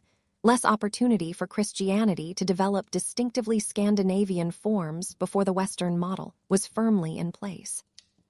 Some scholars argue that Scandinavian Christianity always retained a somewhat superficial quality, a formal adherence to Christian practices that coexisted with underlying attitudes more compatible with the old religion. Whether this is entirely fair, it is clear that conversion did not instantly transform Scandinavian society into something indistinguishable from the rest of Christian Europe. The kings who promoted Christianity often had motives that went well beyond spiritual conviction. Christianity provided ideological support for centralized royal authority, teaching that rulers derived their power from God and that subjects owed obedience to divinely appointed monarchs. This was a significant upgrade from the traditional Norse conception of kingship, which was based on success in war and the consent of powerful followers who could withdraw their support if dissatisfied. A Christian king could claim divine sanction for his rule, making opposition not just politically risky, but spiritually dangerous. The church also provided administrative infrastructure that enhanced royal capabilities. Bishops and priests were literate when most people were not, making them valuable for diplomatic correspondence, record-keeping, and other functions that required writing. Church organization created networks that paralleled and supported royal administration. And the moral authority of the church could be deployed in support of royal policies, lending divine backing to what might otherwise seem like merely human decisions. The partnership between throne and altar that characterized medieval European politics was equally characteristic of the newly Christian Scandinavian kingdoms. The resistance to Christianity that occurred throughout the conversion period took various forms. Some was open violence, attacks on missionaries, destruction of churches, killing of converts. Other resistance was quieter and more durable, continuing traditional practices in private while accepting Christian forms in public, maintaining devotion to the old gods while nominally acknowledging the new one. The persistence of pagan place names, pagan personal names, and pagan customs well into the Christian period suggests that the old religion did not disappear as quickly or as completely as Christian sources like to claim. The ultimate victory of Christianity in Scandinavia was not inevitable. For much of the conversion period, the outcome remained uncertain. What actually happened was a gradual accumulation of Christian influence, driven by political advantages, trade connections, and the persistent efforts of missionaries, until a tipping point was reached, and Christianity became the default rather than the exception. By the end of the 11th century, Scandinavia was officially Christian. The depth and completeness of that Christianity remained variable. The eastern trade routes were particularly important for the early phases of conversion. They brought Scandinavians into contact with the Byzantine Empire and its sophisticated Christian civilization. Byzantine Christianity was different from the Western variety in various ways, and some Scandinavians, particularly those active in the Russian trade, adopted Eastern forms of the faith rather than Western ones. The Varangians who served in the Byzantine emperor's personal guard were exposed to the most elaborate and impressive Christian ceremonies the medieval world could offer. Candlelight on gold mosaic, incense thick enough to taste, choirs filling enormous vaulted spaces with sound that had nowhere to escape to. Experiences like that, for warriors from the relatively austere north, must have made quite an impression. The competition between Western and Eastern Christianity for Scandinavian souls added another dimension to the conversion process. Both Rome and Constantinople wanted the Nordic peoples within their spheres of influence, and missionaries from both traditions operated across the Scandinavian world. In the end, Western Christianity prevailed almost everywhere. The geographic and political connections to Western Europe were simply stronger. But the Eastern option remained available for much of the conversion period. and some individuals and communities maintained Orthodox practices even after the Western Church became dominant. The transformation of burial practices provides one of the clearest archaeological markers of religious change. Traditional Scandinavian burials included grave goods, weapons, jewelry, tools, sometimes horses, sometimes ships, all intended to accompany the dead into the afterlife. Christian burials, by contrast, were supposed to be simple. The body laid in the earth with nothing but perhaps a shroud awaiting resurrection on the last day. The transition between these practices was gradual and inconsistent, with hybrid burials common during the conversion period. But the eventual disappearance of grave goods is an unmistakable sign that Christian ideas about death and the afterlife had replaced the Old Norse ones. The gender dynamics of conversion are interesting, if difficult to reconstruct clearly. Some sources suggest that women were particularly receptive to Christianity, perhaps because the new religion offered alternatives to the warrior-focused values of traditional Norse culture, or perhaps because Christian sexual ethics offered certain protections that paganism did not. The role of Christian queens in promoting conversion is documented in several cases. Women who brought their faith from Christian homelands and worked steadily to spread it in their new Scandinavian homes. Whether ordinary women were more enthusiastic about Christianity than ordinary men is harder to determine. The question is worth sitting with. The impact of Christianity on slavery and the slave trade was complex. Christian teachings theoretically oppose the enslavement of fellow Christians, which should have reduced the supply of slaves as Scandinavia and its trading partners converted. In practice, the transition was gradual. Christians continued enslaving other Christians for quite some time, particularly when the victims were from distant lands. But the ideological foundation for the slave trade was being slowly undermined. The eventual decline of Scandinavian slave trading was probably caused by multiple overlapping factors. Changing religious attitudes was certainly among them. The conversion of Scandinavia also required substantial financial investment. Churches, monasteries, bishoprics, none of these could be built without resources. The silver that had flowed into Scandinavia through trade and raiding provided those resources, funding the construction of Christian institutions that would gradually replace the pagan ones.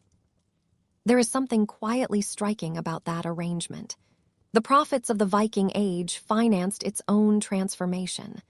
The wealth extracted from Christian Europe was reinvested in the Christianization of the extractors.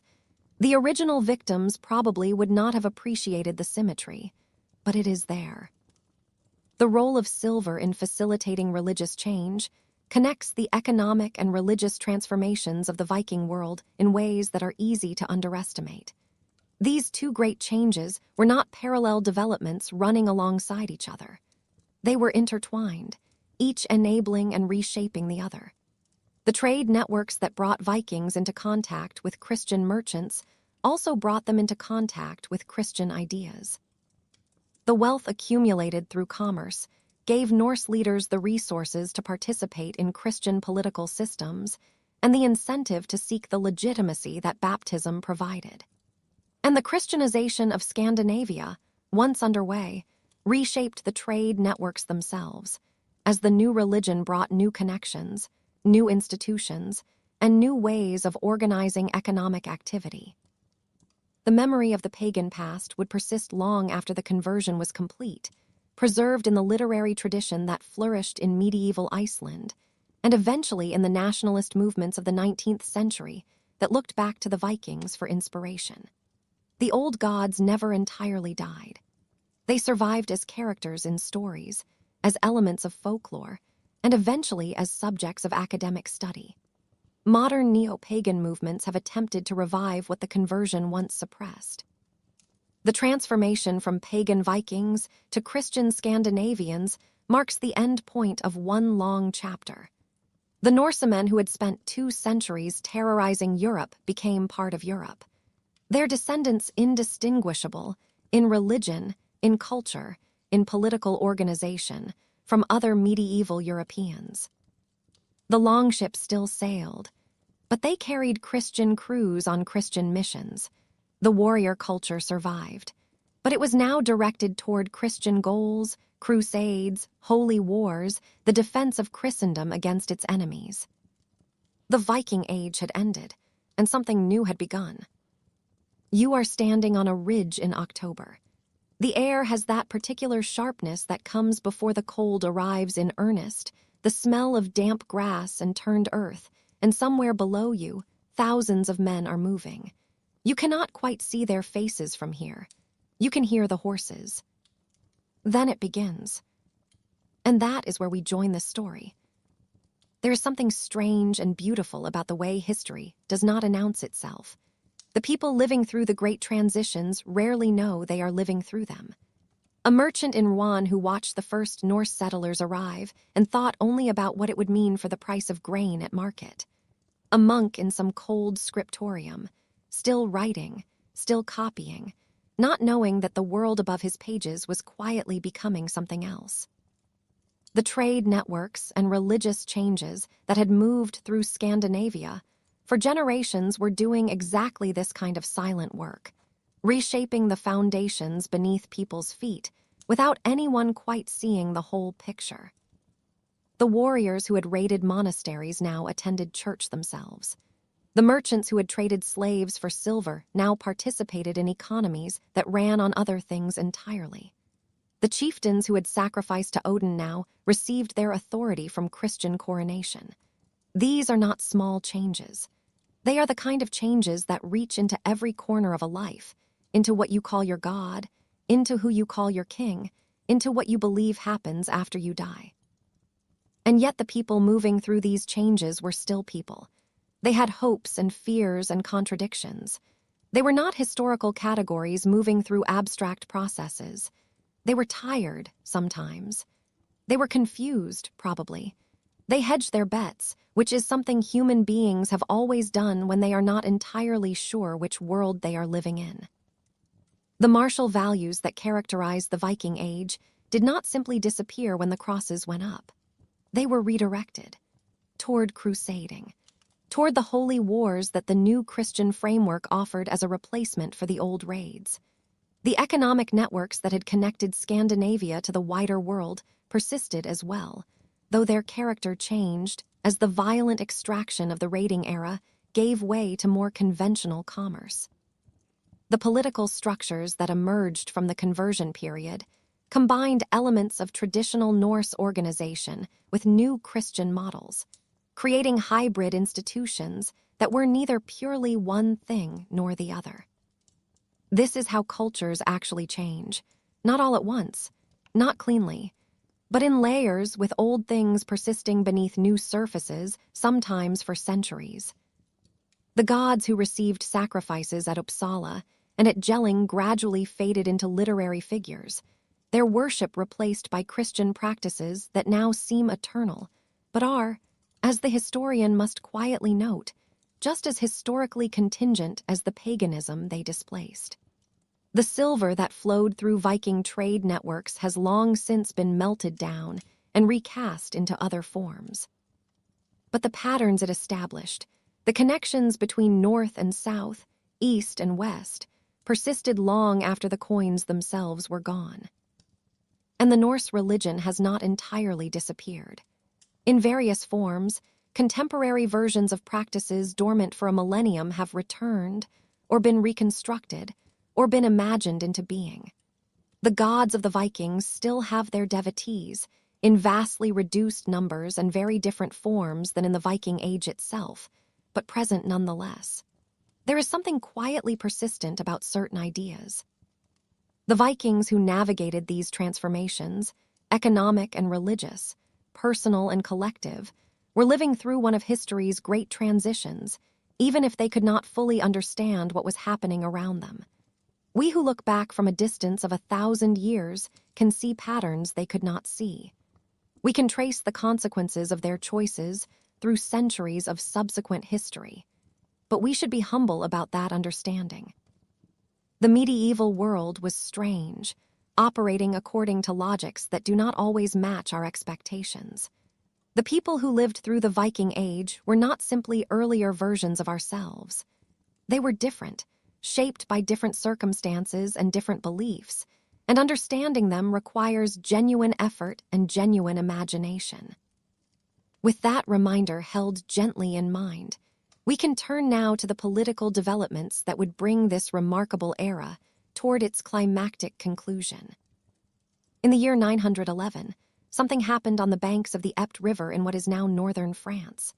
A Viking warlord named Rollo and the Frankish King Charles the Simple met to negotiate an agreement that would transform both their worlds.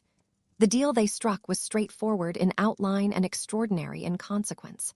Land in exchange for protection. Christianity in exchange for legitimacy. What they created was one of the most successful political experiments of the Middle Ages. The Duchy of Normandy. Within 2 generations, the descendants of Norse raiders would become French-speaking Christian aristocrats, fully integrated into European civilization, while retaining enough of their ancestors' martial capability to conquer kingdoms. Rollo himself is a figure who rewards attention, though the historical record makes him frustratingly difficult to see clearly. We do not even know for certain where he came from. Different sources claim Denmark. Others claim Norway. The debate continues among historians. What we do know is that by the early 10th century, he was leading a substantial Viking force that had been operating in the Seine Valley for years, raiding, extracting tribute, making himself generally unpleasant to the authorities. He was exactly the kind of persistent problem that had been plaguing the Carolingian successors for generations. The traditional responses had all been tried: military resistance, tribute payments, prayers for divine intervention. None of them had made him go away.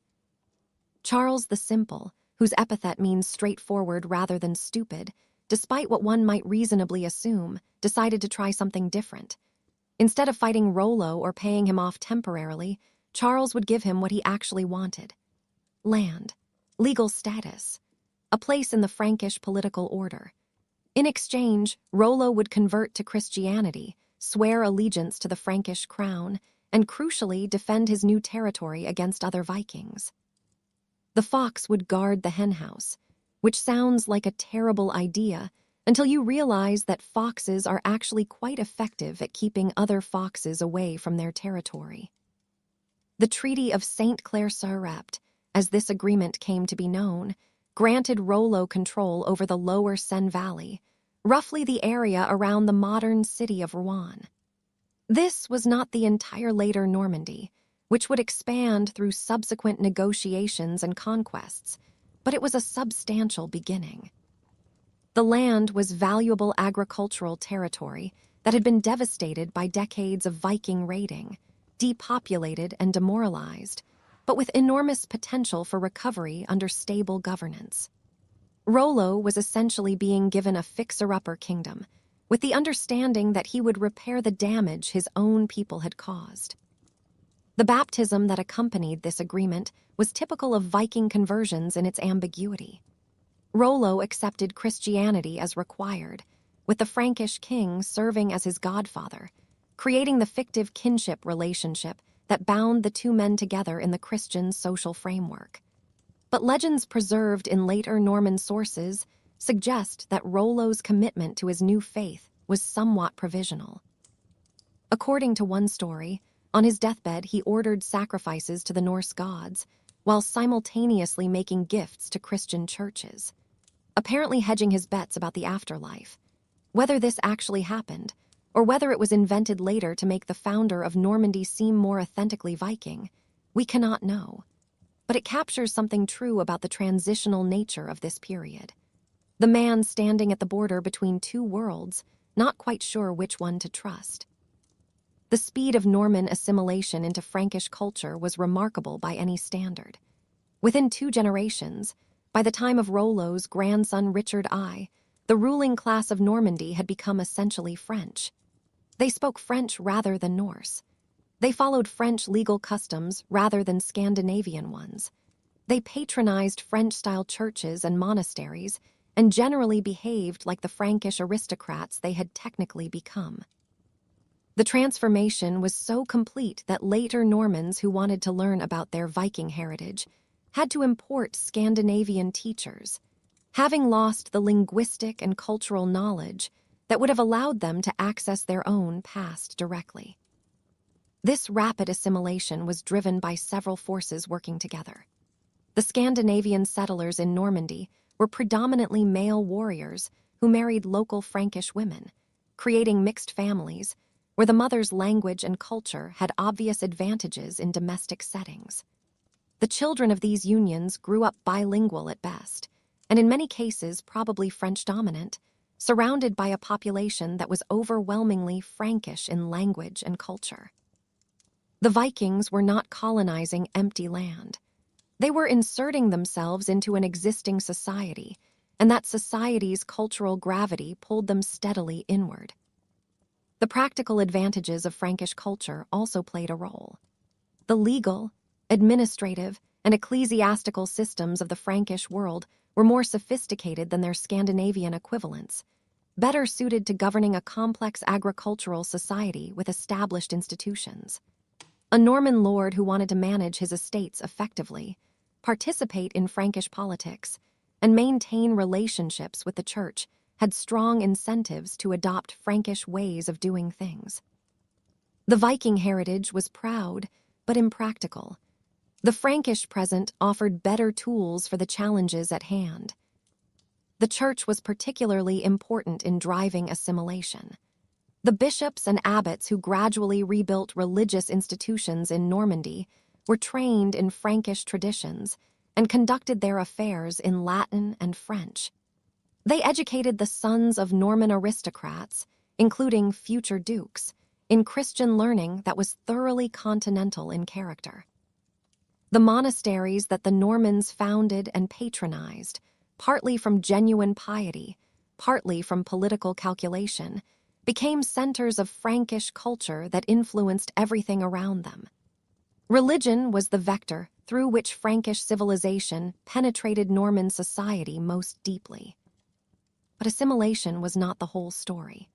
The Normans who emerged from this cultural transformation retained certain characteristics that set them apart from their Frankish neighbors, and that seemed to echo their Scandinavian origins. They were notably aggressive, constantly seeking opportunities for expansion and conquest that their more settled neighbors found exhausting. They were exceptionally skilled warriors, maintaining military capabilities that exceeded what purely Frankish populations typically achieved.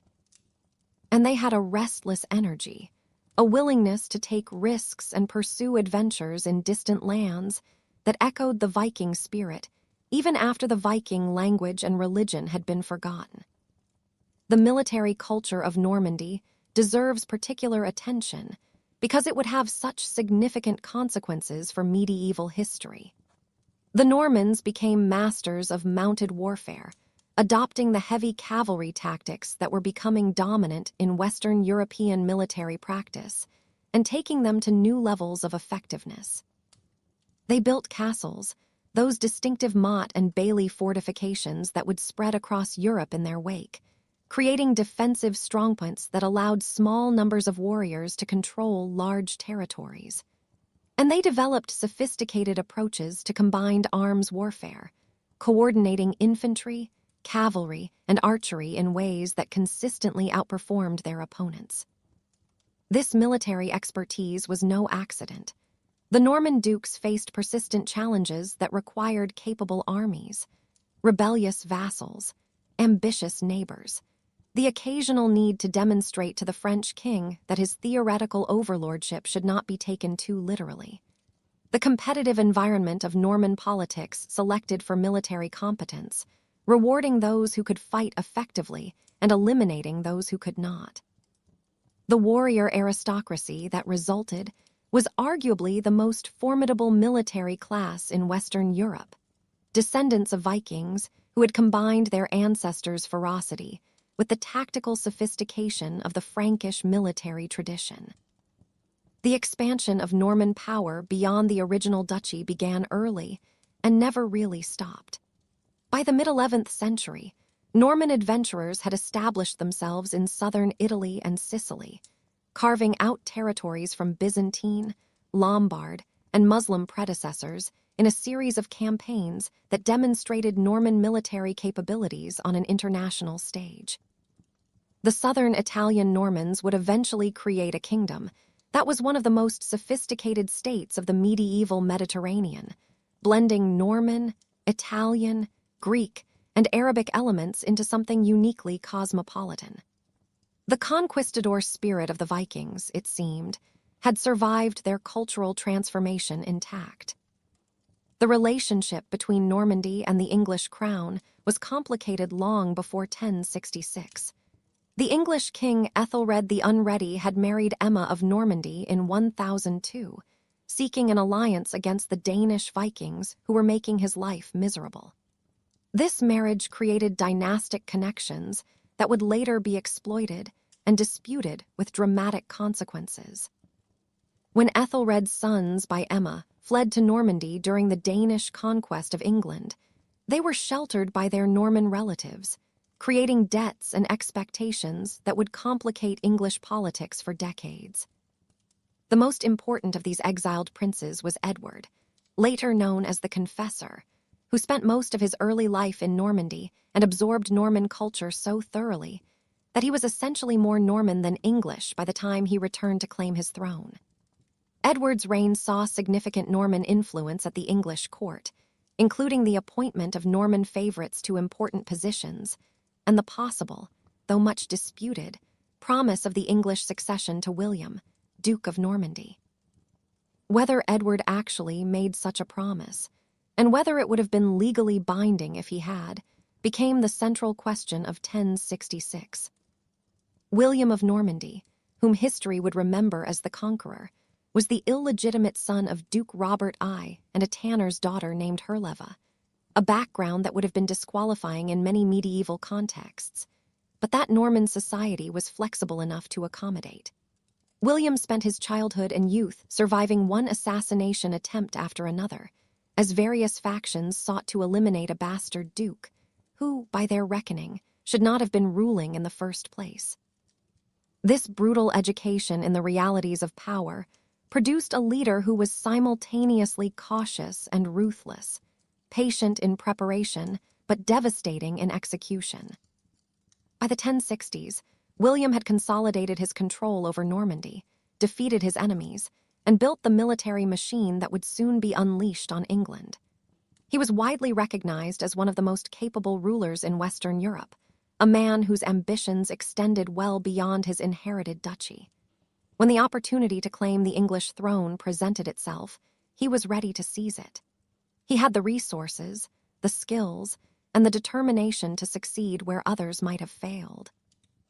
The Norman achievement by the mid-11th century was thus the transformation of a Viking raiding party into a state-building enterprise of the First Order. The descendants of Rollo's warriors had become administrators, diplomats, and political operators who could compete with any power in medieval Europe.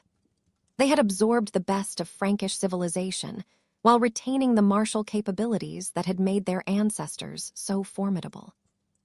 Barbarian energy harnessed to civilized purposes, creating a force that would reshape the medieval world. The experiment that Charles the Simple had begun in 911 had succeeded beyond anything he could have imagined. The problem of Viking raids on the Seine had been solved, but the solution had created something new and perhaps more dangerous, a militarized Norman state that was now looking for new territories to conquer. The henhouse was safe from external foxes, but the fox that lived inside had grown very large and very hungry. The year 1066 is one of those dates that seems to sit in the memory all by itself, needing nothing around it. Even people who claim to know nothing about history tend to know that one. The Norman conquest of England is the event that defines it, but the year actually witnessed something more complex and more dramatic than a single invasion. It was the convergence of three armies, three claims to the English throne, three visions of what England's future should look like. And all three of those forces carried Viking heritage in their blood and their military traditions. making 1066 not just the end of Anglo-Saxon England, but the climactic conclusion of the Viking Age itself. To understand why 1066 happened, we need to understand the succession crisis that made it possible. Edward the Confessor, the saintly but childless King of England, died on January 5th of that year, leaving behind no direct heir and several competing claimants with varying degrees of legitimacy. Edward's failure to produce children, later attributed to a vow of celibacy that historians have generally regarded with some skepticism, created a power vacuum that ambitious men throughout northwestern Europe were eager to fill. The first claimant was Harold Godwinson, Earl of Wessex, and the most powerful nobleman in England. Harold had been effectively running the kingdom during Edward's declining years, and he moved quickly to secure his position after the old king's death. On January 6th, the day after Edward died, Harold was crowned king in Westminster Abbey, a haste that suggests either supreme confidence or profound anxiety about what was coming. His claim rested on an alleged deathbed designation by Edward, and on the practical reality that he controlled the military resources of England and was present when the throne became vacant. Harold was himself of partly Scandinavian ancestry. His father Godwin had risen to power partly through connections to the Danish kings who had ruled England earlier in the century, and his power base in Wessex included many families with Viking heritage from the Danelaw period. The army he commanded was the Anglo-Saxon Fyrd, supplemented by his personal household troops, the Huscarls, professional warriors whose name and fighting style derived directly from Scandinavian traditions. When Harold prepared to defend his new crown, he was drawing on military resources thoroughly saturated with Viking influence, even if they had been Christianized and Anglicized over the preceding generations. The second claimant was Harald Hardrada, King of Norway and one of the most remarkable warriors of the medieval world. Hardrada's biography reads like an adventure novel that an editor might reasonably reject for being too implausible. Exile from Norway as a teenager, service in the Varangian Guard at Constantinople, participation in campaigns across the Byzantine Empire, the accumulation of fabulous wealth, a return to Scandinavia to claim first half and then all of the Norwegian throne, and then decades of warfare that earned him the nickname Hardrada, meaning hard ruler or harsh counsel. By 1066, he was in his early 50s, which was elderly by medieval standards, but he had lost none of his appetite for conquest. Hardrada's claim to England was based on an agreement supposedly made between his predecessor Magnus the Good and the Danish king Harthacnut, who had also ruled England until his death in 1042. The details of this agreement were obscure, and its legal validity was questionable. But Hardrada was not particularly interested in legal niceties. He wanted England because England was wealthy, because he was a conqueror who needed new worlds to conquer, and because he could make a plausible case that was at least as good as Harold Godwinson's. The specifics mattered less than the opportunity. Hardrada's invasion represented the last great campaign of the traditional Viking Age. A Scandinavian king leading a fleet of longships to seize an overseas kingdom through military force. The army he assembled was the largest Norwegian force ever to cross the North Sea, perhaps 300 ships carrying somewhere between 8,000 and 12,000 warriors. These were not raiders looking for quick plunder, but conquerors intending to stay, led by a man who had spent his entire adult life winning battles against seemingly impossible odds. The third claimant was William of Normandy, whose preparations for invasion deserve their own attention. William argued that Edward the Confessor had promised him the throne during his exile in Normandy, and that Harold Godwinson had sworn an oath to support William's succession during a visit to Normandy in 1064. The oath story is reported in Norman sources and depicted on the Bayeux Tapestry, but Harold's supporters denied it, or claimed he had been tricked into swearing under duress. The truth is probably unrecoverable, but what matters is that William believed, or claimed to believe, that he had a legitimate grievance against a perjured usurper. William's invasion force was not purely Norman. He recruited warriors from across northern France and beyond, offering the prospect of lands and wealth in conquered England to anyone willing to join his enterprise. The army that eventually assembled at the mouth of the Somme River was a multinational force, united by the promise of plunder and the force of its commander. William also secured papal blessing for his invasion, framing it as a holy war against an oath-breaker who held the throne illegitimately. This ecclesiastical endorsement added a moral dimension to what was, in its essentials, a very large and very organized armed robbery. The logistics of William's operation were extraordinary. Assembling an invasion fleet required the construction of hundreds of ships, a task that occupied Norman shipyards for months. Feeding and supplying the army while it waited for favorable winds consumed enormous resources. Maintaining discipline among thousands of armed men who were eager to move, but stuck on the Norman coast tested William's leadership abilities severely. The fact that he held everything together through weeks of delay speaks to his organizational genius and his force of personality.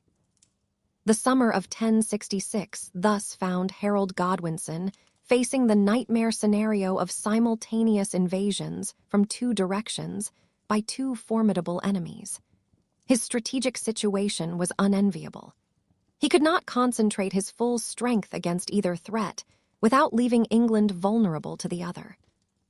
He chose to focus initially on the Norman threat, posting his army along the southern coast to oppose William's expected landing, while hoping that the Norwegian invasion either would not materialize or could be dealt with by local forces in the north. This calculation proved partially correct, but badly timed. William's invasion was repeatedly delayed by contrary winds, keeping his fleet on the Norman coast through August and into September. Meanwhile, Hardrada's fleet sailed, landing in northern England in mid-September, beginning a campaign of conquest in Yorkshire. The northern earls, Edwin and Morcar, assembled an army to oppose him, but they were decisively defeated at the Battle of Fulford Gate on September 20th. Hardrada then occupied York and began negotiating the submission of the northern region, apparently believing that the hardest part of his conquest was already complete. When news of Fulford reached Harold in the south, he faced an agonizing decision. William still had not sailed, but the contrary winds could not last forever. If Harold marched north to deal with Hardrada, he might return to find William already ashore and consolidating a beachhead. But if he ignored Hardrada, the Norwegian king would have time to establish himself in the north, potentially making England ungovernable even if William was defeated in the south. Harold chose to go north, gambling that he could destroy one enemy before the other arrived. What followed was one of the most remarkable military marches in medieval history. Harold assembled his army and covered the distance from London to Yorkshire, roughly 185 miles, in 4 to 5 days. This pace, sustained by an army that included infantry as well as cavalry, represents a logistical and organizational achievement that contemporaries found astonishing, and that modern historians still admire. Harold was going to fight Hardrada at a time and place of his own choosing, not wait for the Norwegian king to advance on his schedule. The Battle of Stamford Bridge on September 25th, 1066, was the last great battle of the Viking Age in the traditional sense. Two armies led by men of Scandinavian descent, fighting for control of England, using weapons and tactics that would have been familiar to their Viking ancestors. Hardrada apparently expected negotiation rather than battle. His army was caught unprepared, with many warriors separated from their weapons and armor. When Harold's forces appeared suddenly, the Norwegians found themselves fighting at a severe disadvantage. The battle was fierce and prolonged despite the surprise. One legendary account describes a giant Norwegian warrior holding the bridge over the Derwent River single-handedly, killing dozens of Anglo-Saxons, until someone floated a barrel under the bridge and stabbed him from below. a solution that was effective if not exactly chivalrous. Hardrada himself was killed early in the fighting, struck in the throat by an arrow.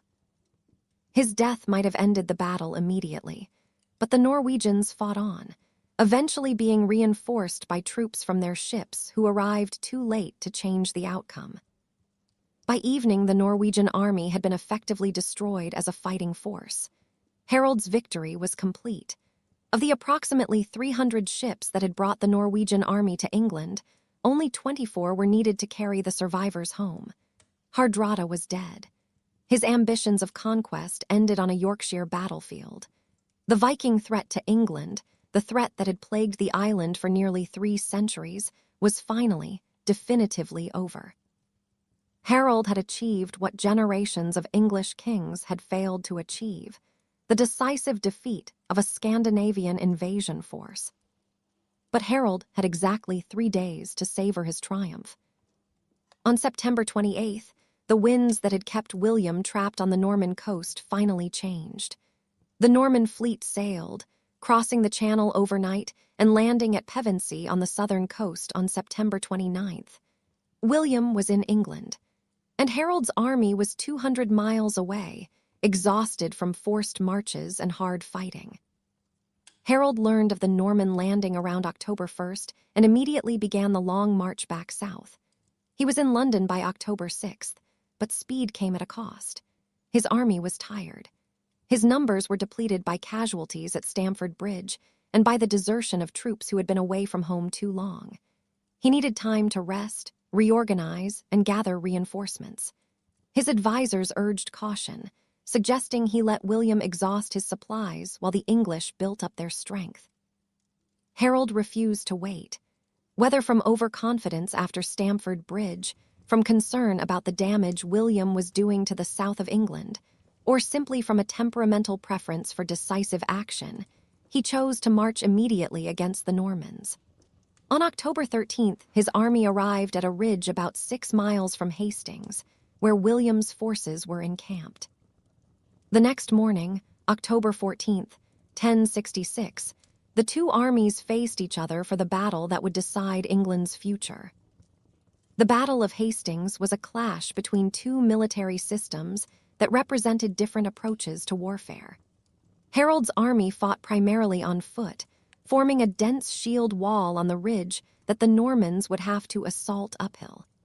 This was the traditional Anglo-Scandinavian way of fighting, perfected over centuries of warfare between English and Danish armies. The Huscarls with their 2-handed axes, the Fiad men with their spears and shields, presented a formidable defensive position that had proven effective against countless previous opponents. William's army was more diverse in composition and tactics. He had heavy cavalry, the famous Norman knights, charging with lances couched and seeking to break through enemy lines. He had infantry. He had archers. The combination, coordinated with skill, would be tested against the English wall on that ridge, in October air that must have tasted of cold grass and the particular stillness that comes just before very loud things happen. And there we pause for a moment, because standing on either side of that ridge, in the early morning of October 14th, 1066, were men who were all, in some sense, the children of the Viking Age. Harold Godwinson with his Danish Huscarls, William of Normandy, descended from Rollo's Norse raiders. The very tactics they carried into that fight had been shaped by centuries of Scandinavian military culture. Whatever happened next, the Vikings had already won something. They had made this world. You are standing on a hillside in October. The grass is wet. Below you, men are moving, falling, the sound of iron on iron coming up through the cold air. You cannot see their faces. You cannot tell from up here who is winning. Then the line breaks, and everything changes. The battle that consumed most of that October day in 1066 was, by medieval standards, an unusually long one. Battles of that era rarely lasted past midday. This one ran from morning into late afternoon, and then into something close to dusk, a grinding, exhausting collision of men who would not, for most of the day, yield. William of Normandy had brought a force of considerable variety to the field. He had cavalry, men on horseback capable of breaking formations through the raw shock of impact. He had archers, positioned to soften defensive lines before the infantry ever reached them. And he had infantry for the close work, the grim short-range fighting that decided things when everything else had failed. The coordination of these three arms was William's great advantage. The ability to probe, to test, to find a weakness and widen it in ways that a more uniform force simply could not match. Harold's army was different. They were not inferior soldiers, but they were, in the end, one kind of soldier. They held the ridge. They locked their shields together, and they waited. The Norman cavalry charged.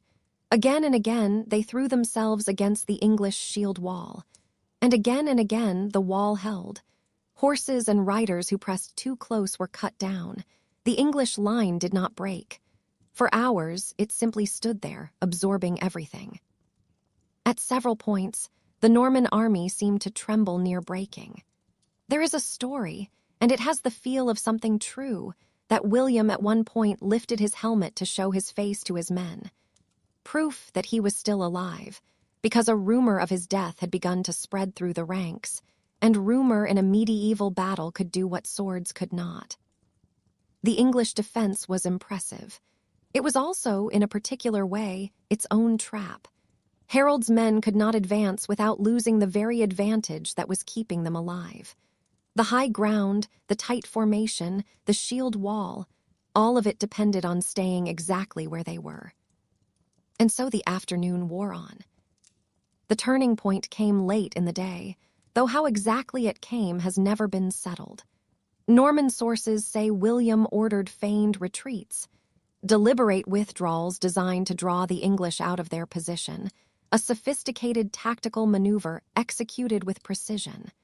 English sources tell it differently. They say the retreats were real, that the Normans genuinely faltered, and that English soldiers broke ranks on their own initiative, pursuing what looked like a fleeing enemy against whatever orders existed. Both accounts agree on what happened next. Portions of the English line came down the hill. They left the shield wall behind them, and the Norman cavalry turned and cut them apart. Each gap weakened what remained. Each cavalry counterattack widened the breach. Eventually the line collapsed, and with it, the battle. Harold died in the final phase of the fighting. The exact manner of his death is uncertain and has never been resolved. The famous image of an arrow through the eye comes from the Bayeux Tapestry, but the tapestry's depiction is genuinely ambiguous. The figure labeled Harold may be the one with the arrow, or the one being ridden down by a mounted knight, or perhaps both, representing the same man at different moments. What is certain is that Harold died. His brothers died. And the leadership of any possible English resistance died with them. By nightfall, William controlled the battlefield, and effectively England. He did not march immediately on London. Instead, he circled, devastating the surrounding countryside, making the point that resistance was not just futile but costly. The English magnates who might have rallied saw the demonstration clearly enough. They submitted. On Christmas Day, 1066, William was crowned King of England in Westminster Abbey, the same church where Harold had been crowned less than a year before. There is something quietly strange about that detail. The same stone floor, the same vaulted ceiling, the same ceremony, two men, months apart, each certain of their right to stand there. The significance of 1066 extends far beyond the change of one king for another. William's victory pulled England into the continental European world in ways it had never been before. The Norman aristocracy that replaced the Anglo-Saxon elite spoke French. They built castles. They reorganized landholding. They transformed the English church. Within a generation, England was a different country, still recognizably English in some ways, but profoundly and permanently altered. For the history of the Viking Age, 1066 carries a particular meaning. The traditional Viking threat to England, the seaborne raids, the invasion attempts, the dragon ships arriving without warning on the coast, ended at Stamford Bridge. Harold Hardrada was the last Scandinavian king to attempt the conquest of England, and his failure was so complete that no successor tried again. The dragon ships would not return to English shores as instruments of conquest. But the victory at Hastings was, in its own strange way, a Viking achievement. The Normans who conquered England were the descendants of Rollo's Vikings, men who had been in France for only 150 years, men who still carried traces of their Scandinavian heritage in their restless aggression and their military confidence. The conquest they accomplished was the largest and most successful Viking expansion of all time, even if the conquerors no longer spoke Norse or prayed to the old gods. The Viking Age ended in 1066, but it ended with a Viking victory. Every army on that field carried Viking heritage in ways both obvious and obscure. Harold Godwinson's ancestry included Danish nobles. His Huscarls fought with weapons and tactics developed in Scandinavia. Harold Hardrada was, in the most direct sense imaginable, the Viking ideal made flesh. A warrior king who had traveled from Norway to Constantinople and back, who had served in the Varangian Guard and fought across the eastern Mediterranean, who had returned north and claimed a kingdom, and then sailed to claim another. And William's Normans, for all their French language and Christian faith, were the direct descendants of men who had sailed from Scandinavia to raid the Seine Valley. When these three forces met in 1066, it was, in some sense, a family quarrel. Cousins disputing who would control the richest prize in northwestern Europe, the question of which Viking tradition would carry the future. The answer was William's, but the question itself tells you something about what the Viking Age had become. The transformations that 1066 set in motion would reshape not just England, but the medieval world. Norman energy, now backed by English resources, fueled crusades, created kingdoms in the Mediterranean, and established patterns of governance that influenced political development for centuries. The fusion of Norman military capability with English wealth and Saxon administrative tradition created something new, something formidable. A kingdom that would grow, eventually, into an empire of extraordinary reach. The Vikings had planted seeds they could not have imagined the harvest of. And so the story of the Viking Age ends not quietly, but with 3 clashes of arms on 2 fields in northern England and Sussex. From the first raid on Lindisfarne in 793 to the last battle at Hastings in 1066, the Scandinavians had transformed themselves and transformed the world around them. They had raided, traded, settled, and conquered across half the known globe, leaving traces in languages, in institutions, in the genetic heritage of populations across the northern hemisphere. The longships are gone now, rotted away or preserved in museums behind glass, still and silent, no longer the terror they once were on open water. The old gods have faded into mythology and fiction. The languages have diverged and merged and evolved until the tongue that Rollo's men spoke can only be recovered through careful scholarly reconstruction. But the legacy remains, in the place names that dot the maps of England, Ireland, and Russia, in the legal traditions that descend from Norse custom, in the genetic markers that trace through populations from the North Sea to the Black Sea. The Vikings are gone, but they are not forgotten, and their story continues to carry weight 1,000 years after the last dragon ship sailed. The events of 1066 closed a chapter that had opened in 793. What came next was different. The medieval world of castles and cathedrals, of crusades and chivalry, of nations and empires, would have been unrecognizable to the men who beached their ships at Lindisfarne. But that world was built on foundations the Vikings had helped to lay. The end of the Viking Age was not the erasure of Viking influence. It was its absorption into the mainstream of European civilization, where it continues to flow, often unrecognized, to the present day. The immediate aftermath of the Norman conquest illustrated how thorough the coming transformation would be. William faced several years of resistance, particularly in the north of England, which he suppressed with a brutality that shocked even medieval observers. The harrying of the north, in 1069 and 1070, devastated Yorkshire so completely that the region took generations to recover. It was a demonstration that the Normans had not lost the capacity for violence their Viking ancestors had possessed. Only the institutional form through which they expressed it had changed. The castle building program that followed the conquest physically transformed the English landscape. Within William's lifetime, hundreds of castles appeared across England. Initially simple motte and bailey constructions that could be raised quickly from earth and timber, they were later replaced by permanent stone fortifications. These castles were not simply military installations. They were statements, visible reminders of who ruled now and what would happen to those who forgot it. The architectural heritage of the Viking Age had emphasized wooden construction and earthwork defenses. The Norman period inaugurated England's age of stone.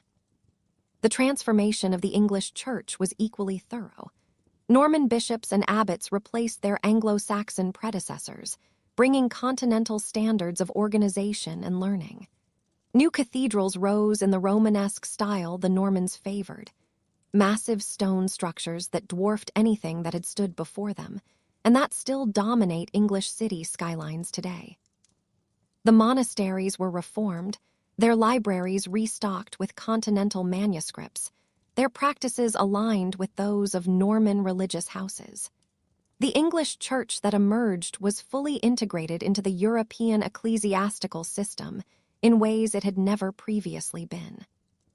The legal and administrative changes were perhaps the most enduring legacy of the conquest.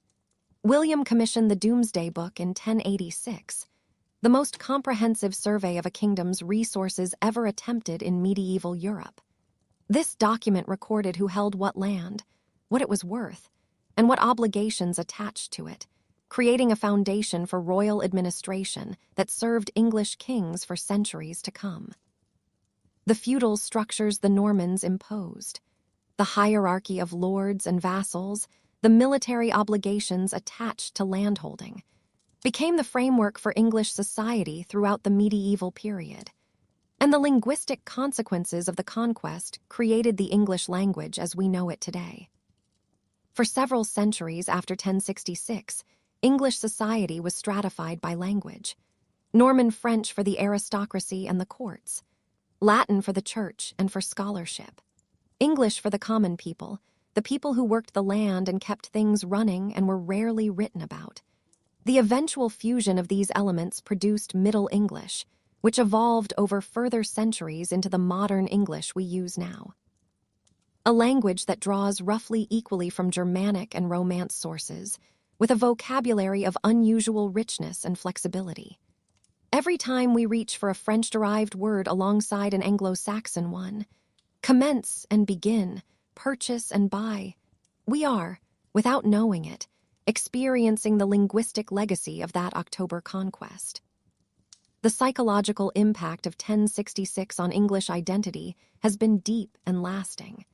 The conquest created a sense of rupture, a before and after that has shaped how the English think about their own history ever since.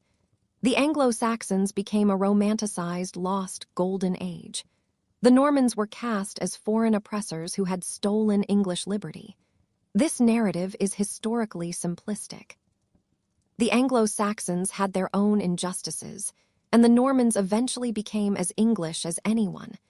But it has proven remarkably durable.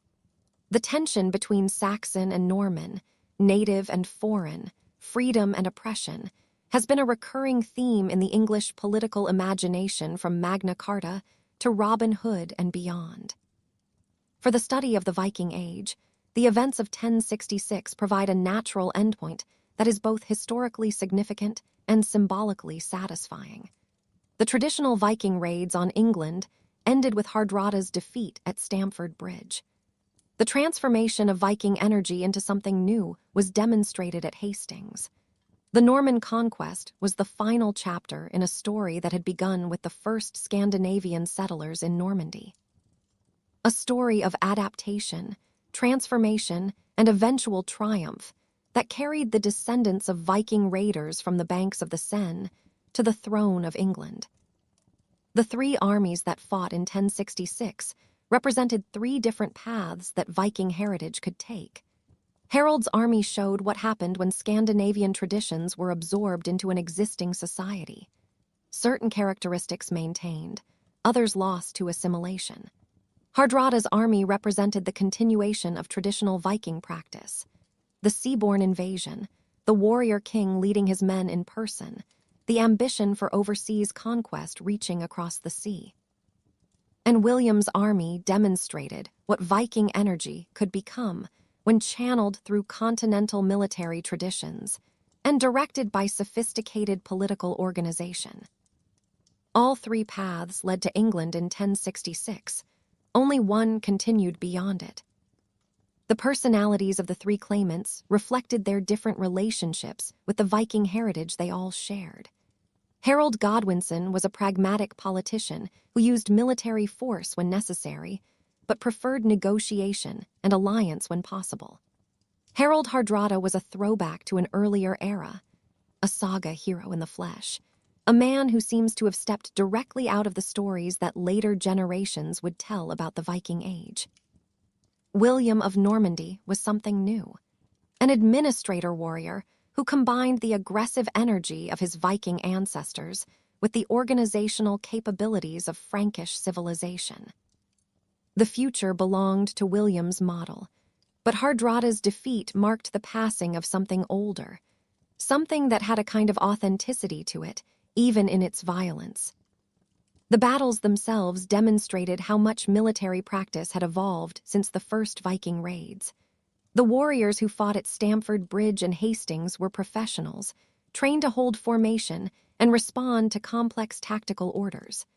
The logistics that brought these armies to their battlefields, the ships, the supplies, the coordination of thousands of men and animals across hundreds of miles, represented capabilities that would have astonished the raiders who hit Lindisfarne 3 centuries earlier. The timing of 1066 was itself remarkable. The same few weeks in September and October saw the end of the traditional Viking Age and the beginning of the Norman period, compressed together so tightly that Harold had to fight both battles with essentially the same army. If the winds had changed earlier, William might have landed while Harold was still in the south, facing only one enemy instead of an exhausted force fresh from the north. If the winds had changed later, Harold might have had time to recover from Stamford Bridge and face the Normans at something like full strength. Different weather could have produced a different England. The legacy of 1066 extends far beyond English shores.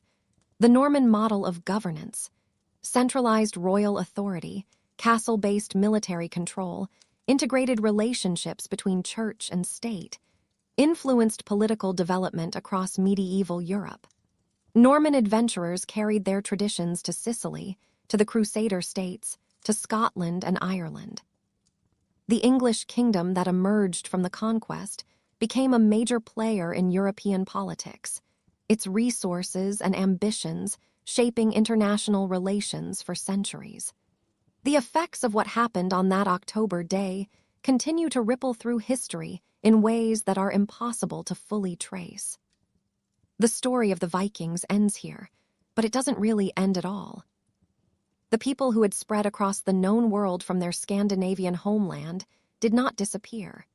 They merged with other populations, contributed their genes and their traditions to new hybrid societies, and eventually became indistinguishable from the people around them. The Normans became French, then became English after the conquest. The Danelaw settlers became Anglo-Danish, then simply English as the centuries passed. The Varangians in Russia became part of the Slavic populations they had once dominated.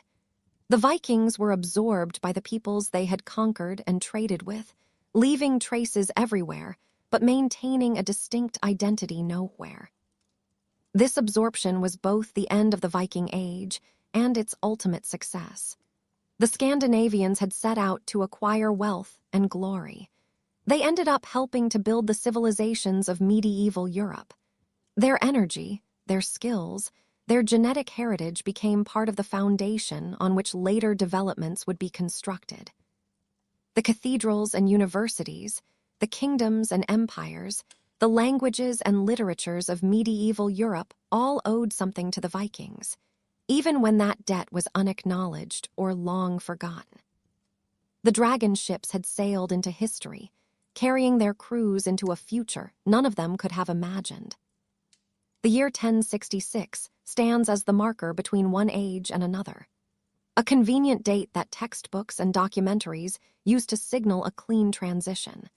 But the real transition was messier, longer, and more complicated than any single year could contain. The Viking Age had been dying for decades before 1066, as Christianization and political centralization transformed Scandinavian society from within.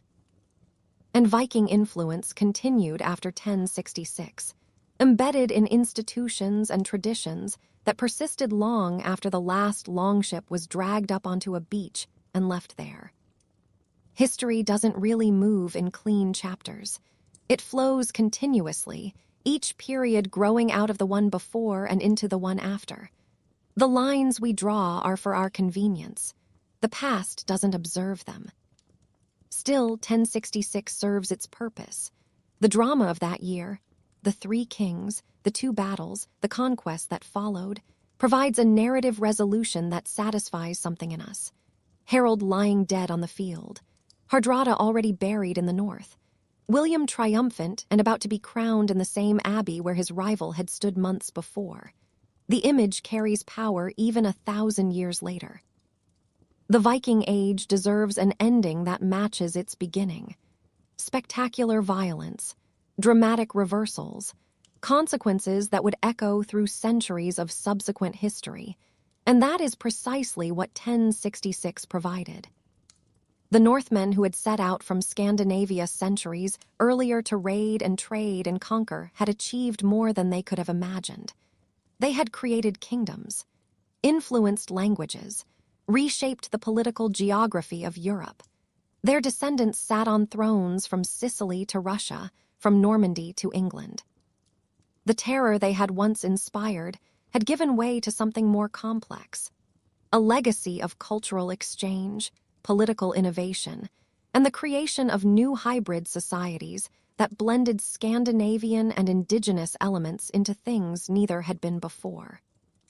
The Vikings had not simply attacked civilization. They had become part of it and changed it in the process of being changed themselves.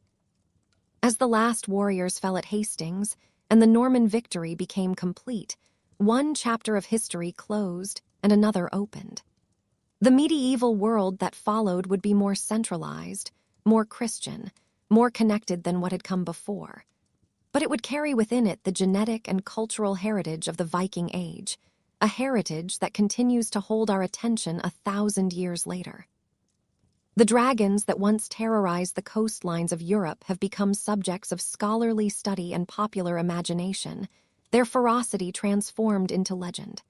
But the people behind the legends were real, and their story in all its complexity, the violence and the creativity, the terror and the achievement, the destruction and the construction, deserves to be remembered. And so we arrive at the question that always follows a long journey. What did the Vikings actually leave behind? The answer, it turns out, is quite a lot. The Viking Age was not simply a colorful episode that ended in 1066 and ceased to matter. It was a transformative period that reshaped Europe in ways that continue to influence the world today. The political boundaries on modern maps, the languages we speak, the legal concepts we take for granted, even the genetic makeup of populations across the Northern Hemisphere. All of these carry traces of those centuries when Scandinavian ships appeared on horizons from Newfoundland to Constantinople.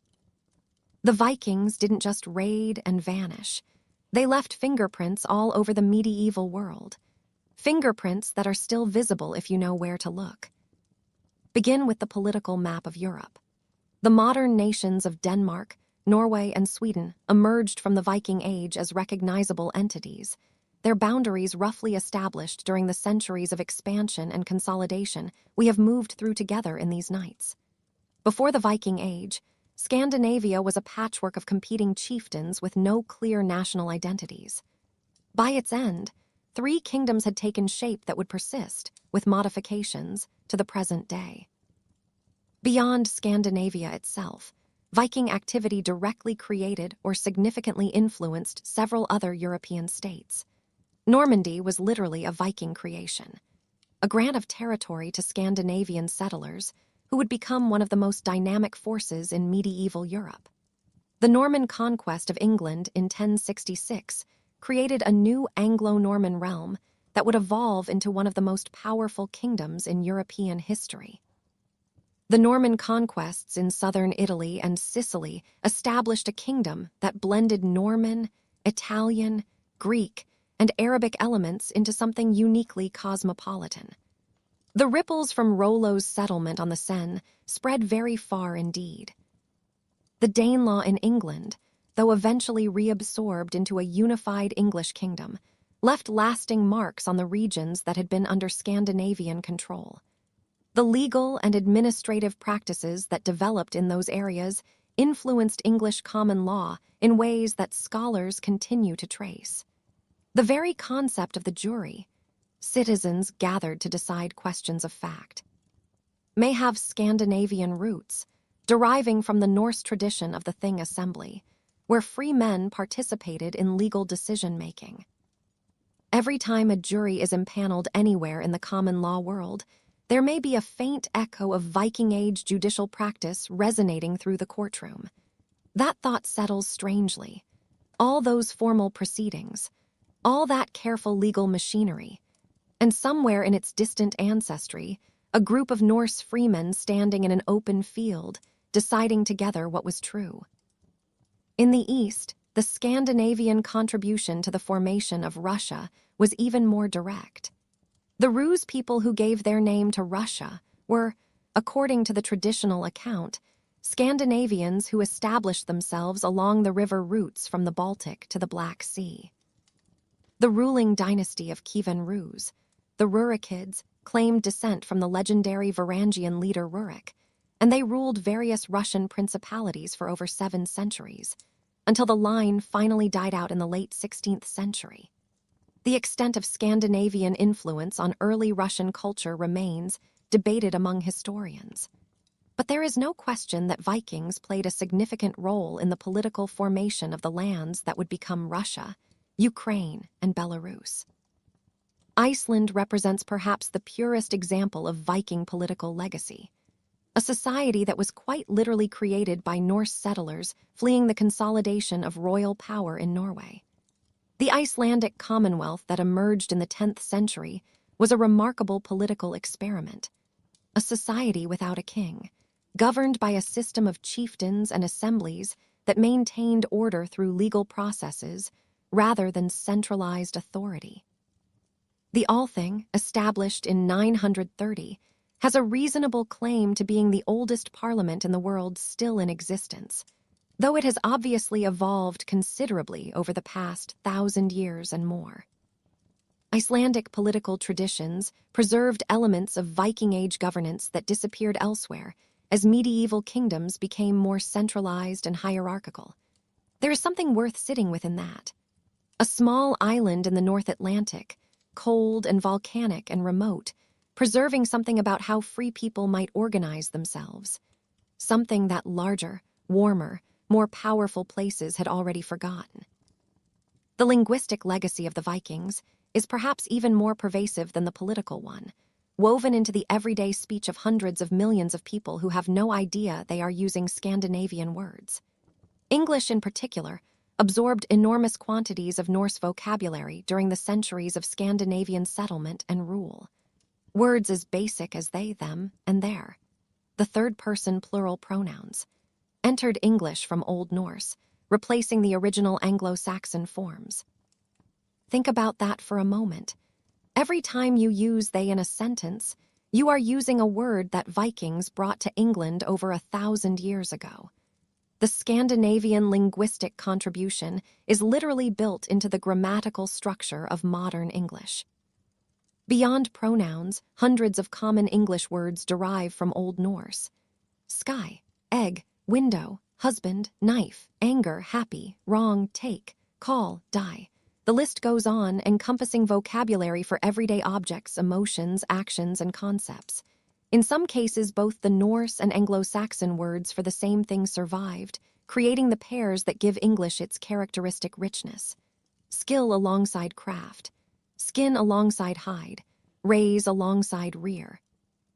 This doubling effect, which extends across much of English vocabulary, is partly a consequence of the linguistic mixing that occurred during and after the Viking Age. The place names of the British Isles provide a particularly vivid map of where Scandinavian settlers actually put down roots. In England, villages ending in by, from the Norse word for farm or settlement, cluster thickly across the former Danelaw. Derby, Whitby, Grimsby, Selby, and dozens of others. The ending thorpe from Norse for village appears in Scunthorpe and Cleethorpes. Thwaite, meaning clearing, gives us Braithwaite and Applethwaite. These endings mark the landscape like buried features, showing where Scandinavian settlers established themselves over 1,000 years ago. A map of by names is essentially a map of the Danelaw, frozen in the language of modern geography. Scotland shows similar patterns, particularly in the Northern Isles and along the western coast. Orkney and Shetland were thoroughly Norse for centuries, and their place names reflect this: Kirkwall, Tingwall, Scalloway. The Hebrides retained Scandinavian influence long after the islands returned to Scottish control, with names like Stornoway and Ullapool betraying their Norse origins. Even mainland Scotland has its share of Norse-derived names, marking the extent of Viking raiding, settlement, and influence along the coasts. Ireland's Viking legacy is particularly visible in its urban geography. Dublin, Cork, Limerick, Waterford, Wexford, all of Ireland's major medieval port cities were founded or significantly developed by Vikings. These were not merely trading posts but genuine urban centers, the first real cities in Irish history. The Norse brought urbanization to an island that had previously organized itself around rural monasteries and aristocratic estates. The very concept of the Irish city is, in a certain sense, a Viking import.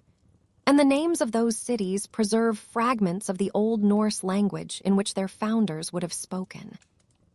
Normandy naturally retains numerous Norse place names as well, though many have been filtered through centuries of French phonetic evolution. The region's name itself, Normandy, the land of the Northmen, is the most obvious example. Rivers, capes, and villages across the duchy preserve Norse elements. Deep, meaning deep, Enflur containing the Norse word for inlet, and countless others that require linguistic detective work to identify. The Norman French that developed in the region, blending Norse with the local Romance language, would eventually cross the Channel to England and contribute another layer of vocabulary to English. Though by then the Norse elements had been so thoroughly integrated that they were no longer recognizable as Scandinavian. The genetic legacy of the Vikings has become increasingly traceable thanks to modern DNA analysis. And here we will rest for tonight. Let the thought settle gently. The Scandinavians who sailed out of the north all those centuries ago left something of themselves in nearly every place they touched. In the names on maps, in the words on our tongues, in the structures of our courts and our parliaments, in the very blood of populations spread across the northern hemisphere. The dragon ships are gone. The old gods are quiet. But something remains, distributed quietly through the fabric of the world they helped to make. Sleep well, there is more to come. Something persists, even across 1,000 years. It isn't the ships, which have long since rotted into the earth or been carefully preserved behind museum glass. It isn't the language, which has shifted and folded into itself until a Viking Age speaker, and a modern one would stand before each other in complete incomprehension. It isn't even the names of the old gods, which survive now mostly in stories and in the quiet persistence of certain words we use without thinking. What persists is something quieter than all of that. It lives in the shape of a word, in the angle of a legal tradition, in the particular proportion of one ancestry to another inside a person who has never once thought about Scandinavia. The traces are everywhere.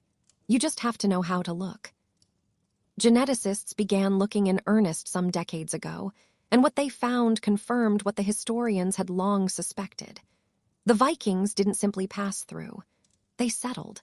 They married. They left descendants who are still walking around today, in the Faroe Islands and in Normandy, in the Scottish Isles, and in the old Danelaw regions of England. Studies of Y chromosome and mitochondrial DNA have found Norse genetic markers scattered across the entire former Viking world, the proportions varying considerably from place to place, but the pattern remaining entirely consistent with what the historical and archaeological record would predict. Some populations show very strong Scandinavian ancestry. Others show only traces, but the signal is there. The Icelandic case produced one of the more quietly striking findings. The male line ancestry of Iceland is predominantly Scandinavian, as you might expect from an island settled largely by Norwegian men. But a significant proportion of the female line ancestry derives from the British Isles. Celtic women, most of them, who arrived not as willing emigrants but as slaves or captives, brought across the water by men who had raided the coasts they came from.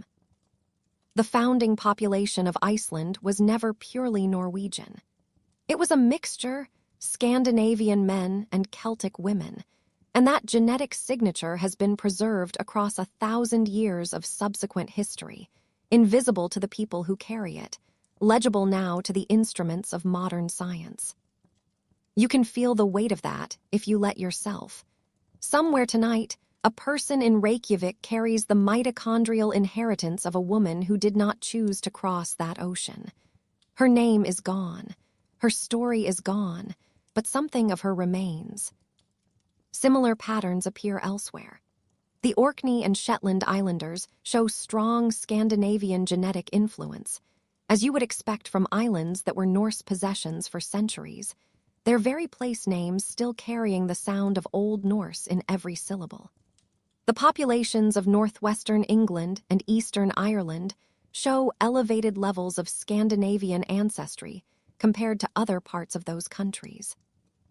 And even Normandy, where the Vikings supposedly assimilated completely within 2 generations, retains detectable genetic traces of its Scandinavian founders. The assimilation was real. So was the persistence. The legal legacy is more difficult to trace with precision, but it runs deeper than most people realize. Scandinavian legal traditions emphasized certain principles: the role of assemblies in dispute resolution, the importance of oath-taking, the concept of compensation for injuries as an alternative to blood feud. These ideas influenced the development of law in areas of Viking settlement in ways that proved lasting. The jury system, as discussed in earlier parts of this narrative, may well have Scandinavian roots. The concept of outlawry, declaring a person outside the protection of law, unable to claim legal rights, was a characteristically Norse institution that entered English legal practice during the Viking Age. And the word law itself came from Old Norse. It replaced the native Anglo-Saxon term entirely.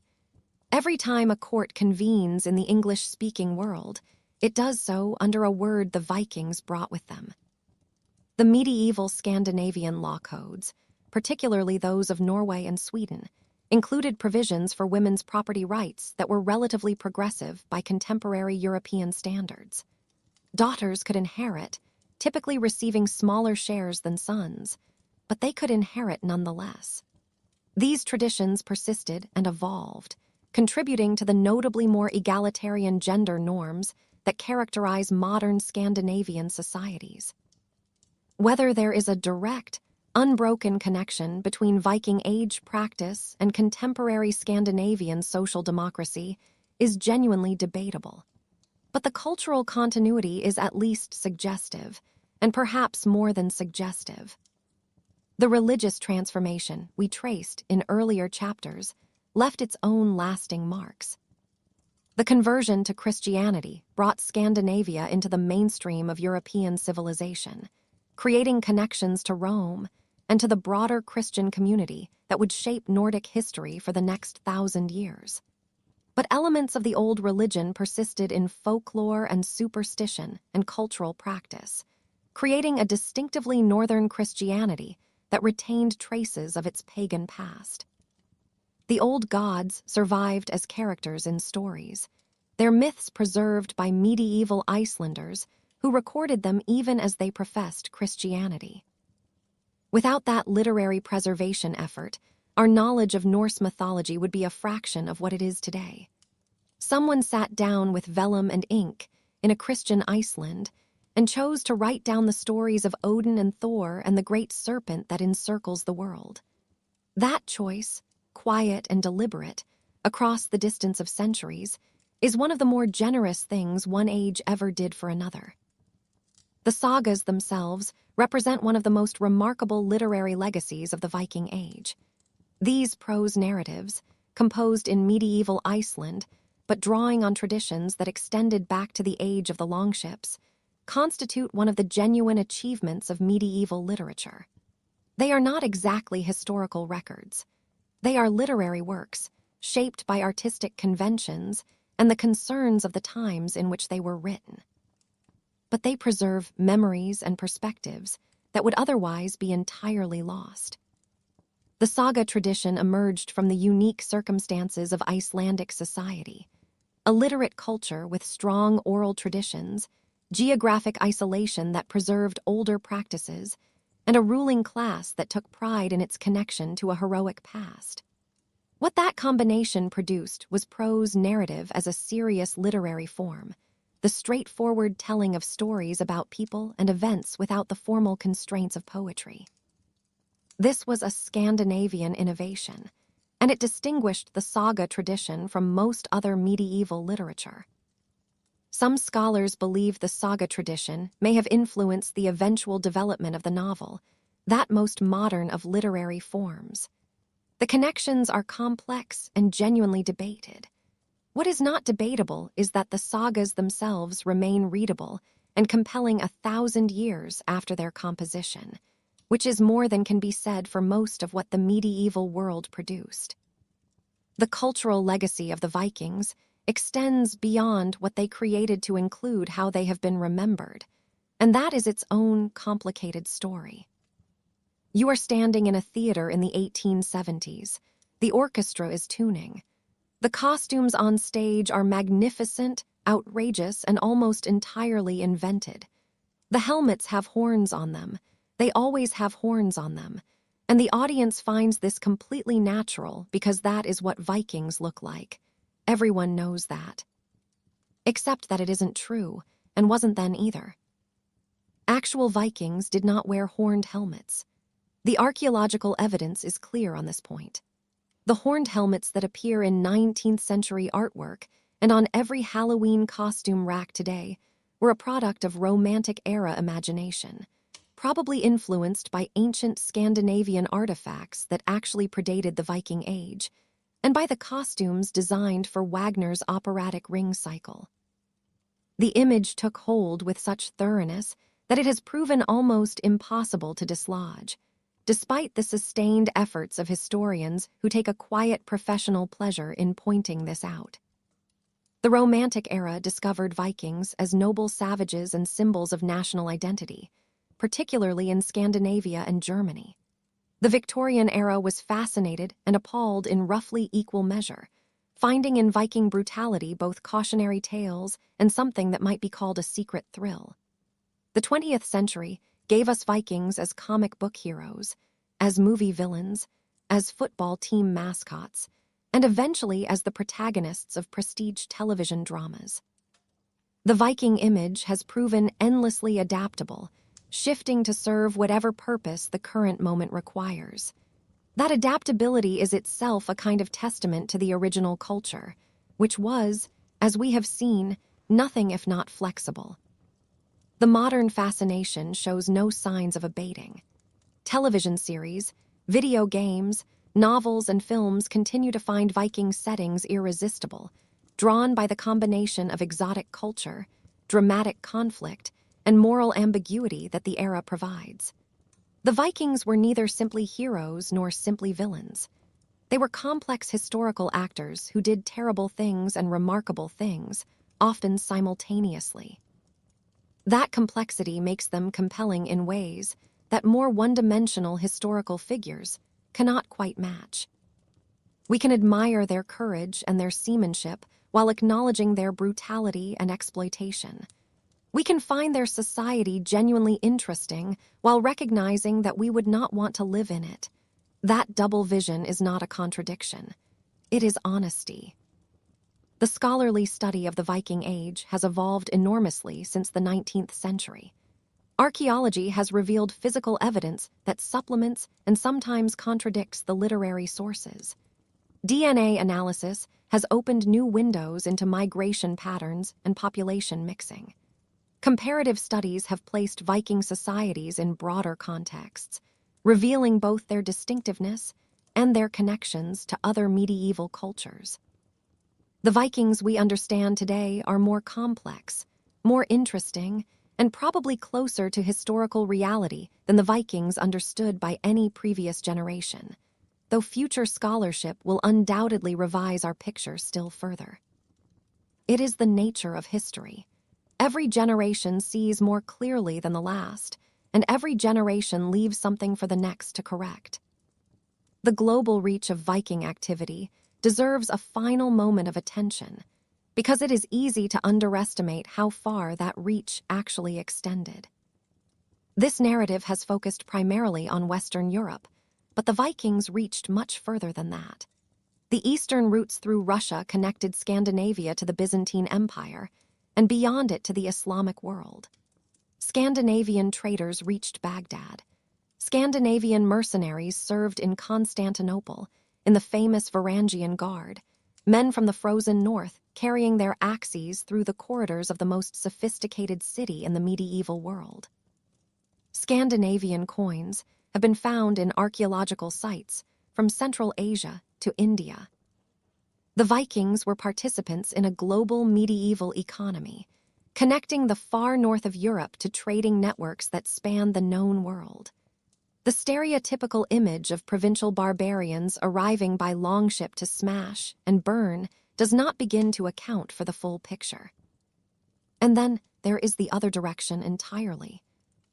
Westward, across an ocean that had no name on any European map, into water that simply ended the known world and became something else. The Norse settlements in Greenland persisted for roughly 500 years, maintaining a European presence in the Western Hemisphere that was eventually forgotten by the rest of Europe. The brief settlement at Elance, Ox Meadows in Newfoundland proves that Vikings reached North America around the year 1000, however temporarily. These Atlantic adventures did not lead to lasting colonization or significant cultural exchange, but they demonstrate the scope of Viking ambition and capability in terms that are difficult to overstate. These were people who sailed to the edge of the known world and beyond, in ships that would look terrifyingly inadequate to modern eyes, driven by a restless energy that simply refused to accept the idea of a horizon as a limit. The transformation of Viking societies themselves was perhaps the most significant legacy of the entire age. The Scandinavia that emerged from this period was fundamentally different from the Scandinavia that had entered it. The decentralized chieftaincies had consolidated into kingdoms with increasingly sophisticated administrative structures. Paganism had given way to Christianity, bringing Scandinavia into the European religious and cultural mainstream.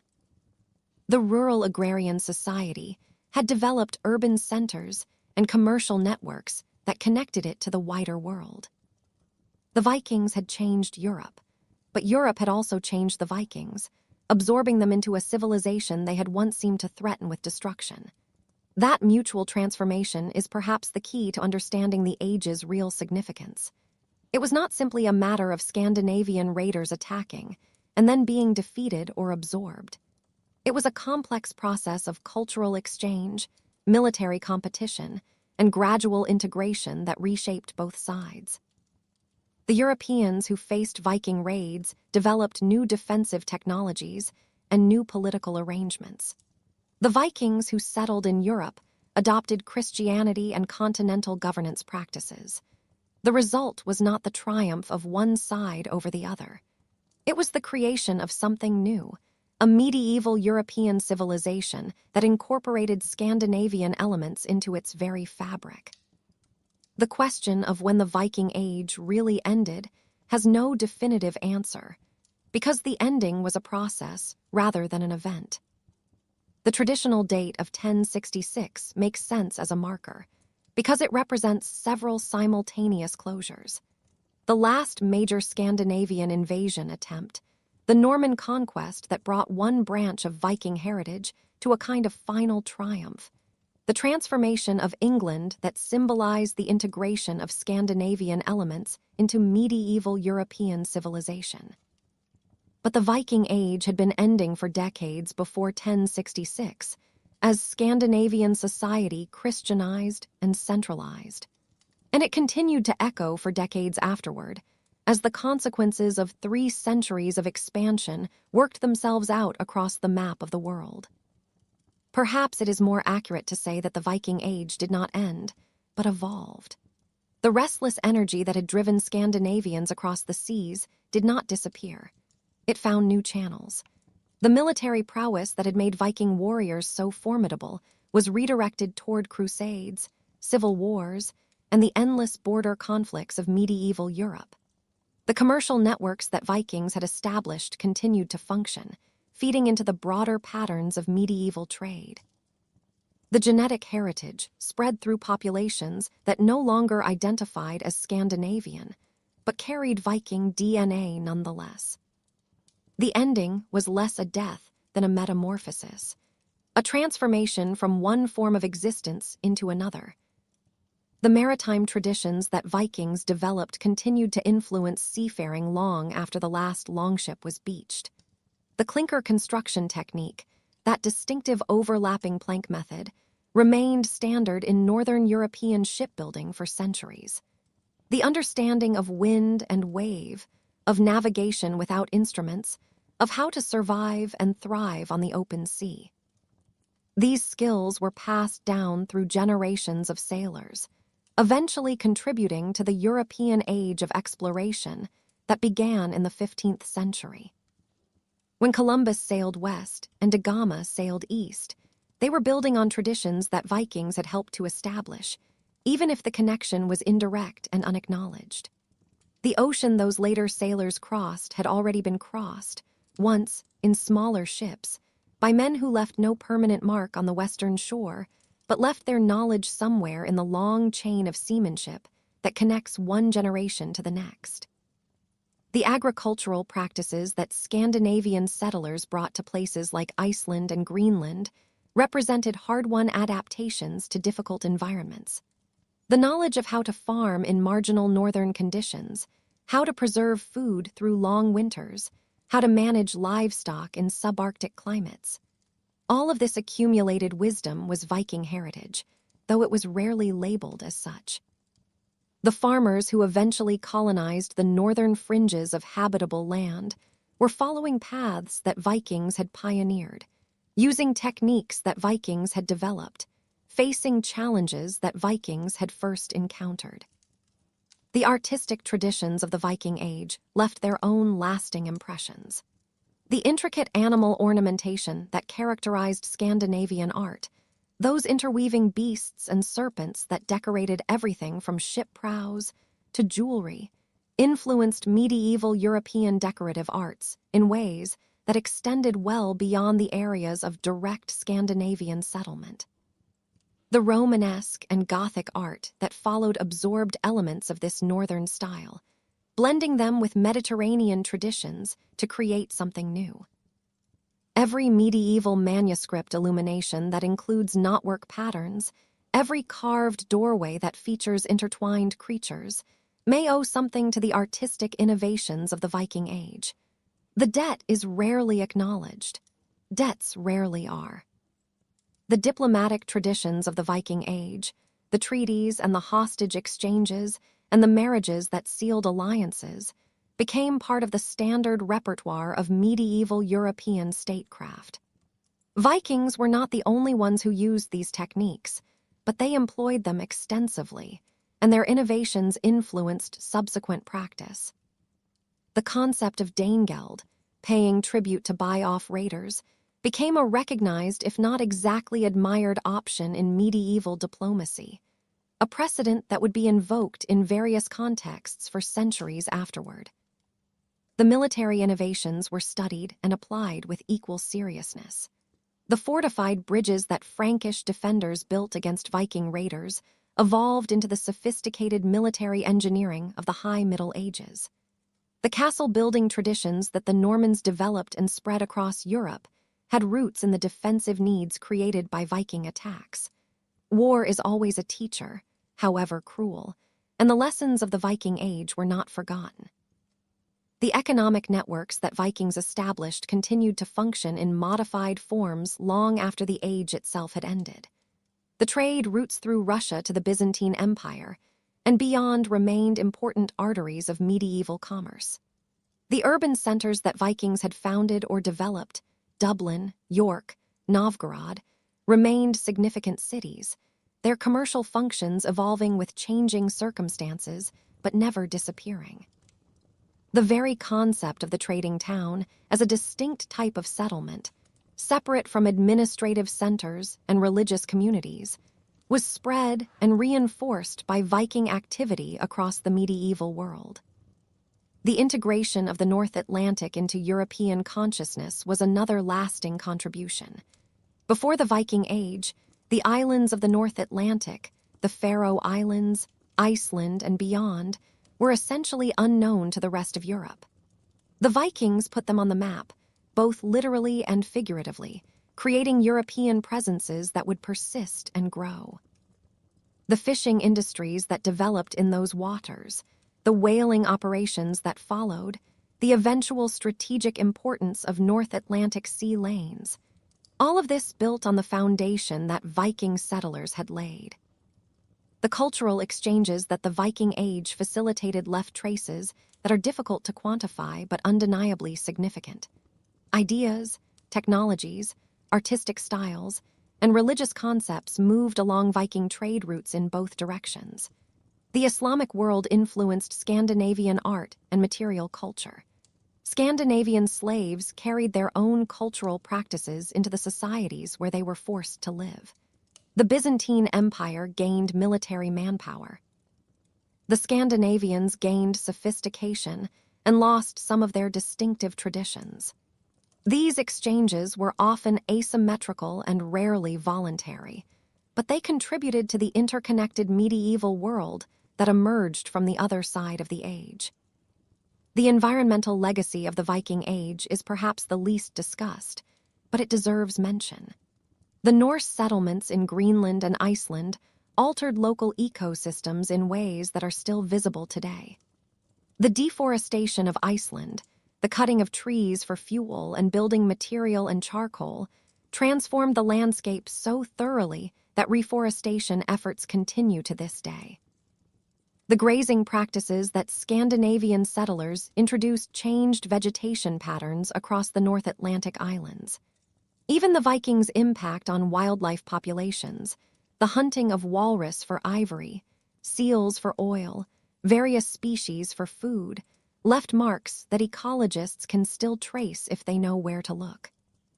The memory of the Vikings served political purposes for centuries after the Vikings themselves had disappeared.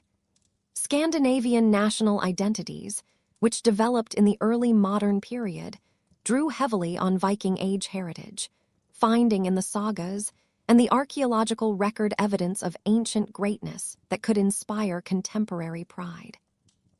19th-century nationalism, made the Vikings into symbols of everything from racial superiority to democratic traditions, readings that served political agendas far more than historical accuracy, but that demonstrated the enduring power of the Viking image.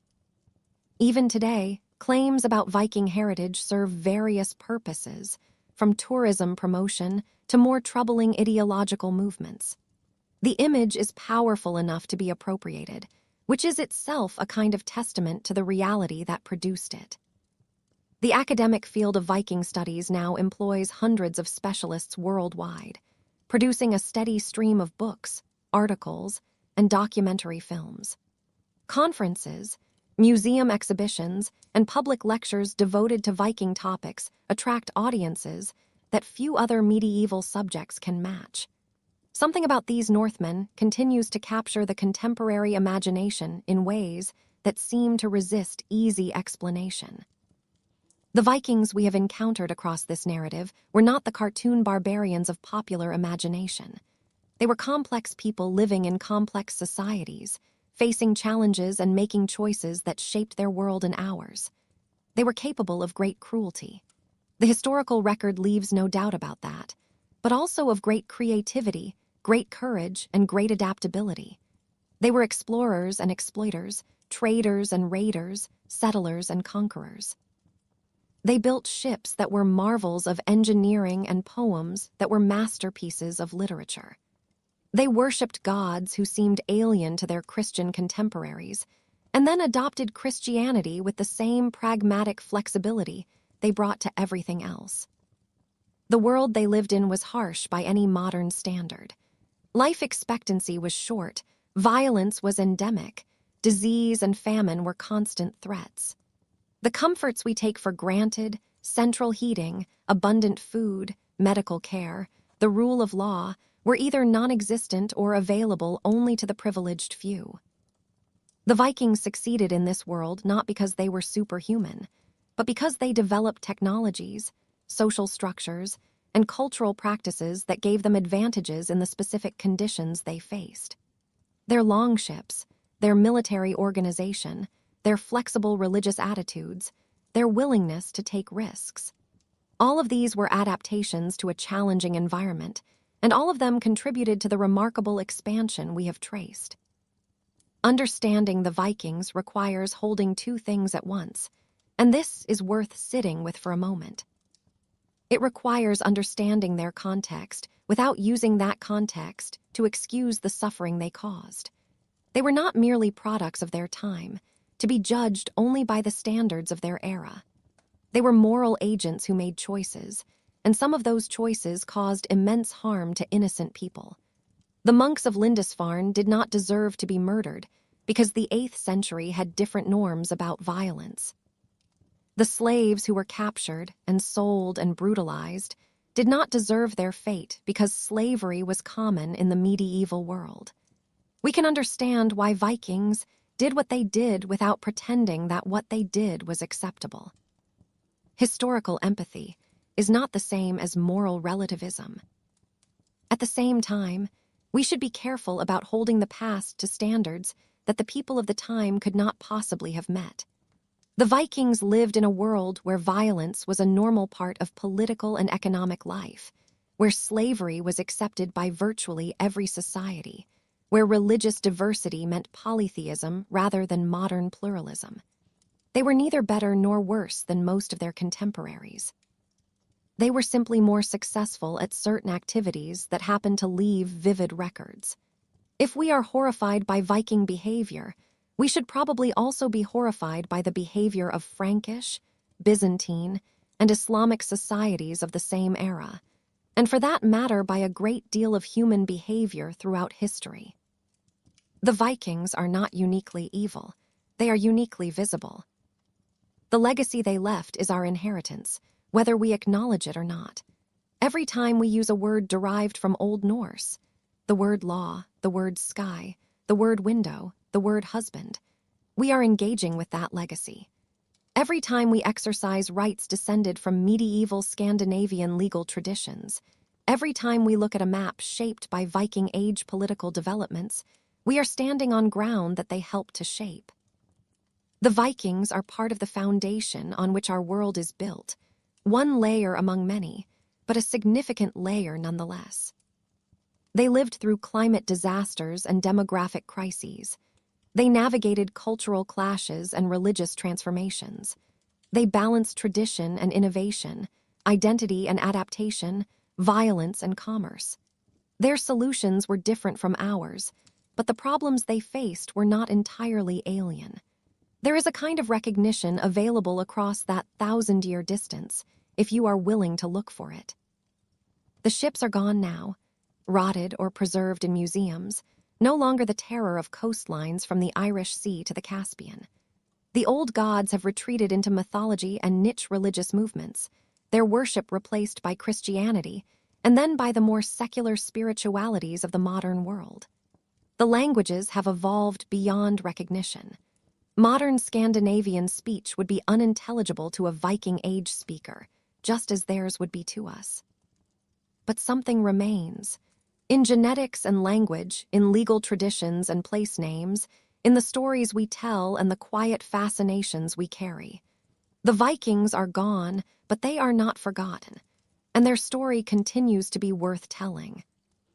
From the first raid on Lindisfarne to the final battle at Hastings, from the frozen fjords of Norway to the shores of Sicily, from the trading floors of Baghdad to the silent coast of Newfoundland, where the evidence of their passage still sits in the earth at Elant's Ox Meadows.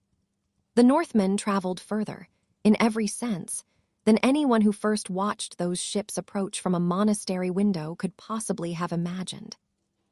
They transformed from raiders to rulers, from pagans to Christians, from pirates to princes. They carried their longships across the known world and a little beyond it, and in doing so they changed the world that came after. If there is a final lesson from all of this, it might be the simplest one. Nothing lasts forever, but nothing disappears completely either. The Vikings who terrorized Europe in the 9th century were gone by the 12th, absorbed into the populations they had once raided. But their genes, their words, their institutions, their stories, all of these persisted, transformed but recognizable, contributing to the world that came after. Every ending is also a beginning. Every disappearance is also a transformation. The Vikings did not vanish. They became us. And on that thought, let the longships settle at last into the still water. Let the oars rest. Let the sea, which was never quiet for them, be quiet now for a little while. The saga is complete. The fires have burned down to embers. Somewhere in the darkness, across 1,000 years of intervening history, the poets have sung their last verses for the night. Sleep well. May the waters outside your window be calm, and the horizon empty of sails. May whatever fragment of this long story follows you into your dreams be a gentle one. A carved prow in morning light, the smell of pine and cold, salt air, the sound of oars finding their rhythm on an ocean that, for all its danger, was also, sometimes, very beautiful. The story never really ends, but for tonight, this is where we leave it. Good night. Sleep well tonight. Wherever you are, whatever you're carrying, the story will still be here in the morning. Sleep well.